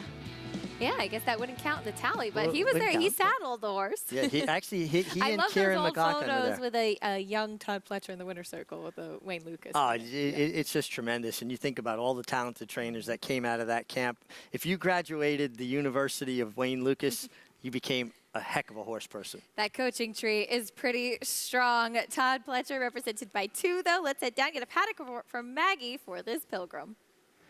And Acacia, we'll take a look at the horses who we have not seen on the NYRA circuit. 2 from Colonial Downs and 2 from Kentucky Downs. Beginning with the outside runners, Fulmineo, he is one for No Delacour, who I thought was very impressive. And look for him to be more forward if he gets out of the gate cleanly, which was his problem last time out. And he was kind of just getting antsy in there. And he missed the break a bit. He came in very much on the muscle. He is keen, to say the least, and he's incredibly fit here. There is no stone left unturned with this horse's fitness levels. So he was impressive with that Colonial run, and I think there's every chance that he could run back to it as Arnaud Delacour, his numbers when 2-year-olds who broke their maiden in their last going on to any type of stake, he's hitting at 33%, 5 for 15 with a 225 ROI. Moving on to the maiden number 7, Triple Espresso, the other Todd Pletcher horse, and he's kind of exactly what I thought he was in watching that replay. Big, good looking, but a bit unfurnished, a bit lesser developed than some of his more experienced rivals here, both physically and mentally. He's kind of impatient here in the paddock. There seemed to be no sense of urgency either with Jose Ortiz and riding him last time when he was a short price in that Kitten's Joy Stakes. There's talent, there's ability in here. I don't know if it's necessarily going to come to the forefront on this particular occasion, second time out in this Pilgrim. Moving on to a horse who's taking a lot of money, Tifari, I think that's how you say it. He is one who I really like his effort coming in here. He's going to have that tactical speed that you like to see, as he was hard in the bridle from the start. He settled nicely for Declan Cannon, who is aboard here once again today, and tipped out and kicked on nicely for Brendan Walsh. And he's forward, but it's controlled. It's settled here in the paddock, and looks like a horse that the more distance he gets to cover, ultimately he will become better. And with a nice pedigree to boot, the second generation, including second dam marketing mix, a multiple Grade 1 winner on the turf. Certainly like what I'm seeing from Tifari here. As at number 1, Liam's Journey, he comes in off of 2 sprint efforts in Kentucky, and he had a heck of a trip last time, going the 6.5 furlongs, where after about 1/8 of a mile into the race, he was checked sharply and then had to go out wide against a rail that was pretty darn good, and he tried hard the entire way. Now, he's a little bit smaller than his competition, but it's not like he's necessarily built like a sprinter. He's kind of a little bit agitated, but I feel you, buddy. I think these bugs are agitating the horses as well. So he's likely to be the pace setter in here, which could make him dangerous, Acacia, if we see things play out similar to what they did going back to that Miss Grillo. We'll see how it plays out. Maggie, thank you. A generous price right now on Liam's Journey, who on the bottom side largely a little bit more sprint, but there is certainly some distance in the Liam's map side. And as we take a look at this race from Kentucky Downs that Maggie was talking about, he was asked out of the gate. And then after a few strides, you're going to see him check back pretty sharply out of there up on heels, Richie. And especially for a young 2-year-old to have to try and re-rally like he had to do and get your momentum going again, that's a tough thing to do. A very tough thing to do. And, you know, Kentucky Downs seemed to me, and I like your opinion as well, seemed like being forward was a premium at Kentucky Downs, and to him to have to check like that, basically, you know, out of the race and then make this big run back into contention, start making that move with the white blinkers. He made up a lot of ground on the turn. And just naturally, a horse only has so long of a run. He was going to flatten out a touch at some point. You just can't make up that much ground in the middle of a race and keep finding. And still a little bit green, lugging in, hanging on that left lead. Sometimes I find that horses almost get lost a little bit, though, at Kentucky Downs. I get lost a little sometimes watching the races, so I don't really fault them. You see a lot of horses in the replays that I've watched coming in from Kentucky Downs that are a little bit awkward with their leads, especially the young ones went over there. Well, there's so much undulation to the course. You know, to me, it was always a little bit like over the river and through the woods to grandma's house we go, right? I mean, just, you know, it's almost the most European type course we have in North America. This Pilgrim win, and you're in for the Breeders' Cup at Juvenile Turf. We'll take a look at what is at stake. You definitely want to have the opportunity to win these types of races. You have automatic entry into the Breeders' Cup Juvenile Turf on November 3rd. Your entry fees paid, and a great opportunity, especially for that travel allowance for horses stabled outside of California, like all of the ones running in this Pilgrim are. And these win and you're in races, a big opportunity for the owners, for connections, to have that confidence really to go on to the Breeders' Cup. Well, again, it's so much more cost effective when you get some of your bills paid and the shipping, and you know it's quite daunting when you add up everything to go and compete in these kind of races. We'll meet the field for the Pilgrim, starting things off with Liam's Journey, whose tough journey last time out we just discussed. Yeah, and you had to like what you saw there, and he certainly looked like a horse that would handle the mile and a 16th, stretching out off of that troubled trip at Kentucky Downs. We're out of order a little bit here, so stay with us. Next will be the 4 Tifari. Yeah, this is a horse that broke his maiden very nicely last time, also at Kentucky Downs. Talking with Carl Keegan, who's just a tremendous horse person, was a terrific exercise rider, worked in the jocks room as a valet, started his Lucan Bloodstock. He says this is the best 2-year-old he had for Shadwell this year. Here's the 5 BD Saints. Horse that put it all together, showed more speed last time, set a very legitimate pace here, right here at Aqueduct, and ran on last time. Still a little bit green. There goes the 3 Agate Road. Yeah, kind of has a mind of his own, wants to do things his way. Didn't want to link with the pony. There is Get Spooled, the 6. Set a slow pace to break his maiden at first asking. Middle moved last time into a slow pace. There is the 7 Triple Espresso, the other Todd Pletcher runner. Yeah, started his career in a stake at Colonial and ran well as a deep closer there. Certainly could improve with that effort. There's Fulmineo. We'll talk more about him in a moment. And there is Spirit Prince. Yeah, another maiden, but ran well in the With Anticipation. That was won by Gayla Brand, the filly. But Carson's Run, the runner up there, came back to win the Grade 1 Summer Stakes up in Woodbine. That's the field for this year's Grade 2 Pilgrim, 4-1 on the number 9 Spirit Prince. Right now, as you said, he is still a maiden. But one horse that broke his maiden last time out is Fulmineo, trained by Arnaud Delacour. He's standing by with Maggie.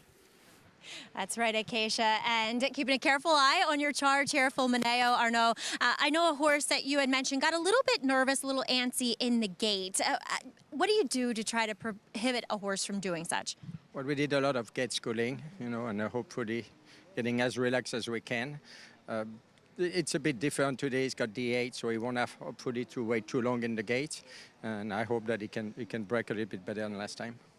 And are you looking for that kind of more forward position from him? I know once he broke a little slow, he kind of wanted to get into the bridle in that last race at Colonial. Yeah, he's got a big, long stride. So, I mean, we want to keep that. That's probably, he's very efficient doing so. So we'd like to have a clean trip, position, mid-pack, something like that, and let him do his thing. Nice teaming up with a fellow countryman in Flavien Prat. Yes, we've, it's always nice with Flavien. I never give too many instructions to Flavien. He does his homework, and he's got a good sense of pace and everything. So it's always a good thing to have Flavien. Well, wishing you the best of luck, and thank you so much for your time. Thank you. All right, Arnaud Delacour hoping that Flavien Prat can go for the stakes double here with Fulmineo. Fulmineo, which translates to lightning quick, rapid, son of Bolt Doro. I like that name. Very clever. I love clever names, and that is a clever name for And sure. this is his win at Colonial last time out, as Maggie touched on. Did kind of leap out of the break a little bit and was off the pace and kind of had to urge a little bit. And then once he got into the bridle late, he was able to close pretty strongly to run down those leaders. Yeah, and you love when you see a horse kick it into gear the way he did here. I mean, he really finished. I mean, this was a well-run race, and he came with a closing kick that you have to respect and admire. I like this run from him. Terrific horseman, Arnaud Delacour as well. Got a chance to spend quite a bit of time at his barn down at Tampa this winter, which was a lot of fun, as he will send out Fulmineo. The number 9 Spirit Prince, though, as we were touching on, comes in after finishing third in the With Anticipation as a maiden. I just want to point out, they've tried to run him in maiden special weight races a few times, but he always ends up getting rained off, and he's already graded stakes place. We'll see if he can pick up another one. For more, let's go to Jonathan Kinchin.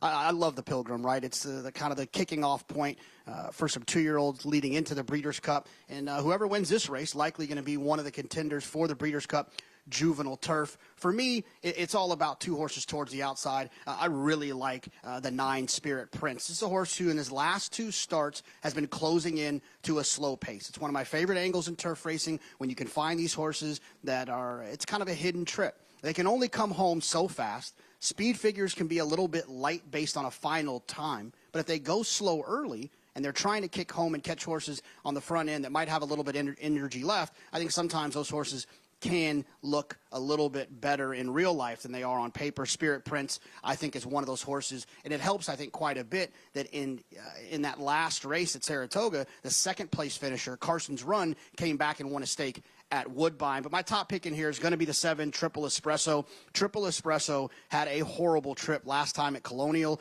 Also one of those horses that was closing into a slow pace, a very slow pace, and Triple Espresso was very far back. I think this horse has an opportunity to take another step forward. These Omaha Beach 2-year-olds really have been running, and I think Triple Espresso is the one that you want in the Pilgrim. All right, Jonathan, thank you. We'll see how it plays out. Big fan of Omaha Beach as well. Just wanted to quickly circle back to the 4 as you got a text from Carl Keegan on the correct pronunciation of the name. Yes, it's Tiff R.E. Tiff R.E. Tiff R.E. And I love when I hear from Carl. Just somebody I consider a really good friend. Had so much fun with him in the jockey's room. And I told him one day I was going to win a stake. I said, I will get through on the rail with a filly named Full and Fancy. And I did a little bit of a dance coming to the wire late. He'll remember what I'm talking about. Took my knee out of the saddle because it went exactly the way I told him it was going to go. He's got some amazing pictures in his office in Ocala where he preps horses for sales or for clients, and it's like a history lesson going through all the pictures. Really, really incredible, some of the horses that he's been around. Yeah, and he loves the different memorabilia that he has. But I'm just so proud of him because I watched him from an exercise rider working in the room to becoming such a top-class horseman that so many people trust now. The number 5, BD Saints. As we talked about earlier, there's not an abundance of pace in this race. Do you feel like BD Saints could potentially steal things on the front end? I think there's potential for that to happen. I liked his last race a lot. Now, he's, to me, way too big a price at 14-1 for a horse that has speed, especially when speed is always dangerous. Now, Linda Rice loses Jose Ortiz, to a Todd Pletcher runner here. Gets Kendrick Carmouche, who's more than an able replacement and a guy that knows how to ride a front runner very well. BD Saints 14-1. And Maggie, it's not often you see a short comment for a race at Saratoga that says horrific journey. No, usually our chart callers are a bit more objective, but let's talk about BD Saints. Now, you both feel as though he's a clear-cut speed. I slightly disagree with that. I think the one may give him a little bit of a run for his money to the front end, and furthermore, the one's just sharper so far in the preliminaries, whereas BD Saints, typical of his demeanor, is incredibly laid back. I mean, this is just one cool, big dude. I like him. I don't think he necessarily gets the run of the race like he did last time in Breaking His Maiden, but there's no doubt about it. While they experimented two-back with the dirt, he's definitely a turf horse. And as a New York bred, I think he has every chance of making an impact on this race, and certainly one I think you want to use underneath. As your favorite at 2-1 is number 3, Agate Road. He's a little bit of a punky Brewster. He acted up in both of his starts at the gate. We'll see how he does. He's without the pony. He thought about doing naughty things with the pony, so that's why we see him getting on the turf course without one. I get it. It was an impressive run last time, but not necessarily one that I am going to like based upon the way he acts in the prelims. As number 9 in here, Spirit Prince, no problems with this maiden. You know, last time the two horses that finished 1-2 in that with anticipation came from well back while he was more forward and maybe was just third best that day. But with each start, he progresses, Acacia. Son of Cairo Prince making his third start. Maggie, thank you, as they approach the starting gate. And it will be interesting to see. I think Maggie brings up a really interesting point, with horses stretching out with Liam's Journey, because if you look at BD Saints in his last race, he was able to control things pretty comfortably. You'd have to imagine that other riders are going to know that you can't let him get comfortable like that on the front. Well, I think she makes a great point, too, though. Liam's Journey coming out of, 2 sprints and fast-paced sprints and had a check and, go backwards early in the race probably cost him any position to be forward. So from the inside, I could see him showing more speed. But BD Saints set a legitimate pace last time. That first quarter of 23 was not slow. We'll see how it plays out. Time for the Grade 2 Pilgrim, our Spencer Farm 2-year-old race of the day. John Embriel has the call.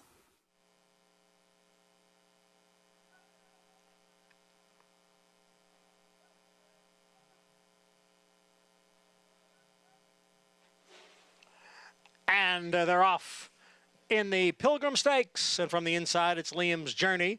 Now Gets Spooled moves up, and from the far outside, there goes Spirit Prince. Spirit Prince trying to get that lead going into the clubhouse turn, and he's got it. He's cleared the field. Tiffery is racing in the second as Gets Spooled and now moves up on the outside. Then it's BD Saints who's racing in fourth. Liam's Journey now back in fifth. Fulmineo is in sixth. And at the back are Agate Road and Triple Espresso. The first quarter, 23 2/5 seconds as the field heads up the backstretch with Spirit Prince stepping away here to lead by 2.5 lengths. Gets Spooled is second by a half length. Tiffery down on the inside runs in third, and then BD Saints in fourth, 4.5 from the front. Liam's Journey runs in fifth, followed by Fulmineo. And then comes Agate Road and Triple Espresso. The 2-year-olds continue along and head for the far turn with Spirit Prince the leader here by 2.5 lengths. Ran the half in 47-1. Tiffery now moving up into second. Get Spooled is on the outside. Liam's Journey is on the move up into 4th. BD Saints is back running in 5th. Agate Road begins to pick it up from the back of the pack, but still with a lot to do. Fulmineo is down towards the rail, and then Triple Espresso, 3/4, 1:11.3. Spirit Prince is still the leader here. Liam's Journey now moving into 2nd. Agate Road on the extreme outside, and Fulmineo, who's putting in a late run towards the rail. Spirit Prince, Liam's Journey, Agate Road on the outside. Agate Road has the momentum here, and Agate Road will win the Pilgrim Stakes. And it looked like coming in up in between horses was a Fulmineo to get 2nd, and then a Photo for 3rd. Agate Road coming from off the pace yet again, but is able to get the victory, and now 2 for 2 on the turf. Another real nice effort from Agate Road. Love the way this horse finishes, the way he drops his head and really finds another gear. Got to give high marks to Spirit Prince, who wound up 3rd here. From that outside draw, Joel Rosario, and I think it was the right move. Sent into the lead so he wouldn't be caught wide, and he was game. It looked like at one point he might hold off that oncoming rush of that group here, but a little bit tight in between horses late for Fulmineo. He kind of had a steady a little bit as the 1. Liam's Journey looked like he might have squeezed a little bit, but no doubt about the winner. Agate Road was just very, very good today. Agate Road coming from off the pace and tight in there for 2nd and 3rd off of him, but he was making that menacing run on the outside. And while maybe he was still a little bit green in the preliminaries, much more focused throughout the running of the race today, it seemed. Yeah, really, he put his head down and ran, kind of straightened out, panned out beautifully to his right lead. Last time he was a little bit late on that, and he came with a run. Now, it looks like the 1 might have took a step away from him, Liam's Journey, and that tightened up your runner-up a little bit. It actually looked like the 9 Spirit Prince steadied a little bit on the rail as well. Things were really tight between the 1, 8, and 9 behind your unofficial winner, Agate Road, as the inquiry sign has been posted, and we're guessing that's what it is, just from what I saw from the pan. It looked like things were really tight in between those 3. I don't know who started it. Yeah, I mean, without the benefit of the head-on, which we will get to see a head-on soon enough. But also, Spirit Prince did, earlier in the stretch, take a step out from left-handed pressure from the crop. So it'll be interesting to see who the culprit was. It appeared to me Agate Road was going by them too fast to have any of the onus on him, but we'll get a better idea now, Acacia. So here you have in the purple cap, Spirit Prince on the lead. Outside in the green cap is your unofficial winner, Agate Road. Things are going to get tight in here as the white blinkers is the 1, Liam's Journey. Yellow cap behind is the 8, Fulmineo. Yeah, and you can see here now Fulmineo trying to thread the needle, split these 2 horses.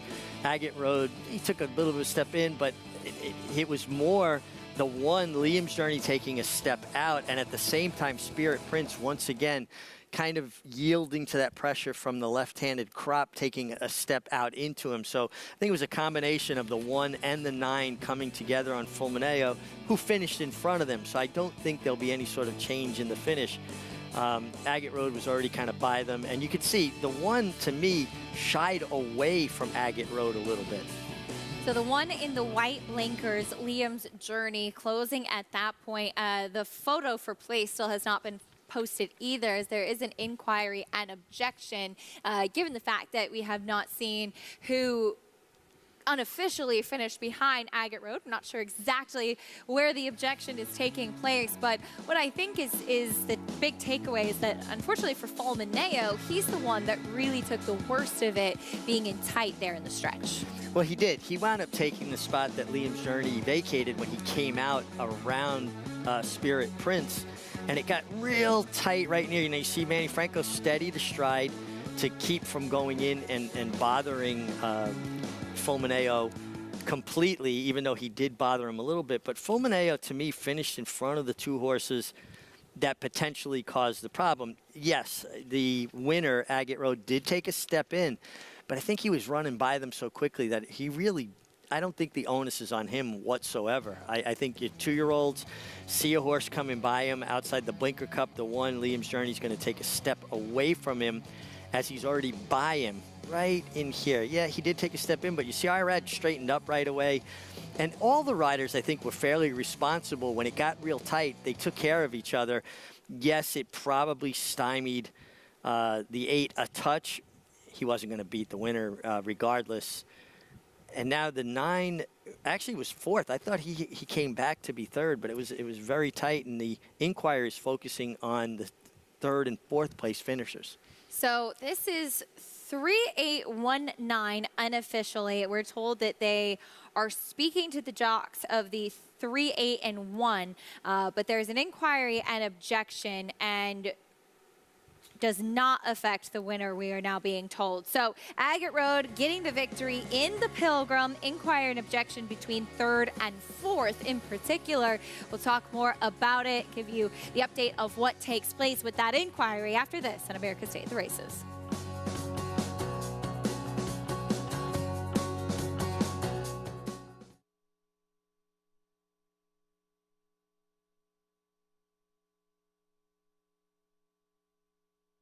Eclipse Champion Blade, a proven sire with over 15% lifetime stakes horses. And in the sales ring, Blaine continues to prove his value. Now 50, 550, 550,000. I'm at a period 85, 485,000. Thank you. 310,000 upstairs. His stakes producing daughters include the dam of Eclipse Champion Forte. Forte to win the Breeders' Cup Juvenile. Blade, standing at Claiborne Farm. Hip number 1, sale time, folks. We're ready to go. When there are this many buyers under one roof, anything can happen. Last November, buyers from 29 countries traveled more than 135,000 miles to be right here. Because if the horse capital of the world actually had a capital, this would be it.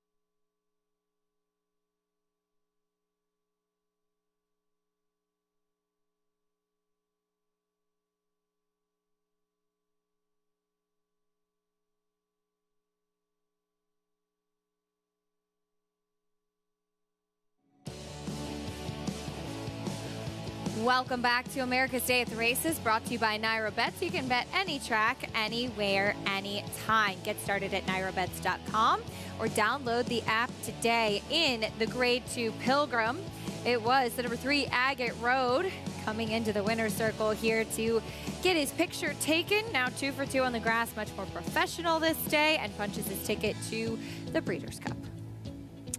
Yes, and you like to see this progression. A horse that, you know, broke his maiden while still learning, still developing. Now he gets this win your in stake in the Pilgrim. And when we talk about the Pilgrim, right, we immediately think like, you know, Thanksgiving and Pilgrims, but it actually was named for Joe Widener's colt that won the Remsen in 1919. No, I wasn't there, but I always like to look back at the history of the races and the horses that they were named for.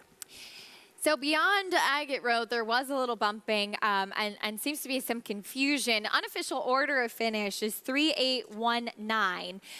That's not any change to what we saw before the break. They actually, for a moment, put up the dead heat sign, and then the inquiry and objection sign came back up, Richie. So we're not exactly sure what's going on. It does appear to be that it's 9-1, and it seems, though, to us in watching it, that while the 9 stepped out, the 1 stepped in, and they both kind of caused a little bit of their own trouble. I agree. You know, certainly the 9 Spirit Prince looked like he reacted negatively to the left-handed crop from Joel, took a step out.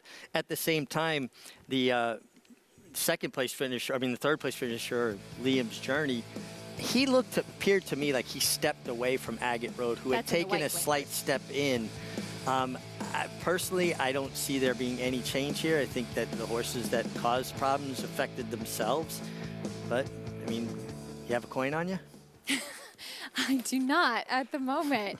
I do not. So waiting for the photo for it to go official, as the inquiry and objection sign is still up. But jockey Irad Ortiz was aboard the number 3 Agate Road, who was 2-1, a horse that was taking quite a bit of attention. As now, it still says unofficial. The 9 is blinking with the dead heat for 4th.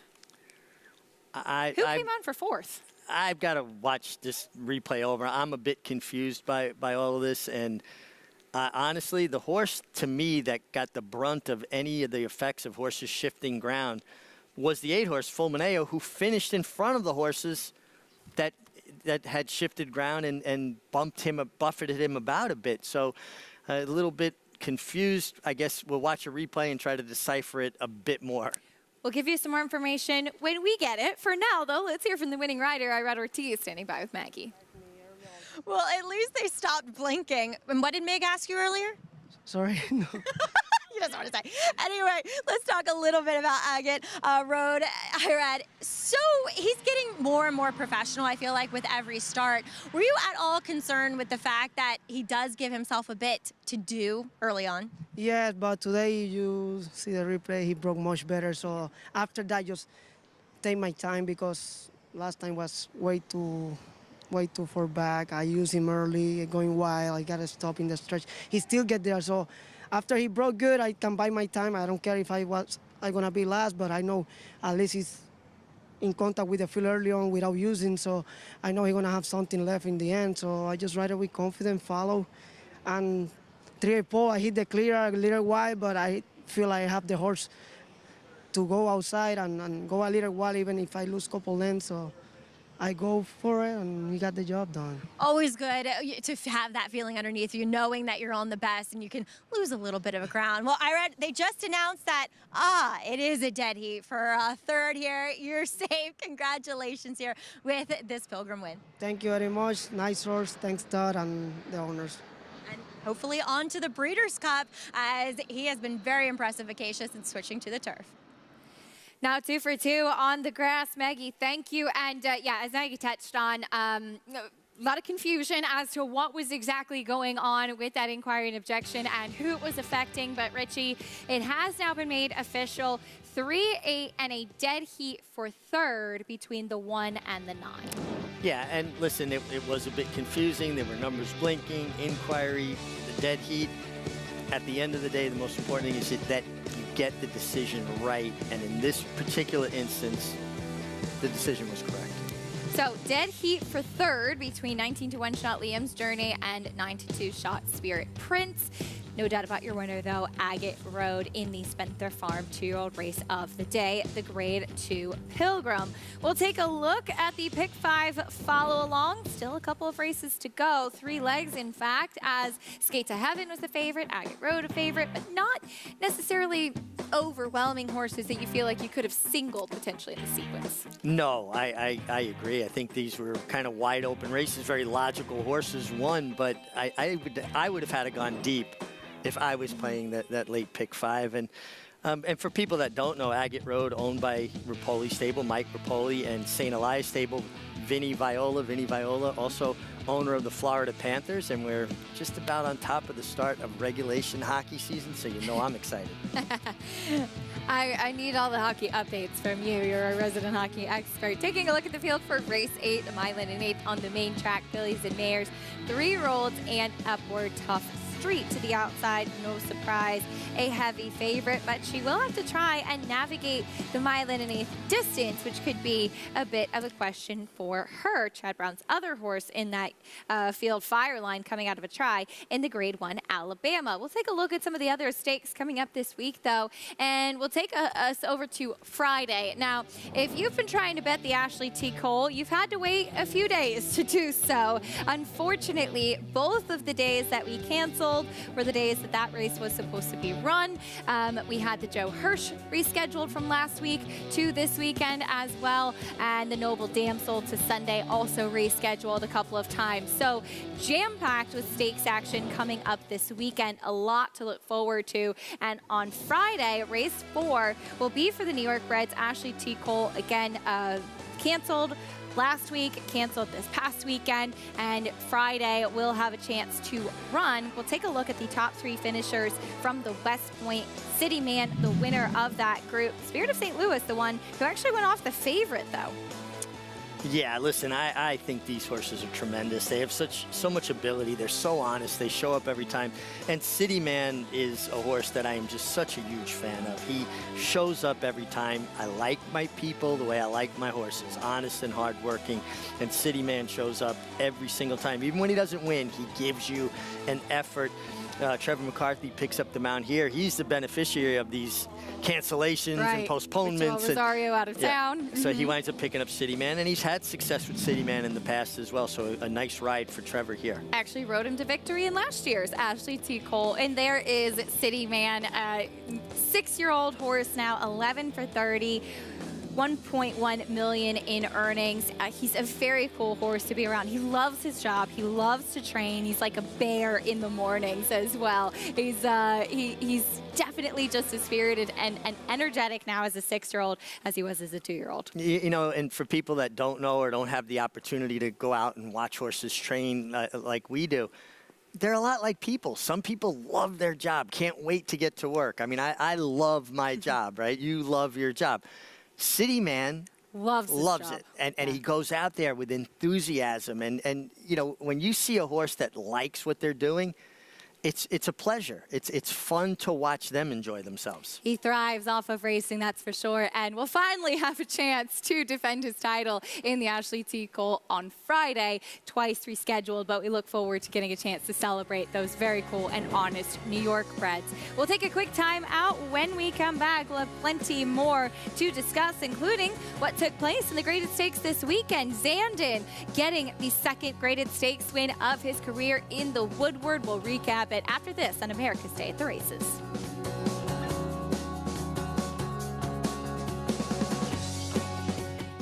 We watched his career. You know, the speed he had was tremendous. So we bought 2 or 3, underbidder on several. Really nice volatile colt in his last sale that I think maybe $600,000. Beautiful colt. Tom, $600,000. Thank you very much and good luck. Perfect sire for 2-year-old sales, and so we'll be bidding against some of our peers, no doubt. So we're looking forward to it. We like a little competition. You know, it's fun. Volatile, Victoria, in the Vanderbilt.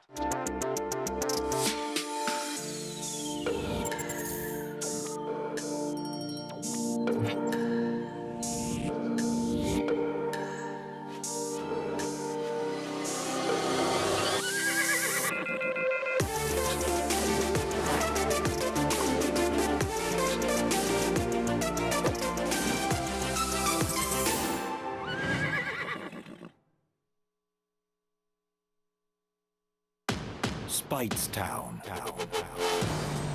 Munning. Echo Town.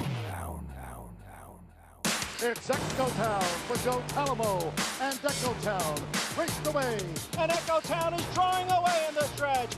Echo Town wins the Alan Turkin Stakes. A sire line so prolific, it repeats itself. Echo Town. Reach for the unreachable. Race to new horizons. The artisan's quest for beauty burns in the heart of Japan, forging strength like no other, with love and honed to perfection. Noble, authentic, and only here. The legacy of strength.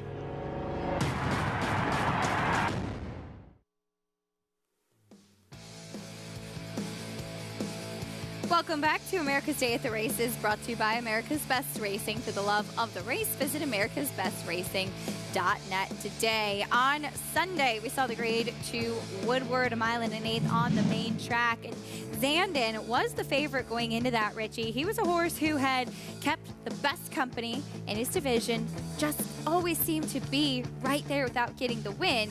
He got his day in the sun this weekend.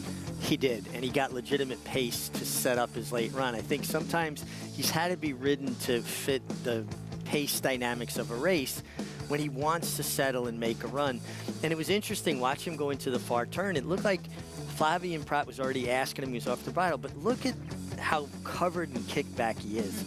And not that he shows an outward resentment for it, but I don't think he runs as well through it. When he tipped to the clear, his stride changed. It looked to me like he lowered and really finished.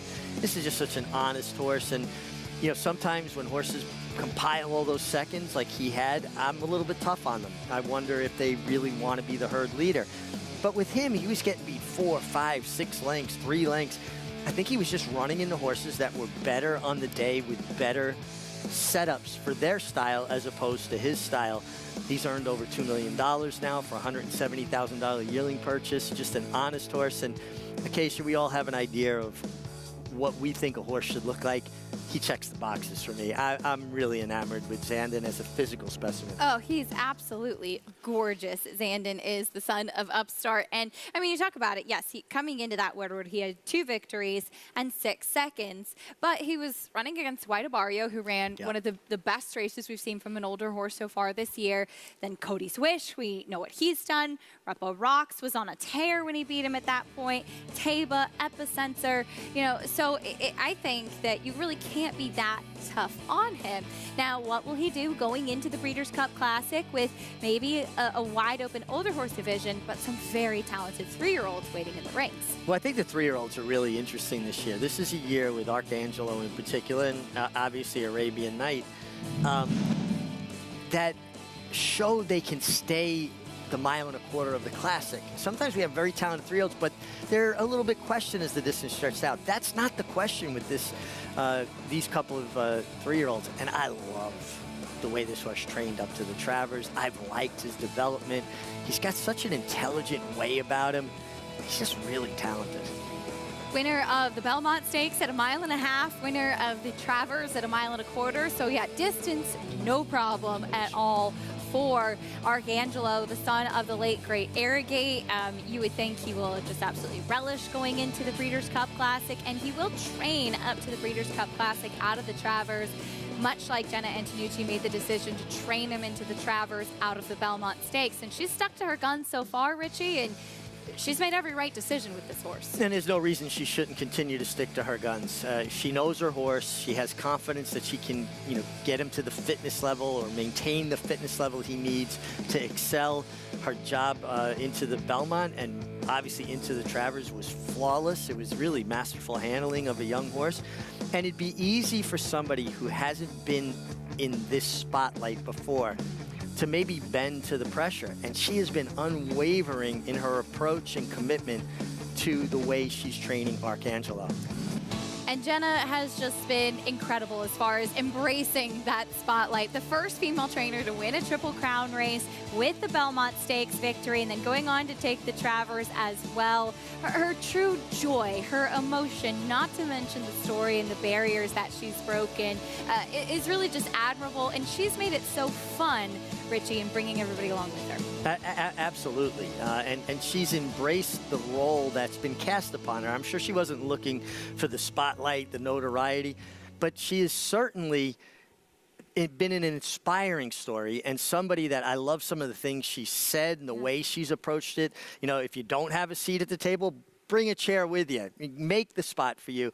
And much like when Julie Crone won the Belmont Stakes on Colonial Affair, if it inspires young women to entertain the thought of this life and going on to be a horse trainer or a jockey, I applaud that because they're so capable, so good, and in a lot of instances just have such a kinder affinity with the horses. I really enjoy watching it, so I applaud it, and I think she's handled herself tremendously throughout this. And on behalf of all the little horse crazy girls out there, I can say it absolutely is true, and it is a great inspiration to have and to see. And we're so excited to share that Jenna will be joining us weekly leading up to the Breeders' Cup Classic. She'll be joining us on the show tomorrow. She's flying out to Santa Anita today, where Arcangelo arrived just the other day, and will continue his preparations there in California at the site of this year's Breeders' Cup. And will be great to catch up with her weekly and much as you said, just appreciate her taking the time and saying yes to everything that's been asked of her.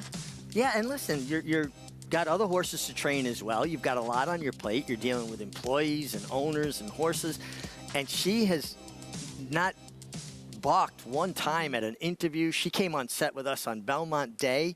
Could have been more relaxed. Was talking about, well, Arcangelo's sacked out right now in his stall. And that's something that you see with really good horses. They take care of themselves. It's like a great fighter. They're relaxed before a big fight, right? They're in the dressing room taking a nap or just relaxing.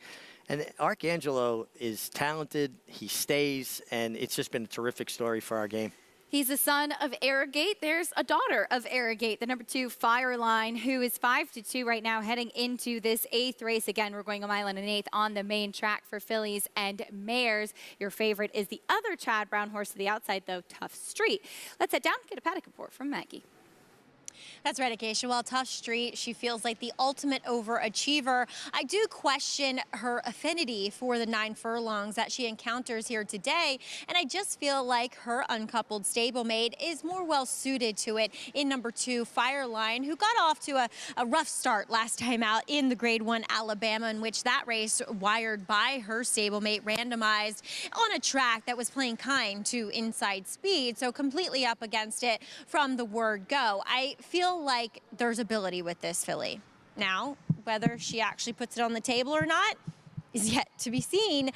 And if she doesn't do it today, then I think, you know, the divorce papers are getting signed here. But I want to give her another shot in what is softer company and, you know, in a shorter field where she should show some prominence, at least early on. I like everything I'm seeing from her here in the paddock. Now, a big wild card, I think, is number 1, Tizzy in the Sky, who, if you go back to her 3-year-old form, it would make her a very logical contender. But what the heck happened off the layoff last time out, where she got to the turn and just went out the back door? Now, I did think that she looked like she needed to start, which, albeit, isn't necessarily typical of Todd Pletcher. They usually come over looking incredibly fit, but she just wasn't quite as fit as I thought she should be. And furthermore, she was very quiet for a filly who would get herself pretty revved up prior to her starts. Well, today, back to at least being energetic here in the paddock. She's gotten a little hot, but again, that's not necessarily out of character, at least going back to what I saw from her when she was doing her good running last year. She is fitter with that start under her belt, but I don't know how you can fully trust her, to be fair, coming in off of that very poor effort up at Saratoga. Now, number 3, Anatolian, I wasn't necessarily in love with her chances on paper because I think, you know, she beat a weaker field last time in that off the turf event in which Pete Popularity was supposed to win, and I just don't think she's that good. And 2, it was a sloppy racetrack. Now she's going to try to do it on a fast track where she's only run one time before, and that was coming in off of a considerable layoff. So we can give her a pass for that one. I wasn't expecting to like her necessarily in the paddock, Acacia, but she by far looks best of any of these in here. I really like what I'm seeing from Anatolian, and I feel like maybe she is on that upward trajectory. We'll see. Maggie, thank you. She is 9-2 right now, taking some attention as well. And Maggie brought up some good points. I mean, it's tough to trust a horse coming in off a win in an off-the-turf race where She got the victory last time out. Her other wins were on turf and synthetic, and we'll see if she can make it 2 in a row and if she's just getting better at this time. Horses change, and you see it particularly with fillies and mares. Sometimes certain seasons they're better. You see some mares that are just better when the weather's cooler, some that are better in the fall, some, you know, they change, and maybe she is just getting good at the right time. I'm kind of with Maggie when she talked about, you know, she won. It was kind of an opportune win last time, right? Off the turf, 1.25 miles. Probably most of the field didn't want the surface and or the distance. Yeah. The distance is the question for your current favorite, the number 8, Tough Street. She's a horse that has found her home going a mile and has done so quite impressively. This is going all the way. Oh, this is going all the way back to May, where she finished behind Fireline, her stablemate in here. Tough Street was able to take advantage as a main track only runner up at Saratoga, and now she will try to stretch out to the 1 1/8 mile distance. Yeah, listen, she had every opportunity to beat Fireline this day. She had everything her own way, going a mile. She controlled the pace, and Fireline was just better. And I think a 1 1/8 mile suits Fireline better than her. Let's meet the rest of the field, starting off with Tizzy in the Sky, second off the bench. All of her races previous to the last start were outstanding. She needs to get back to that. Speaking of Fireline, here she is coming out of a grade 1 try. Yeah, listen, she had a troubled beginning, much tougher field. I think she's in the right spot today. Anatolian looking to make it 2 in a row. Again, coming off a very opportunistic win, very honest game kind of filly, but I think she's facing horses dirt meant today. Here is Frosty O'Toole back in the Mike Deeney barn. Yeah, did her best running for Mike Deeney. Is going to have to run the best race she's ever run to compete with some of these in here. Know It All Audrey, the number 5.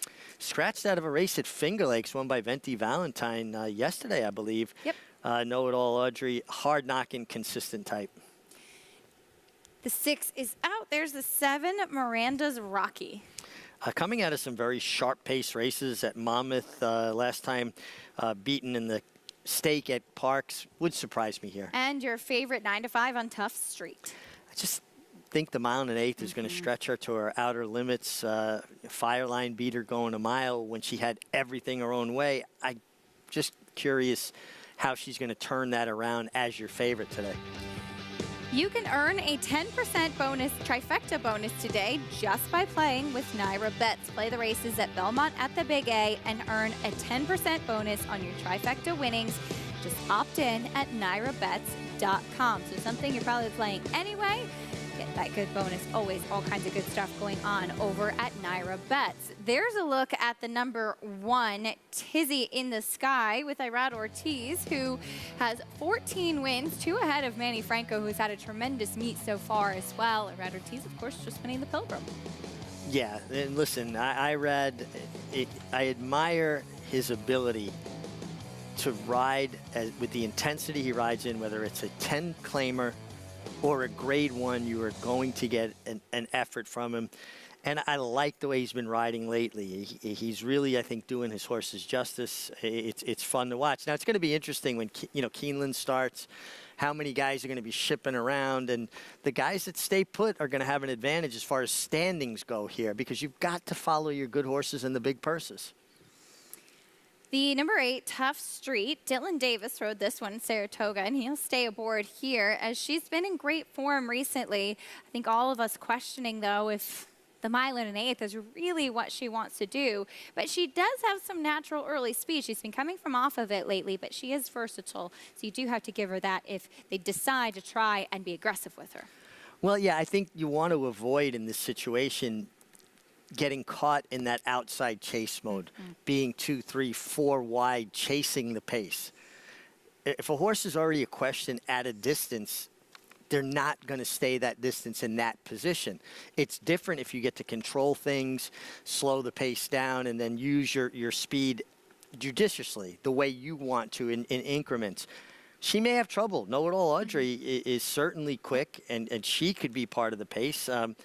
Dylan, I think, needs to kind of seize control of this race if she's going to stay the 1 1/8. Horses finishing up their warm-ups on track. For more, let's go back to Maggie. Yeah, I think the early pace scenario is an interesting discussion in here because I don't think Tough Street necessarily gets that, as Mig was saying, from that outside post. And I think the only option that they have with number 1 in here, Tizzy in the Sky, is to go. It feels like she is a horse that needs the lead. And like I said, she is a lot sharper than what she was for that comeback race in Saratoga. So you also have to deal with Know It All Audrey, who has some speed, but doesn't need the lead to be competitive. I think she draws favorably in here. Now, she is going out for a barn who has been pretty chilly here on the NYRA circuit for quite a while now. But I think she looks better than what she has in some of those efforts. And at the end of the day, I'm not the biggest proponent of horse for course, but all 6 wins for Know It All Audrey have come here at Aqueduct Acacia. She's a tough New York bred. Maggie, thank you. 7-1 on Know It All Audrey, who does get Jose Ortiz, who was aboard for her last effort, which was at the Big A, going a mile and an eighth. And again, she's a hard-knocking, consistent sort. 6 wins, shows up, places herself well. I agree with Maggie. The one Tizzy in the Sky, if she's going to be successful, particularly from the rail, they've got to use her speed. So that even, I think, makes Tough Street's job tougher. No pun intended, because Know It All Audrey is going to be between them, and she's running the risk, unless she's aggressively handled, of being caught 3 wide into that first turn. Both Richie and Maggie going with the number 2, Fireline, that daughter of Arrogate. Now, as Maggie had touched on earlier, randomized wired the field in that race in the Alabama, and she just got comfortable in the front end, and nobody was able to catch her, taking them every step of the way. Though Wet Paint tried, she was second best, and Fireline kind of taken out of it in that race. And I think this could be a good spot for her to get back on track. I do too. I think a mile and an eighth is no problem whatsoever. You're dropping back into that allowance condition. Hey, they took a chance. They tried Grade 1 company. It didn't work out. She didn't have the greatest trip. She got beat a long ways, regrouped. Looks like she's been training well up in Chad Brown's Saratoga base. Arrogate, we just talked about Arcangelo for about 10 minutes. You know, another steel gray offspring of Arrogate, and here you have Fireline. And it's a shame Arrogate early on looked like he got off to a bit of a slow start at stud, but his horses didn't want to run 5 furlongs, 5.5 furlongs, so he wasn't going to have those precocious 2-year-olds. They've really hit their stride as they've stretched in distance and as they've gotten older, much like him. Very true. He's a horse we didn't see as a 2-year-old and was not the favorite in that Travers when he was so impressive, and just that jaw-dropping effort with his win, and now has a son in Arcangelo that's won the Travers as well. You think about the 1.25 miles that Arrogate ran in that Travers. So they've been racing in Saratoga since 1863. Within a month of the Battle of Gettysburg, and he has run the fastest 1.25 miles in the history of that incredible venue. Just amazing, an incredible racehorse, and it's sad that we no longer have him as a sire, but he has turned out to be a very impressive stallion, and his daughter Fireline is 2-1 heading towards the starting gate here. 9-5 still on Tough Street to the outside. We'll see how it plays out, who can get the distance, and who's able to get comfortable throughout the running of this race as well. You want to save something for the end. Yeah, I mean, 1.1 miles is a demanding distance. I still think that you want to get forward position. I think Fireline could be sitting right in behind 2 or 3 of the horses that we've mentioned, Tizzy in the Sky, Know It All Audrey, and her uncoupled stablemate Tough Street, and could sit the right kind of trip. I think Tough Street could just be caught in kind of a tough position being outside the other speeds in a 2-turn race. If it was a 1-turn race, I wouldn't be nearly as concerned about it. Favoritism has now shifted over to the number 2 Fireline coming out of that Grade 1 Alabama. They load in for the 8th race, 1 mile and an eighth. The journey. We'll send it up to John and Brielle for the call. Waiting for Miranda's Rocky and Tough Street.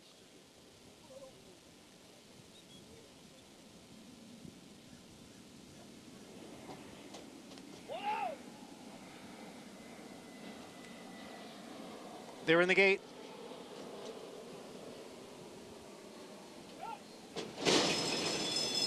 And they're off. Tizzy in the Sky from the inside post, out for the lead. Know-it-all Audrey, Tough Street far outside, and Frosty O'Toole is next.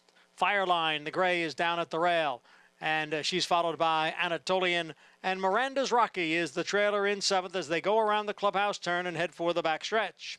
Tizzy in the Sky leads by 1 1/4 lengths. Know-it-all Audrey runs in 2nd. Fireline is at the rail and in 3rd. Tough Street and Frosty O'Toole, they're right together, 4th and 5th, and the quarter went in 23 and 4/5 seconds. As they move along here, Tizzy in the Sky maintains a 1-length lead over Know-it-all Audrey. And then it is a Fireline who's down at the rail. And in between horses is Frosty O'Toole, and on the outside is Tough Street. Those three are together. It's another 3.5 lengths to Anatolian, and Miranda's Rocky is at the back. Half mile in 47 and 3. Tizzy in the Sky by 3/4 lengths. Know-it-all Audrey continues to chase in 2nd. The gray Fireline down at the rail. Tough Street on the outside, now moving up a bit. Frosty O'Toole is 5th and dropping back. Then Anatolian and Miranda's Rocky. It's Tizzy in the Sky leading by a head. Know-it-all Audrey on the outside in 2nd. The front two have opened up 4 lengths on Tough Street in 3rd, and Fireline is in 4th. 3/4 in 1:11 and 1. They come off the turn and head into the stretch with Tizzy in the Sky opening up by 3. Know-it-all Audrey is in 2nd, and farther back it's Fireline. Then Frosty O'Toole, Tough Street, and Anatolian. Tizzy in the Sky opening up by 7 or 8 lengths, and it's a big Wednesday for Rod Ortiz Jr. He gets his 4th victory today. Tizzy in the Sky, much the best, very close for 2nd. Fireline or Know-it-all Audrey.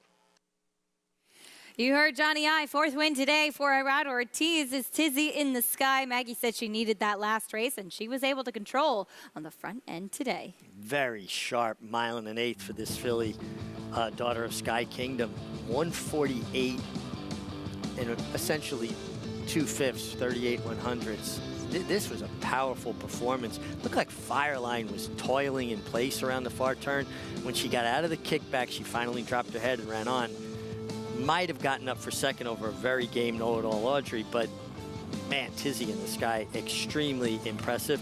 And what we thought might happen with Tough Street, she was just in an unenviable position, being caught strung along 4 or 5 wide into the first turn with that outside draw and chasing the pace. And it's just not a recipe for success, particularly with a horse that has question marks at a particular distance. No doubt about the winner, 7-2 on Tizzy in the Sky. It was much the best. It was tight for 2nd. In fact, Fireline did get up for 2nd over Know-it-all Audrey. Frosty O'Toole checking in 4th. That's given up to Know-it-all Audrey as well, the New York bred, who maybe coming in of some races that were not quite up to the level of some of her competition. She was game. She looked like she was actually going to hold in there for a moment. She was very game, but that's what you come to expect from Know-it-all Audrey. She shows up. She gives you an effort, whether it's good enough or not. But boy, Tizzy in the Sky, she's ready for bigger game. I mean, the way she won today, this was a race she could step up and take on Graded Stakes Company. I was very impressed. And you even saw her coming to the wire, her flicking her ears around. And this was a fast run race throughout. 23 and change, 47 and change, 111, 35 and 4, and then finishing out the 1 1/8 in 148. Big day for Rod Ortiz. Big day for Todd Pletcher, coming right back after winning the Pilgrim with Agate Road. 1, 2, 5, 4 in race 8. Pretty filly by Sky Kingdom. Tizzy in the Sky gets the victory, taking them gate to wire. Coming back with her ears up. We'll bring you prices, reactions, and more after this. Stay with us on America's Day at the Races.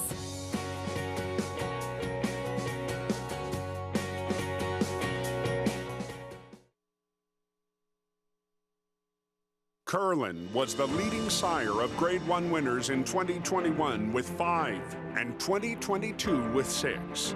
In 2023, Curlin is the leading sire of Grade 1 winners with 5. Race. Nest Clariere is too far back. A 16th to run, and Idiomatic has a 2-length lead.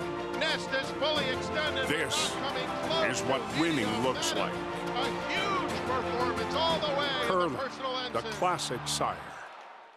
Adelphi Racing Club offers the unparalleled excitement of owning thoroughbred racehorses at a fraction of the cost. We're not just a syndicate, And our members aren't just investors. We are partners. Our New York-based high-performing equine athletes, trainers, and jockeys compete and win at the highest level circuits. Contact us online to get a taste of the Adelphi difference, and let's win races together.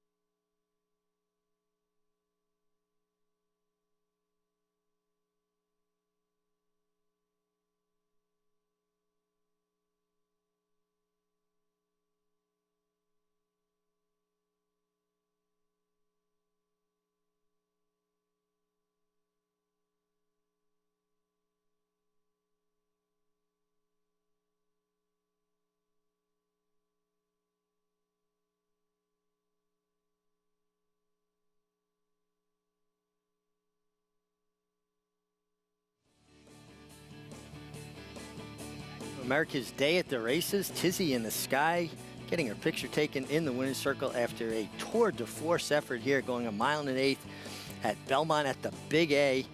And a fast run race, 1 1/8 and 1:48.2, and had a lot left in the tank after setting legitimate fractions early on. Irad Ortiz asked her for her best, turning for home. She left the field in her wake, and a nice field it was. Fireline, very game to get up for second over the good filly, know-it-all Audrey, who always puts in a big effort. Your long shot, if I can find the name here real quick, Frosty O'Toole with Jose Lascano up for fourth, excuse me, at a huge price, Acacia. Some big prices indeed underneath. Hope you had the superfecta there. 7-2 favorite over the horse that went off, 7-2, I should say, over your favorite, Fireline, who had to settle for second at 9-2, but no catching the winner. And Richie, while maybe it's been relatively formful so far, this was the race I feel like you might have used maybe both Chad Brown's. Tizzy in the Sky was a little bit of a wild card in here. Could make things interesting as far as the sequence is concerned. Yeah, and listen, we've got 2 more races to go that I felt were handicapping conundrums. I really was having a hard time really settling on just one horse. Yeah, and here's one of them, and the field will show that now. I'm very busy currently, 2-1 on the board. This is a mile turf race, first level allowance for 3-year-olds and upward.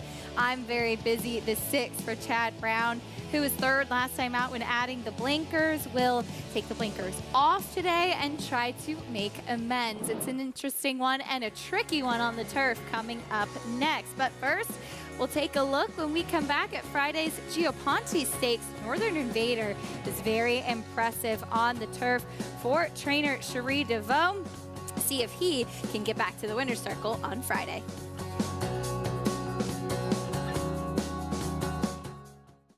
The momentum continues for War Dancer as War Smoke delivers at Finger Lakes. War Smoke in front, another one for Andre Worry. Barrage runs down the field at Saratoga. Here's Barrage with a final surge. Barrage got him. And Born Dancer goes wire to wire, outlasting all comers. It's going to get close. Be of Courage coming inside Born Dancer. Photo finished. Shouldn't you have a War Dancer? War Dancer, proud to stand in New York. At Keeneland, a horse will always be measured in hands. Hands that see, that sense, that speak.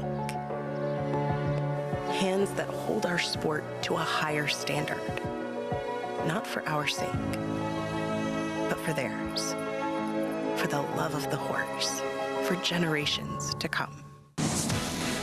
It's America's original sport, and no one covers it better than americasbestracing.net.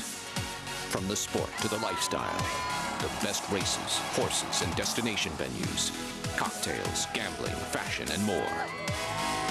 americasbestracing.net is a sport for you.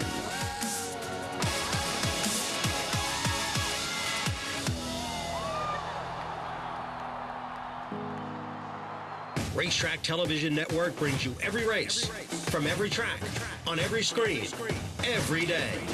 With monthly packages starting as low as $5, RTN gives you great value and access to more live HD streaming and race replays than anyone. Visit RTN.tv today to sign up and watch on almost any device, including Roku and Amazon Fire. RTN has packages that start at $5 per month.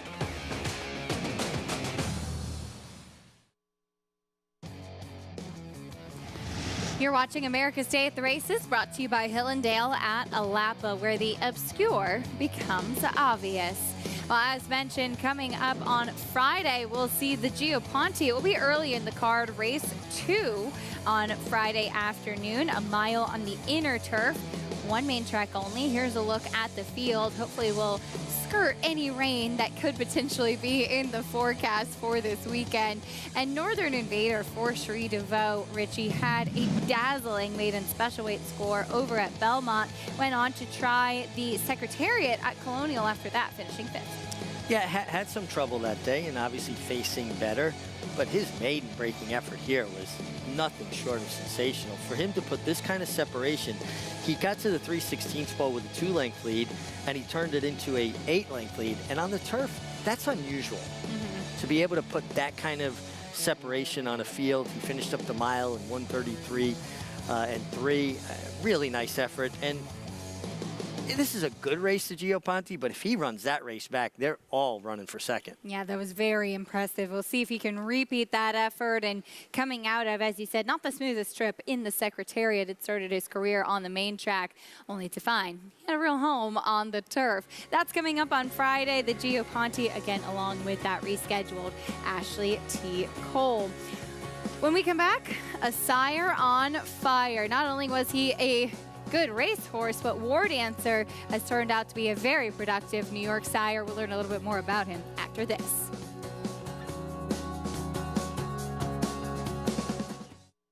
Warfront. This son of Danzig ranks among the world's elite sires. Ranked #1 by percentage of stakes winners, graded stakes winners, and Grade 1 winners. No stallion has a better strike rate. Warfront is the sire of over 100 lifetime stakes winners, including some of the sport's most talented runners both at home and abroad. Verstappen! War Bomber in front. War Bomber's won the King Edward. Here's the finish, Ancient Rome! Warfront, standing at Claiborne Farm. Experience the adrenaline-pumping, suspense-filled action of the Sport of Kings right from your phone with Naira Bets. It's fast, easy, and secure. Download the app today and start winning with our lucrative weekly promotions, thrilling handicapping contests, and a one-of-a-kind VIP rewards program.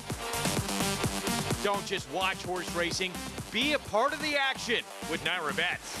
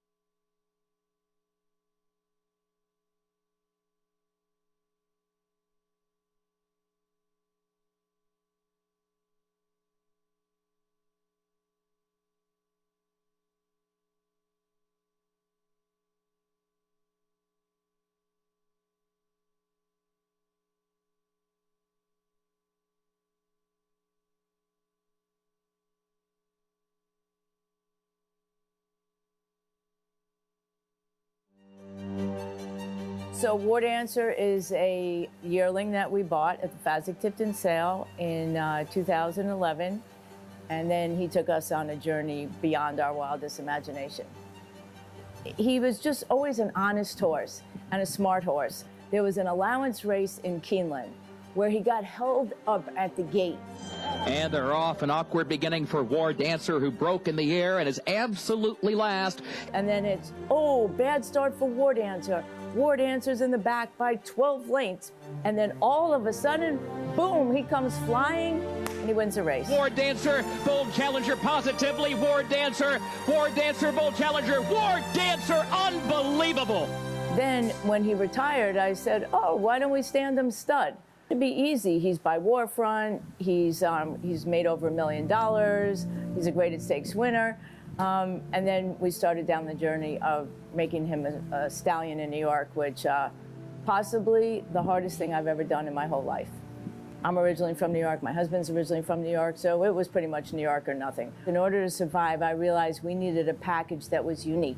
And right out of the gate, we started having winners. 2020, okay, that was our first crop. We have Step Dancer and Pivotal Run, 35-1 and 49-1 on Labor Day weekend. Wouldn't you know it, we come in first and second. And from there, it just kind of took off, and we've had a lot of success. Miss Big Bucks, she won the Stallion Series.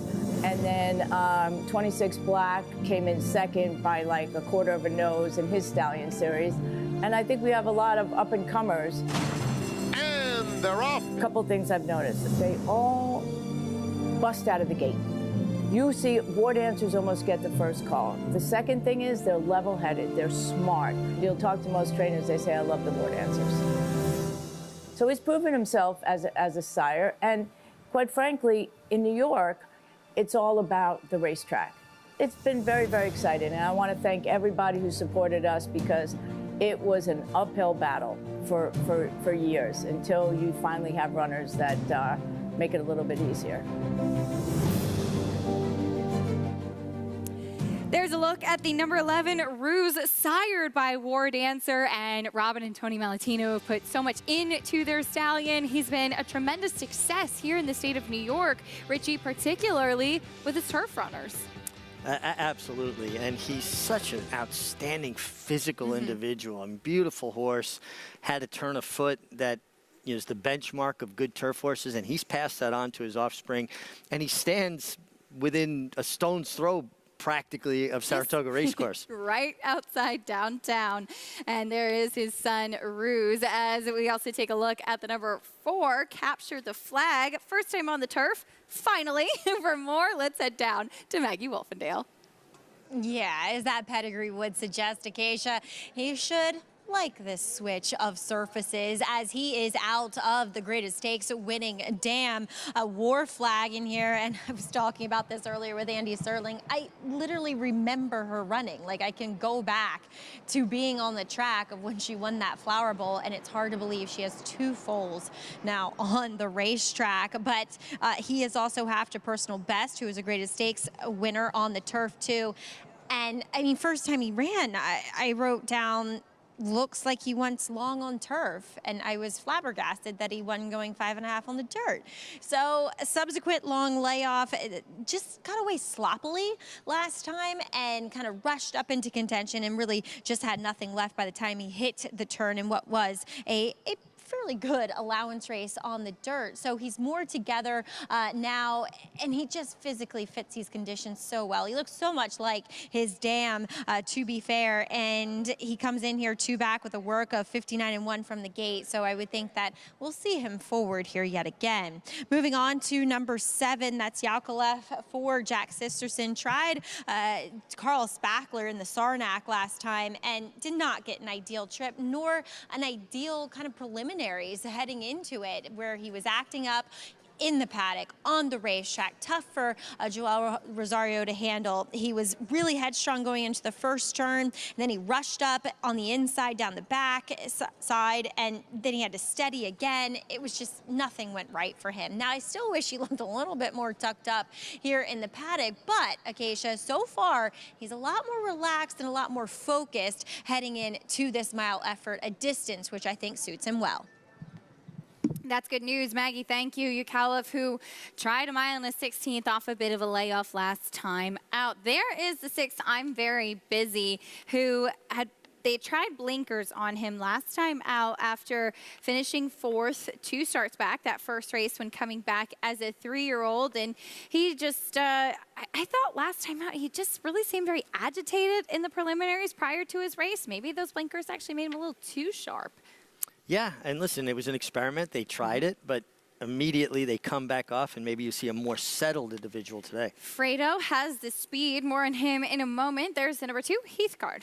A couple nice races over the winter. One at Gulfstream, one at Tampa. His last race left a lot to be desired, but he did have trouble at the start. Here is Sell Something. First time with Horacio De Paz. Horacio De Paz does really good work, but this horse is going to have to improve vastly. Big pedigree that Maggie talked about with Capture the Flag. Yeah, half to personal best. War Flag, a graded winner in Europe, and a grade 1 winner here in the States. Here's on turf. Narciso Dally back to the turf. Another one's just going to have to really improve to have any sort of impact here. Your favorite, I'm Very Busy. Yeah, take those blinkers back off. Has run consistently good races. Certainly, obviously, a contender. Yakovlev out of the Saranac behind the talented Carlos Packler. Yeah, horse that has 2 wins over in Europe. They both came on straightaway courses. Has never won a race around a turn and now has to negotiate 2 turns again. Here's Bee of Courage, 12-1. Deeper Closer. Used to have more speed. More recently, closing from out of the clouds. Going to have to improve also. Fighter in the win, first start since June. Yeah, off a bit of a freshening. Does have races good enough to contend here. The 10 is out. Here's the Son of War Dancer, Ruse. Another speed, but from the outside with speed to the inside. What kind of trip does he get from out there? Again, when a rider is drawn in that kind of position, has to make decisions. You can't just allow things to unfold. You've got to come out with a plan. There's a look at your favorite, number 6, I'm Very Busy. Again, a horse that seemed to show a lot of promise towards the start of his 2-year-old career. He won first time out. We just saw the Pilgrim. This is a horse who finished 2nd in the Pilgrim and then went on, was actually 6-1 in the Breeders' Cup Juvenile Turf, though he didn't really run at all that day. But he's a horse that's had 2 races so far as a 3-year-old. This is his most recent, where Fredo tried to wire the field once again. They'll rematch in here. And as I mentioned, I was in the paddock this day, and with the blinkers on, he was swishing his tail. He just seemed really agitated throughout all the preliminaries, and while he ran on for 3rd, Richie, the blinkers come right off. Yeah, and he had his opportunities here. He worked out a nice trip under Irad Ortiz. He got in behind the leaders and just got out finished. Now, it is 3rd off the layoff, and normally we think that's fairly significant, but with Chad Brown, layoffs don't seem to be an issue. So I don't think the 3rd off the layoff is an angle I'm going to go with here. I do like the blinkers coming off. Just be honest with you, he looks great on the racetrack. Looks like he settled in nicely. Like the way he's framed up. I just can't get past the 4, Capture the Flag, with that pedigree. You know, War Flag, the Dam being a grade 1 winner on turf. By Warfront, who's not only now a sire of sires, but a terrific broodmare sire, Claiborne Farm stallion that has just done everything right. And when I think of Warfront, reminds me so much of like a Danzig, like that physical type. You know, not very big, but incredibly balanced individual. That's kind of what Capture the Flag looks like too. And yeah, this is a horse who, as Maggie mentioned, tried a dirt allowance race off a big layoff last time. Ever So Mischievous would come out of that to win a stake with a 95 Beyer speed figure. For more on the rest of this field, though, let's go back to Maggie trackside. Well, luckily, Capture the Flag is a bigger of the line of Warfront. As I said, he looks much like his Dam War Flag, so hopefully he can carry the weight of both Richie and I. As we'll take a look at the favorite in here, I'm Very Busy. Now, I saw him 2 back. I didn't think he looked that fit. I still don't think he looks that fit, but I want to give him a little bit of credit for his last performance, because Jacon and Fredo, despite it being, I mean, just a fair pace. I want to say it's really fast or really slow. It was just fair, and it just held together.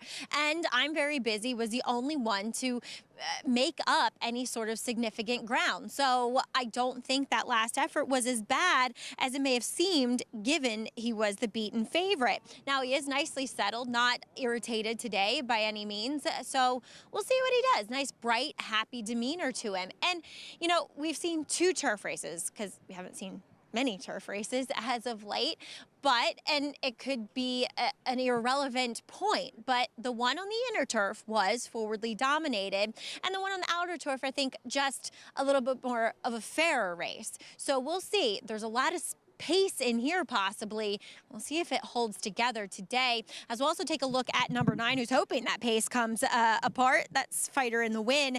I've always thought less ground's better, so he's turning back here off a little bit of a layoff for Mike Maker. Like what I'm seeing from him, strong, fit, ready to go. See if this racetrack does him any favors or if the pace decides to come apart, because I've always thought that he was a nice horse and was in a pretty live field last time, Acacia, with Pioneering Spirit winning that one, which was just the tip of the iceberg for his win streak over the summer. Yeah, he was amazing since switching to the turf. Maggie, thank you. Pioneering Spirit, of course, winning that Bernard Baruch on closing weekend up at Saratoga just a week after finishing third in the Grade 1 Sword Dancer. Found a new home on the grass. It really did, and one of the horses that helped Linda Rice eke out that tie. You know, to be down 5 wins with 2 racing days left and to come up with a tie was a pretty sensational training feat. And you know, Linda wanted a big percentage there. Made the meet quite entertaining. The jockey race was a foregone conclusion. Irad just ran them off their feet. But the trainers race, and up there it's so meaningful. Titles up there really carry a lot of weight. There's a look at the number 4, Capture the Flag. Richie and Maggie on this one as well. For what it's worth, I mean, I don't give picks when I'm hosting, but I would have picked the source as well. Yeah. I've always thought long on turf, too. You know, we're the horse people. It seems like we all have always the same kind of thought process when it comes to a horse like this. And obviously, he's got some things to prove after a disappointing effort last time out, but just seems like he will appreciate getting onto the grass. And his pedigree screams that he's going to love the turf. He has a turf work, 5 furlongs in Saratoga. Comes in off of 2 very sharp works, one a gate work, and obviously those are on the dirt, and then a half 47 and change. And Shug McGaughey's not a trainer that allows his horses or wants his horses to go really fast in the morning. So when they do that, usually to me it signifies that they're just very sharp. It looks like there could be some pace in here, as Maggie touched on. I mean, you have Ruse, who normally is a horse that's very energetic, that is usually very quick early on, a Fighter in the Win. Has shown speed. They're going longer, and we'll see what kind of trip he can get in here. But it could be honest, of course, Fredo from the inside as well. It could be a relatively honest pace. I believe it will be. And Fredo from the inside has to use his speed. And, you know, I've been waiting all day with Fredo. Is he a half to Michael or full brother to Michael or, you know, Santino? But he did nothing meek about Fredo looking at the horse. I mean, he looks pretty, you know, You have been waiting all day for that, haven't you? all day. Fredo, one of my favorites. I love it. On that note, they're loading in for race 9, going a mile on the turf. Here's John and Brielle. They're all in.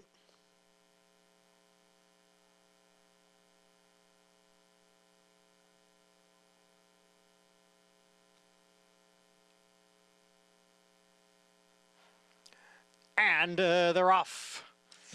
Fredo from the inside post. Narciso Dali now moves up to challenge. The 2 of them are right together, with I'm Very Busy sitting just off of them in 3rd. Ruse advances on the extreme outside from 4th. Then Fighter in the Win next in 5th, followed by Yakolev, who's right alongside. And going wide there a bit was Fighter in the Win, and Yakolev is right alongside of Fighter in the Win. And then we come back 2.5 lengths to Sell Something in 7th. On the outside is Capture the Flag in 8th, and at the back are Heathguard and Be of Courage. The quarter 23 seconds. The battle up front continues. Fredo and big long shot Narciso Dali. They are right together. They've got a little more than 2 lengths on Ruse in 3rd. I'm Very Busy. The favorite is 4th, 4 lengths from the front. Then Fighter in the Win on the outside in 5th. Capture the Flag is in 6th. Yakolev at the rail in 7th. On the outside is Be of Courage.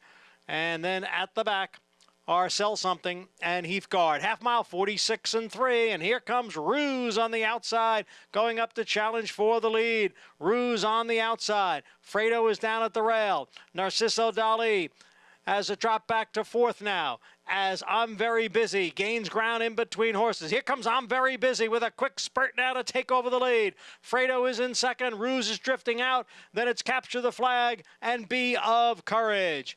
I am Very Busy. A much the best winner here. I'm Very Busy, won by 6 lengths. Fredo held on for second.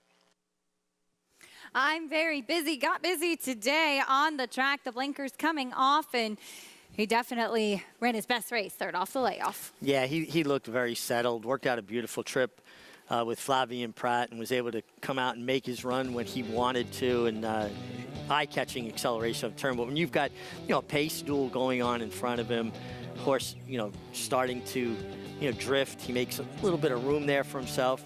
The right way, though, put your shoulder on the horse, edge Ruse out of the way a little bit, who was tiring at that point, and really kicked on. Got to give Fredo really high marks, because he was hounded every step of the way by the 5 Narcisco Dally in a fast pace. Hung on very gamely for second, Capture the Flag, ran on well. No real excuses, had to save ground, but it looked like he should have been able to catch Fredo the last 16th of a mile, but no doubt about the winner. Really nice effort by I'm Very Busy, who Chad Brown's been very busy all day, getting his 4th win of the afternoon. Yeah, 4 wins today for Chad Brown. 6-1-4-8 in race 9. Flavien Prat picking up another victory today as well. Much the best, and as we talked about, third off the layoff with those blinkers coming off, ran back to some of that very big promise we saw with him as a 2-year-old. Yeah, and again, really nice effort. We are so fortunate in New York to have such a deep, talented jockey colony, and I enjoy watching so many of the riders ride here, because you can kind of get in their head and see their thought process and the decisions they're making. Flavien Prat, to me, does everything so well, Acacia. There's just all riders have strengths and weaknesses, and that's no knock on them. They do some things better than other things. He has, to me, the most complete game of any rider that I've witnessed in a long time.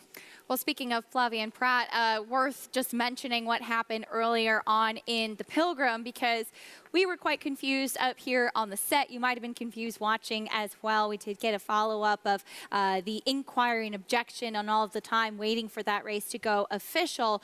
Again, there was some bumping going on, and per the Daily Racing Forum's David Grenning, according to Naira Stewart Brooke Hawkins, there was a problem with the tote board that made it unable to blink the top 2 numbers, but Flavien Prat, who was aboard the 8 Fulmineo, claimed foul against the winner, the number 3 Agate Road, and then there was a general inquiry to the bumping that was going on between 3rd and 4th place finishers, the 1 Liam's Journey and the 9 Spirit Prince, who did dead heat for 3rd.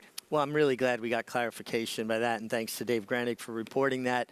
And it was confusing, so now we have a much better understanding of what was taking place. And you could understand Flavien taking a shot there, although I really didn't put any of that onus of the bumping on the winner there. Flavien Prat gets the win here, though, with I'm Very Busy, his 2nd victory of the day. Much the best on the turf. First win since his debut as a 2-year-old. Price's reactions and more when we come back on America's Day at the Races.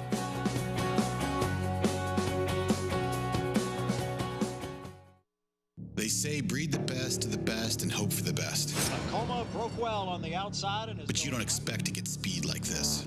Is Vekoma the one to catch? Vekoma has a 5-length lead in this Grade 1 quarter.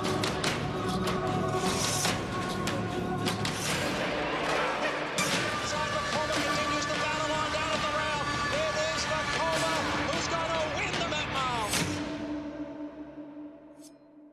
Just minutes from downtown Saratoga Springs, you'll find GMP Farm, a utopia of healing for equines and humans, offering revolutionary, customized equine care using state-of-the-art imaging and therapeutic technologies for horses of all disciplines. Immerse yourself in tranquility in our sacred spa, offering specialized spa treatments and holistic therapies to refresh and rejuvenate among tranquil mountain views. Start your journey to wellness. Visit gmpfarm.net and sacredspaandwellness.com to schedule a treatment today. We just liked everything about him. He was just put together like a machine, and he had a great mind. Everything about him was what you'd want. Tiz the Law goes right on by. Tiz the Law, the New York bred, pops the cork in the Champagne. He went on from there. The next 11 months, he won 4 Grade 1s and a Grade 3, a second in the Kentucky Derby, and $2.75 million. Less than a 16th to go in the Florida Derby, and it's time to respect the law. Tiz the Law is your Florida Derby winner. I've never seen him get tired. Tiz the Law is going to win the first leg of the Triple Crown. The most impressive race for me with Tiz the Law was the Travers. I thought he ran like a true champion in there. He's left the others behind. He's going to win the Run Happy Travers. His structure is just perfect. His bone is perfect. He's everything you would look for in a horse. Tiz the Law.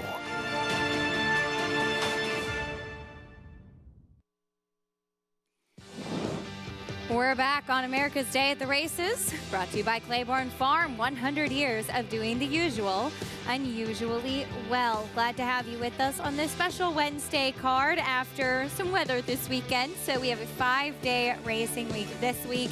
I have no idea what day of the week it is, and that will definitely continue throughout the rest of the week, Richie, but I'm very busy. When's the 9th?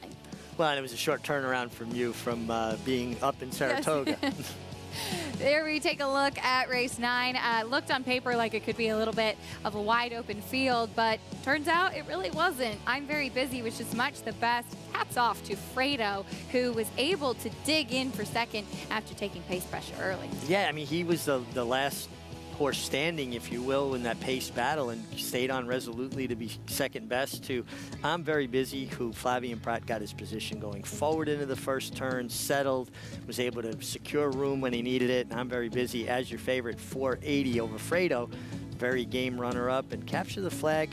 Had to wait for room a little bit, but I thought he could have, was a little disappointed he didn't finish just a little bit better. A little bit flat in the stretch, could have been second perhaps, but no doubt about the winner. I'm Very Busy. Shortest price so far in the sequence for the late pick 5 follow along, and just one race to go, and it's a nice way to wrap up the card with New York bred 2-year-olds sprinting on the turf. And this is a maiden special weight, currently a tepid favorite, the number 3, Rob the Bank, who's a second-time starter after finishing 4th on debut, but some horses trying to turf for the first time starters. There's always a lot going on in these 2-year-old races as to who's going to take a step forward. Well, yeah, big fields, young horses, sprinting on the turf, trips in turf racing, so important to begin with. Rob the Bank ran extremely well on debut with Jamie Torres, an apprentice who had flashed abilities, now in Kentucky riding. Get Javier Castellano, which, again, no reflection or knock on Jamie Torres. Riding the turf is tougher than riding the dirt. Mm-hmm. And when you get an experienced Hall of Famer like Javier Castellano, it's a big upgrade. We'll see if that 2-year-old by Central Banker can get the win in his second start. But when we come back, we'll take a quick time out and we'll discuss what's coming up on Saturday. The rescheduled Grade 1 Joe Hirsch Turf Classic. Rebels Romance, unfortunately, did not get to run his race in the Bowling Green. He's making his way to the Big A, and we'll take a stab at another Grade 1 victory this weekend.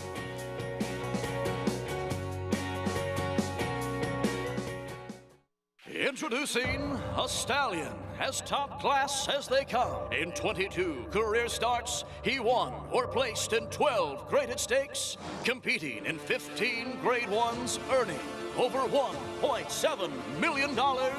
His undisputed speed is evidenced by 7 100-plus Beyer speed figures, a 3-time Grade 1 winner, Raging Bull. There's a big, bold, beautiful world waiting to be explored by you and your friends, of course. But not just any friends, the best of friends. The kind of friends who let you do you. Because in this world, it's positive vibes only. And when you get in the zone here, you stay a while. These aren't just good times, they're the best of times. And your time is now. So come explore. Resorts World.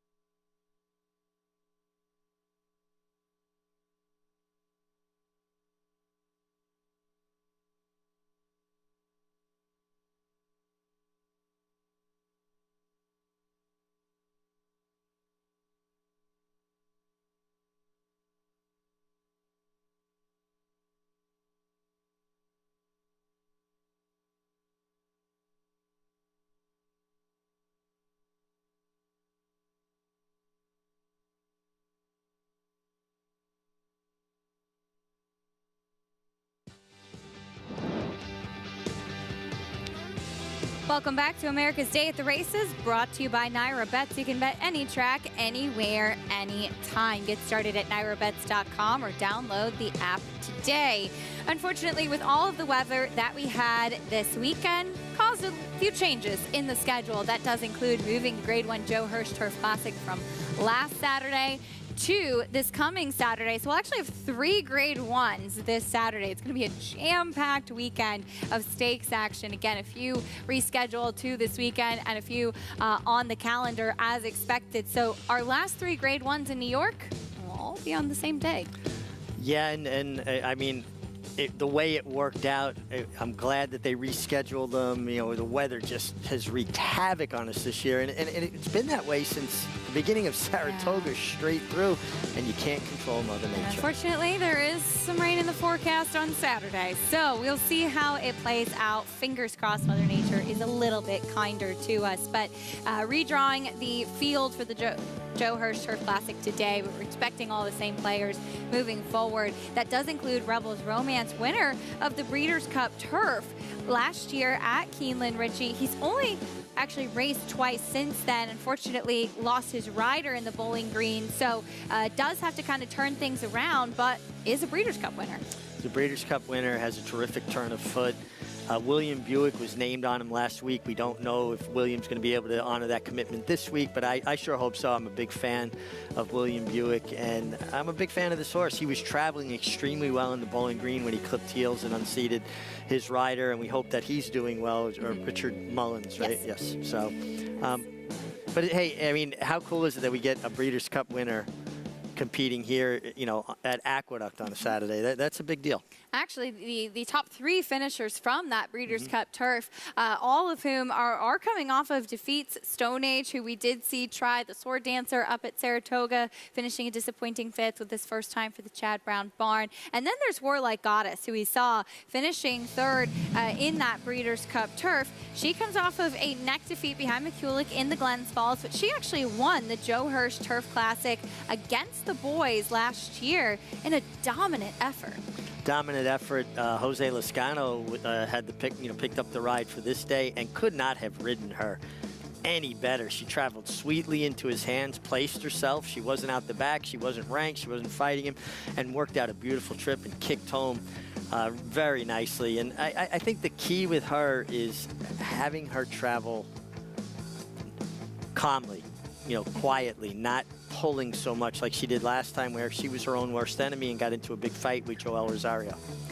Yeah, she was tough to handle. She was not settled last time out, and we'll see if she can relax, defend her title in the Grade 1 Joe Hirsch Turf Classic. She is a horse that has definitely had a tremendous career, ultra talented, and her sire, English Channel, one of the 2-time winners of this race, also sire of Channel Maker, her stablemate, who's a very cool horse in his own right, but Warlike Goddess looking to be the 5th 2-time winner of the Joe Hirsch. An April run, a filly for the Firestones. Actually, Cassius Musin rode her in the 2nd victory in that, and previous to that, all along, a mare won it, who had also kind of had a globe-trotting success for Patrick Biancone. So a terrific race that has seen good success from fillies and mares in the past. We look forward to the rescheduled Joe Hirsch Turf Classic coming up on Saturday.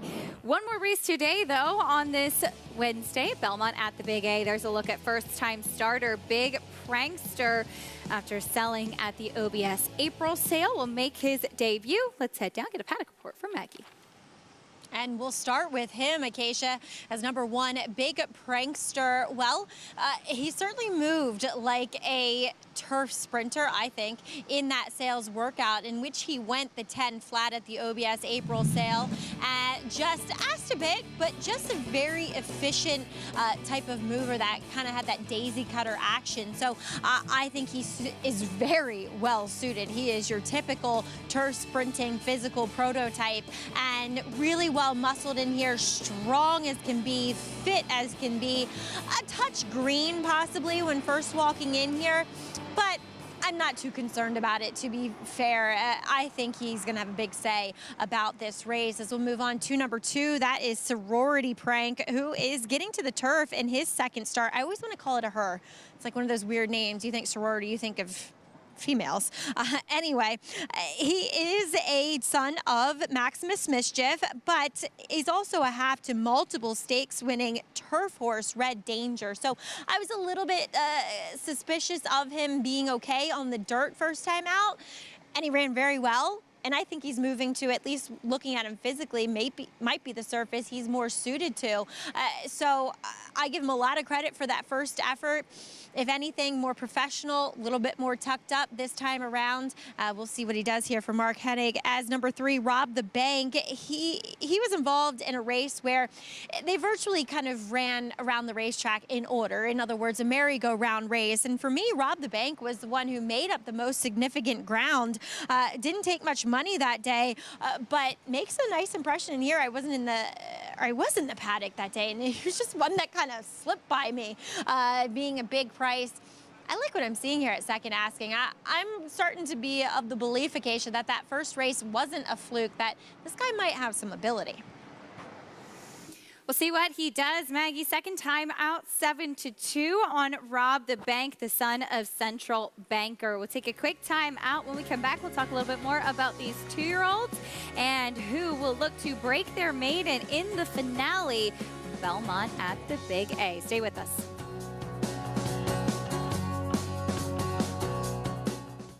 The momentum continues for War Dancer as War Smoke delivers at Finger Lakes. War Smoke in front, another one for Andre Worry. Barrage runs down the field at Saratoga. Here's Barrage with a final surge. Barrage got him. And Born Dancer goes wire to wire, outlasting all comers. It's going to get close. Be of Courage coming inside Born Dancer. Photo finish. Shouldn't you have a War Dancer? War Dancer, proud to stand in New York. On a perfect day, there is no finer place in all of sports. Nerves, excitement, and anticipation. Than beautiful, truly stunning.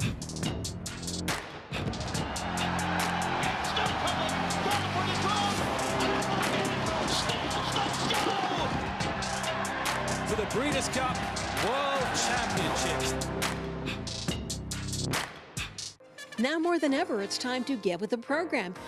When shopping for your next race prospect, consider that New York breds start with an advantage. Our New York breds run for serious green. At Saratoga Race Meet, New York bred maidens run for up to $88,000. New York bred allowance horses run for up to $100,000. And New York bred owners can collect awards of up to $20,000 per horse per race. So get back with the program. Seriously. Racetrack Television Network brings you every race, from every track, on every screen, every day. With monthly packages starting as low as $5, RTN gives you great value and access to more live HD streaming and race replays than anyone. Visit RTN.tv today to sign up and watch on almost any device, including Roku and Amazon Fire. RTN has packages that start at $5 per month.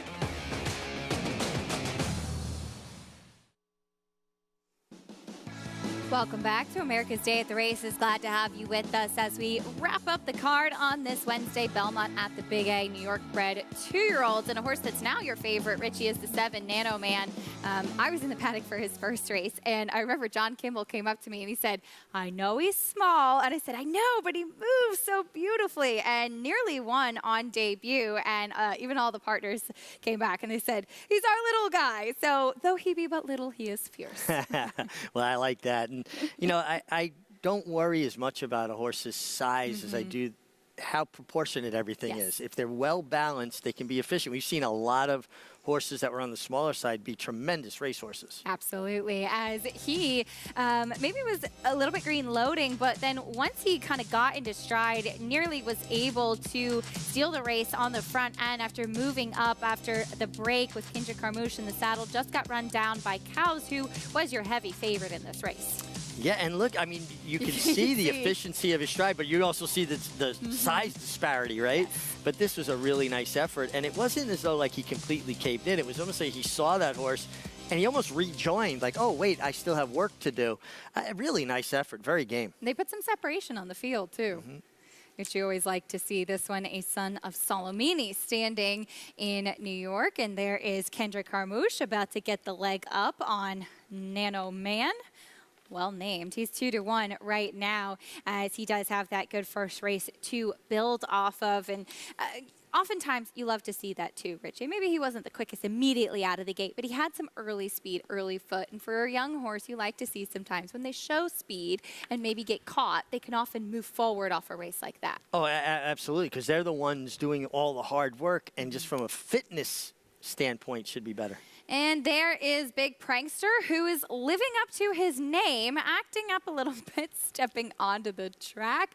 Sometimes can be a little bit of a whole new world when you come off of that ramp onto the track. Well, particularly that ramp. It's a confined space, and it's a kind of a tough spot for a rider, too. There is Sorority Prank. I agree with Maggie. What was wrong with Fraternity Prank? Showed good speed on debut on dirt. Let's see how he does on the turf. Rob the Bank, second-time starter. Makes a lot of sense here. There is the 5 Savage Spirit, also living up to his name. Wow, he was a handful there for Junior Alvarado. Had both feet out of the irons. Hopefully he was able to stay in the middle of them. Drinking Solo coming up next, Big Price. Never really a good thing to be drinking solo. There is Nano Man, just missed first out. Yeah, showed a lot of speed and ability on debut and was very game. Here's As You Chase Me, first time on the turf. You're getting onto turf, son of Sharp Azteca, who has had some good turf sprinters. Here's Price is Truth, third time out. Took a big step forward, first start to second start. Could take another step forward. I like that horse a bit. Mithridates, who is second time on the turf. Yeah, and it's going to have to improve. Wasn't badly beaten when finished 8th last time. And Woke Up Quick draws in off the also eligible list. I thought this horse was very interesting. It was a bit green from the inside, got squeezed slightly down the backstretch, and then also kind of looked like he kind of jumped the tracks, like where they pull a gate across the turf course. Looked a little bit green. Second start, could take a step forward. I thought his first race was much better than it would appear at first blush. There is the number 9, Price is Truth. Comes out of that Detective Tom race that we saw Rob the Bank coming out of as well. And as Maggie touched on, they did kind of go along in order like that. Price is Truth running 2 races so far. We've shown some of that tactical speed. He did dig in a little bit more in this effort second time out. Yeah, he stayed on resolutely. 5.5 furlongs, even though it's only 110 yards shorter than the 6 furlongs I run today. The races run considerably different than the 6 furlong race, and it's just a sharper pace, a sharper run race, tighter turns in Saratoga. I think Price's Truth is going to be well placed here and looks like a horse that could stay on and could be primed for his best in the 3rd start, homebred for Barry and Cheryl Schwartz's Stonewall Farm. Well, we saw some 2-year-olds maybe not necessarily minding their P's and Q's. Maggie, what are you seeing from them out on track?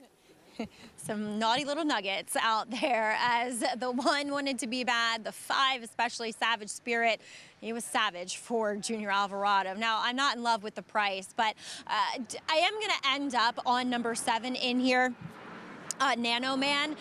And I remember you saying this, Acacia. He's petite, but you know, it's the one condition where I don't mind small horses. I don't mind tiny horses when sprinting on the turf. You've got to be fleet-footed, right?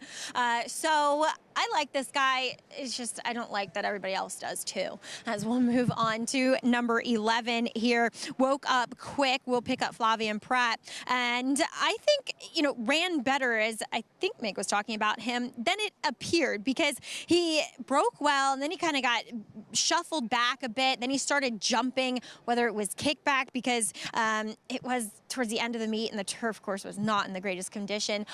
Whatever it was, he kind of reacted to it negatively, and then he kind of jumped back into the race behind horses who had experience. So he was very much on the muscle when he first came into the paddock, but focused, you know, kept a lid on it. He looks incredibly fit here at second asking as well. Acacia? Maggie, thank you. Woke up quick. Don't forget about him drawing in off the also eligible list. And yeah, she talked about that trip, and the horses in front of him were the ones with experience. And as you said, and towards the end, we had a very hot final week after quite a bit of rain too. And the turf course can get a little chewed up when there's a lot of weather like that, and there's been a lot of racing on it. It was really chewed up at that point of the meeting, and a lot of cut in the ground. And I thought that he was jumping spots, like divots in the turf. I thought the race was good. Now, I wish he was drawn more to the inside. I'm not a big fan of outside post and turf racing, but I like this horse. I thought his effort was better. He's a more than generous 8-1 for a horse that I think is a major contender here. Javier Castellano rode him first time, was named on him. He's on the 3, Rob the Bank. Woke up quick, draws into the race. He gets Flavien Prat. We were talking about him and his abilities after the last race that he won. He's most reminiscent to me of Jerry Bailey, who was a rider that you could not find fault in his game. He did everything well. Position, tactically, getting, the inside position and saving ground, and finishes strong. And Flavien, I don't think, gets enough credit for how strong he finishes on horses. Very, very talented rider. And look, we have a terrific room full of jockeys here. And really, even if it's your 5th, 6th choice, whatever it is, you're still having a top-class jockey that could be a big fish in any other pond. It's a very deep, talented pool of riders. It's very reminiscent of the jockey colony we had here in New York in the 80s. The difference being, Acacia, the core of this jockey's room is younger. Yes. It's just more youthful talent, and potentially see these young men and women around for many years to come. And aren't we lucky to be able to do just that? The favorite, Nano Man.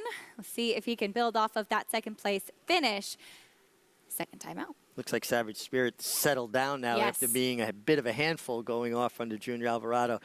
And it's so hard because you ride with shorter stirrups to be aerodynamic and to make it easier for horse to carry weight as he's being a little bit obstinate. If I'm not mistaken, they used a blindfold on him first time out to get him into the gate. And looks like they didn't need to do that here, but just pushing him in. Drinking Solo has parted ways with his rider, Luis Rivera, back aboard and will load in. It's always an adventure with the 2-year-olds. You never know what they're going to do. No, and it's a different atmosphere in the afternoon. They react differently to it. In the morning, it's much more sedate, relaxed kind of atmosphere. Here's the 7, Nano Man. And he did this first time out. He loaded without the rider as well. So this was planned by Kendrick Carmouche, as he can be a little obstreperous behind the gate.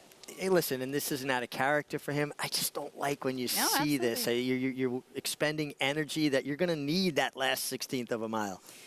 You want to save it, especially as this horse just got beat first time out, going 5.5, 6 furlongs today. So they'll open the front of the gate. What does that do, Richie, for a horse to want to load a little bit smoother? Well, horses will have a tendency to go to empty space more than they will that confined space. And a lot of the times that's just what it is that they're a bit claustrophobic. Somebody was acting up towards the inside just now. So the longer the 2-year-olds have to wait in there, the more possibility of horses reacting negatively or poorly. Yeah, and this is tricky because pretty much everybody else in the field is loaded in except this number 7, Nano Man, that they're having a tough time with. And it was the number 6, Drinking Solo, who looked like he was being a little bit antsy in the gate. He seems to have settled now, and everyone seems to be acting pretty well. But this can be a very tough position for horses, young horses especially, standing in the gate waiting for another one to load. And it's a tightrope of riders, walking, because you don't want to key them up too much and have them act up,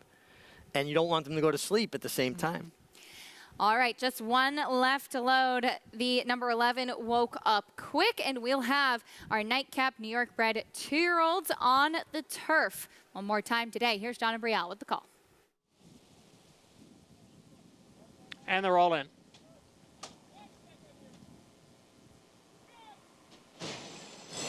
And they're off. A steadying beginning for number 5, Savage Spirit, and he trails the field. Big Prankster and Woke Up Quick. Those two out for the lead, quickly joined by Nano Man, 3 of them across. Sorority Prank now gains at the rail. And then it's Drinking Solo, who's running in 5th. Price is Truth, the gray on the outside, in 6th. Mithridates is in 7th, a break of 2. Back to Rob the Bank, another 4.5 lengths to As You Chase Me, and farther back is Savage Spirit. The quarter, 23 seconds. Woke Up Quick is the leader here by a length and a half. Price is Truth second by a neck. Nano Man is down on the inside and in third. Then Big Prankster was racing in fourth, followed by Sorority Prank. As the field comes into the stretch with Woke Up Quick the leader. Woke Up Quick in front. Nano Man looking for a way through. Price is Truth is right alongside, and Big Prankster is out in the middle of the course and gaining ground. It's Woke Up Quick with Big Prankster continuing to gain. Woke Up Quick trying to hang in there for another 50 yards. Big Prankster in second. Woke Up Quick does it. And Flavien Prat gets his third win today. Woke Up Quick. It takes them gate to wire, able to hold on with a big late charge from first-time starter Big Prankster. Top pick Richie, well done. Well, his first race really pointed him out, and I think he might have even got a bit overlooked because he drew in off the also eligible, and sometimes people don't pick up on the fact that a horse got in to the body of the race, but Flavien Prat did everything right. He allowed this horse to show better speed today. He was sharper, overcame that outside post, 8-1, a very generous price here, and a very nice game effort from him. And the second place finisher here, Big Prankster, ran extremely well, was a little bit green, but boy, did he finish well. Keep an eye on him. I think he's got a big future. I remember joking with Dean Reeves at the sale about him because it was out of a mare named Big Thrill, and I said, it's perfect for you. You already have Big Invasion, Big Everest, Big Prankster for the future as well. Big Prankster, no joking, no laughing matter. No laughing matter. 11-1-8 at 60-1, checking in third with the 7 Nano Man, who was giving that starting gate crew such a tough time, checking in fourth. But 8-1 winner to close out the day.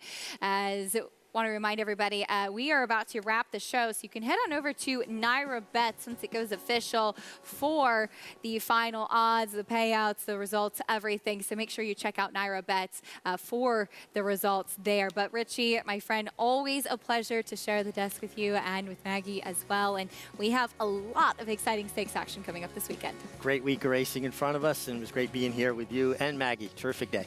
Thanks for joining us today, everyone. We saw some nice 2-year-olds in graded stakes action today. There'll be plenty more where that came from this weekend. Check your local listings. We'll be on tomorrow from 12:30 to 5 on Thursday, and earlier on today. It was hard to justify in the Miss Grillo, a race that trainer Chad Brown has absolutely dominated. That was one of 4 wins on the card, by the way, for Chad Brown. And Agate Road, now 2 for 2 on the grass, taking the Pilgrim. Maybe still figuring things out, but a horse with plenty of talent. On behalf of Richard Bagliori, Maggie Wolfendale, I'm Acacia Clement. Thanks for joining us. We'll see you tomorrow, everyone.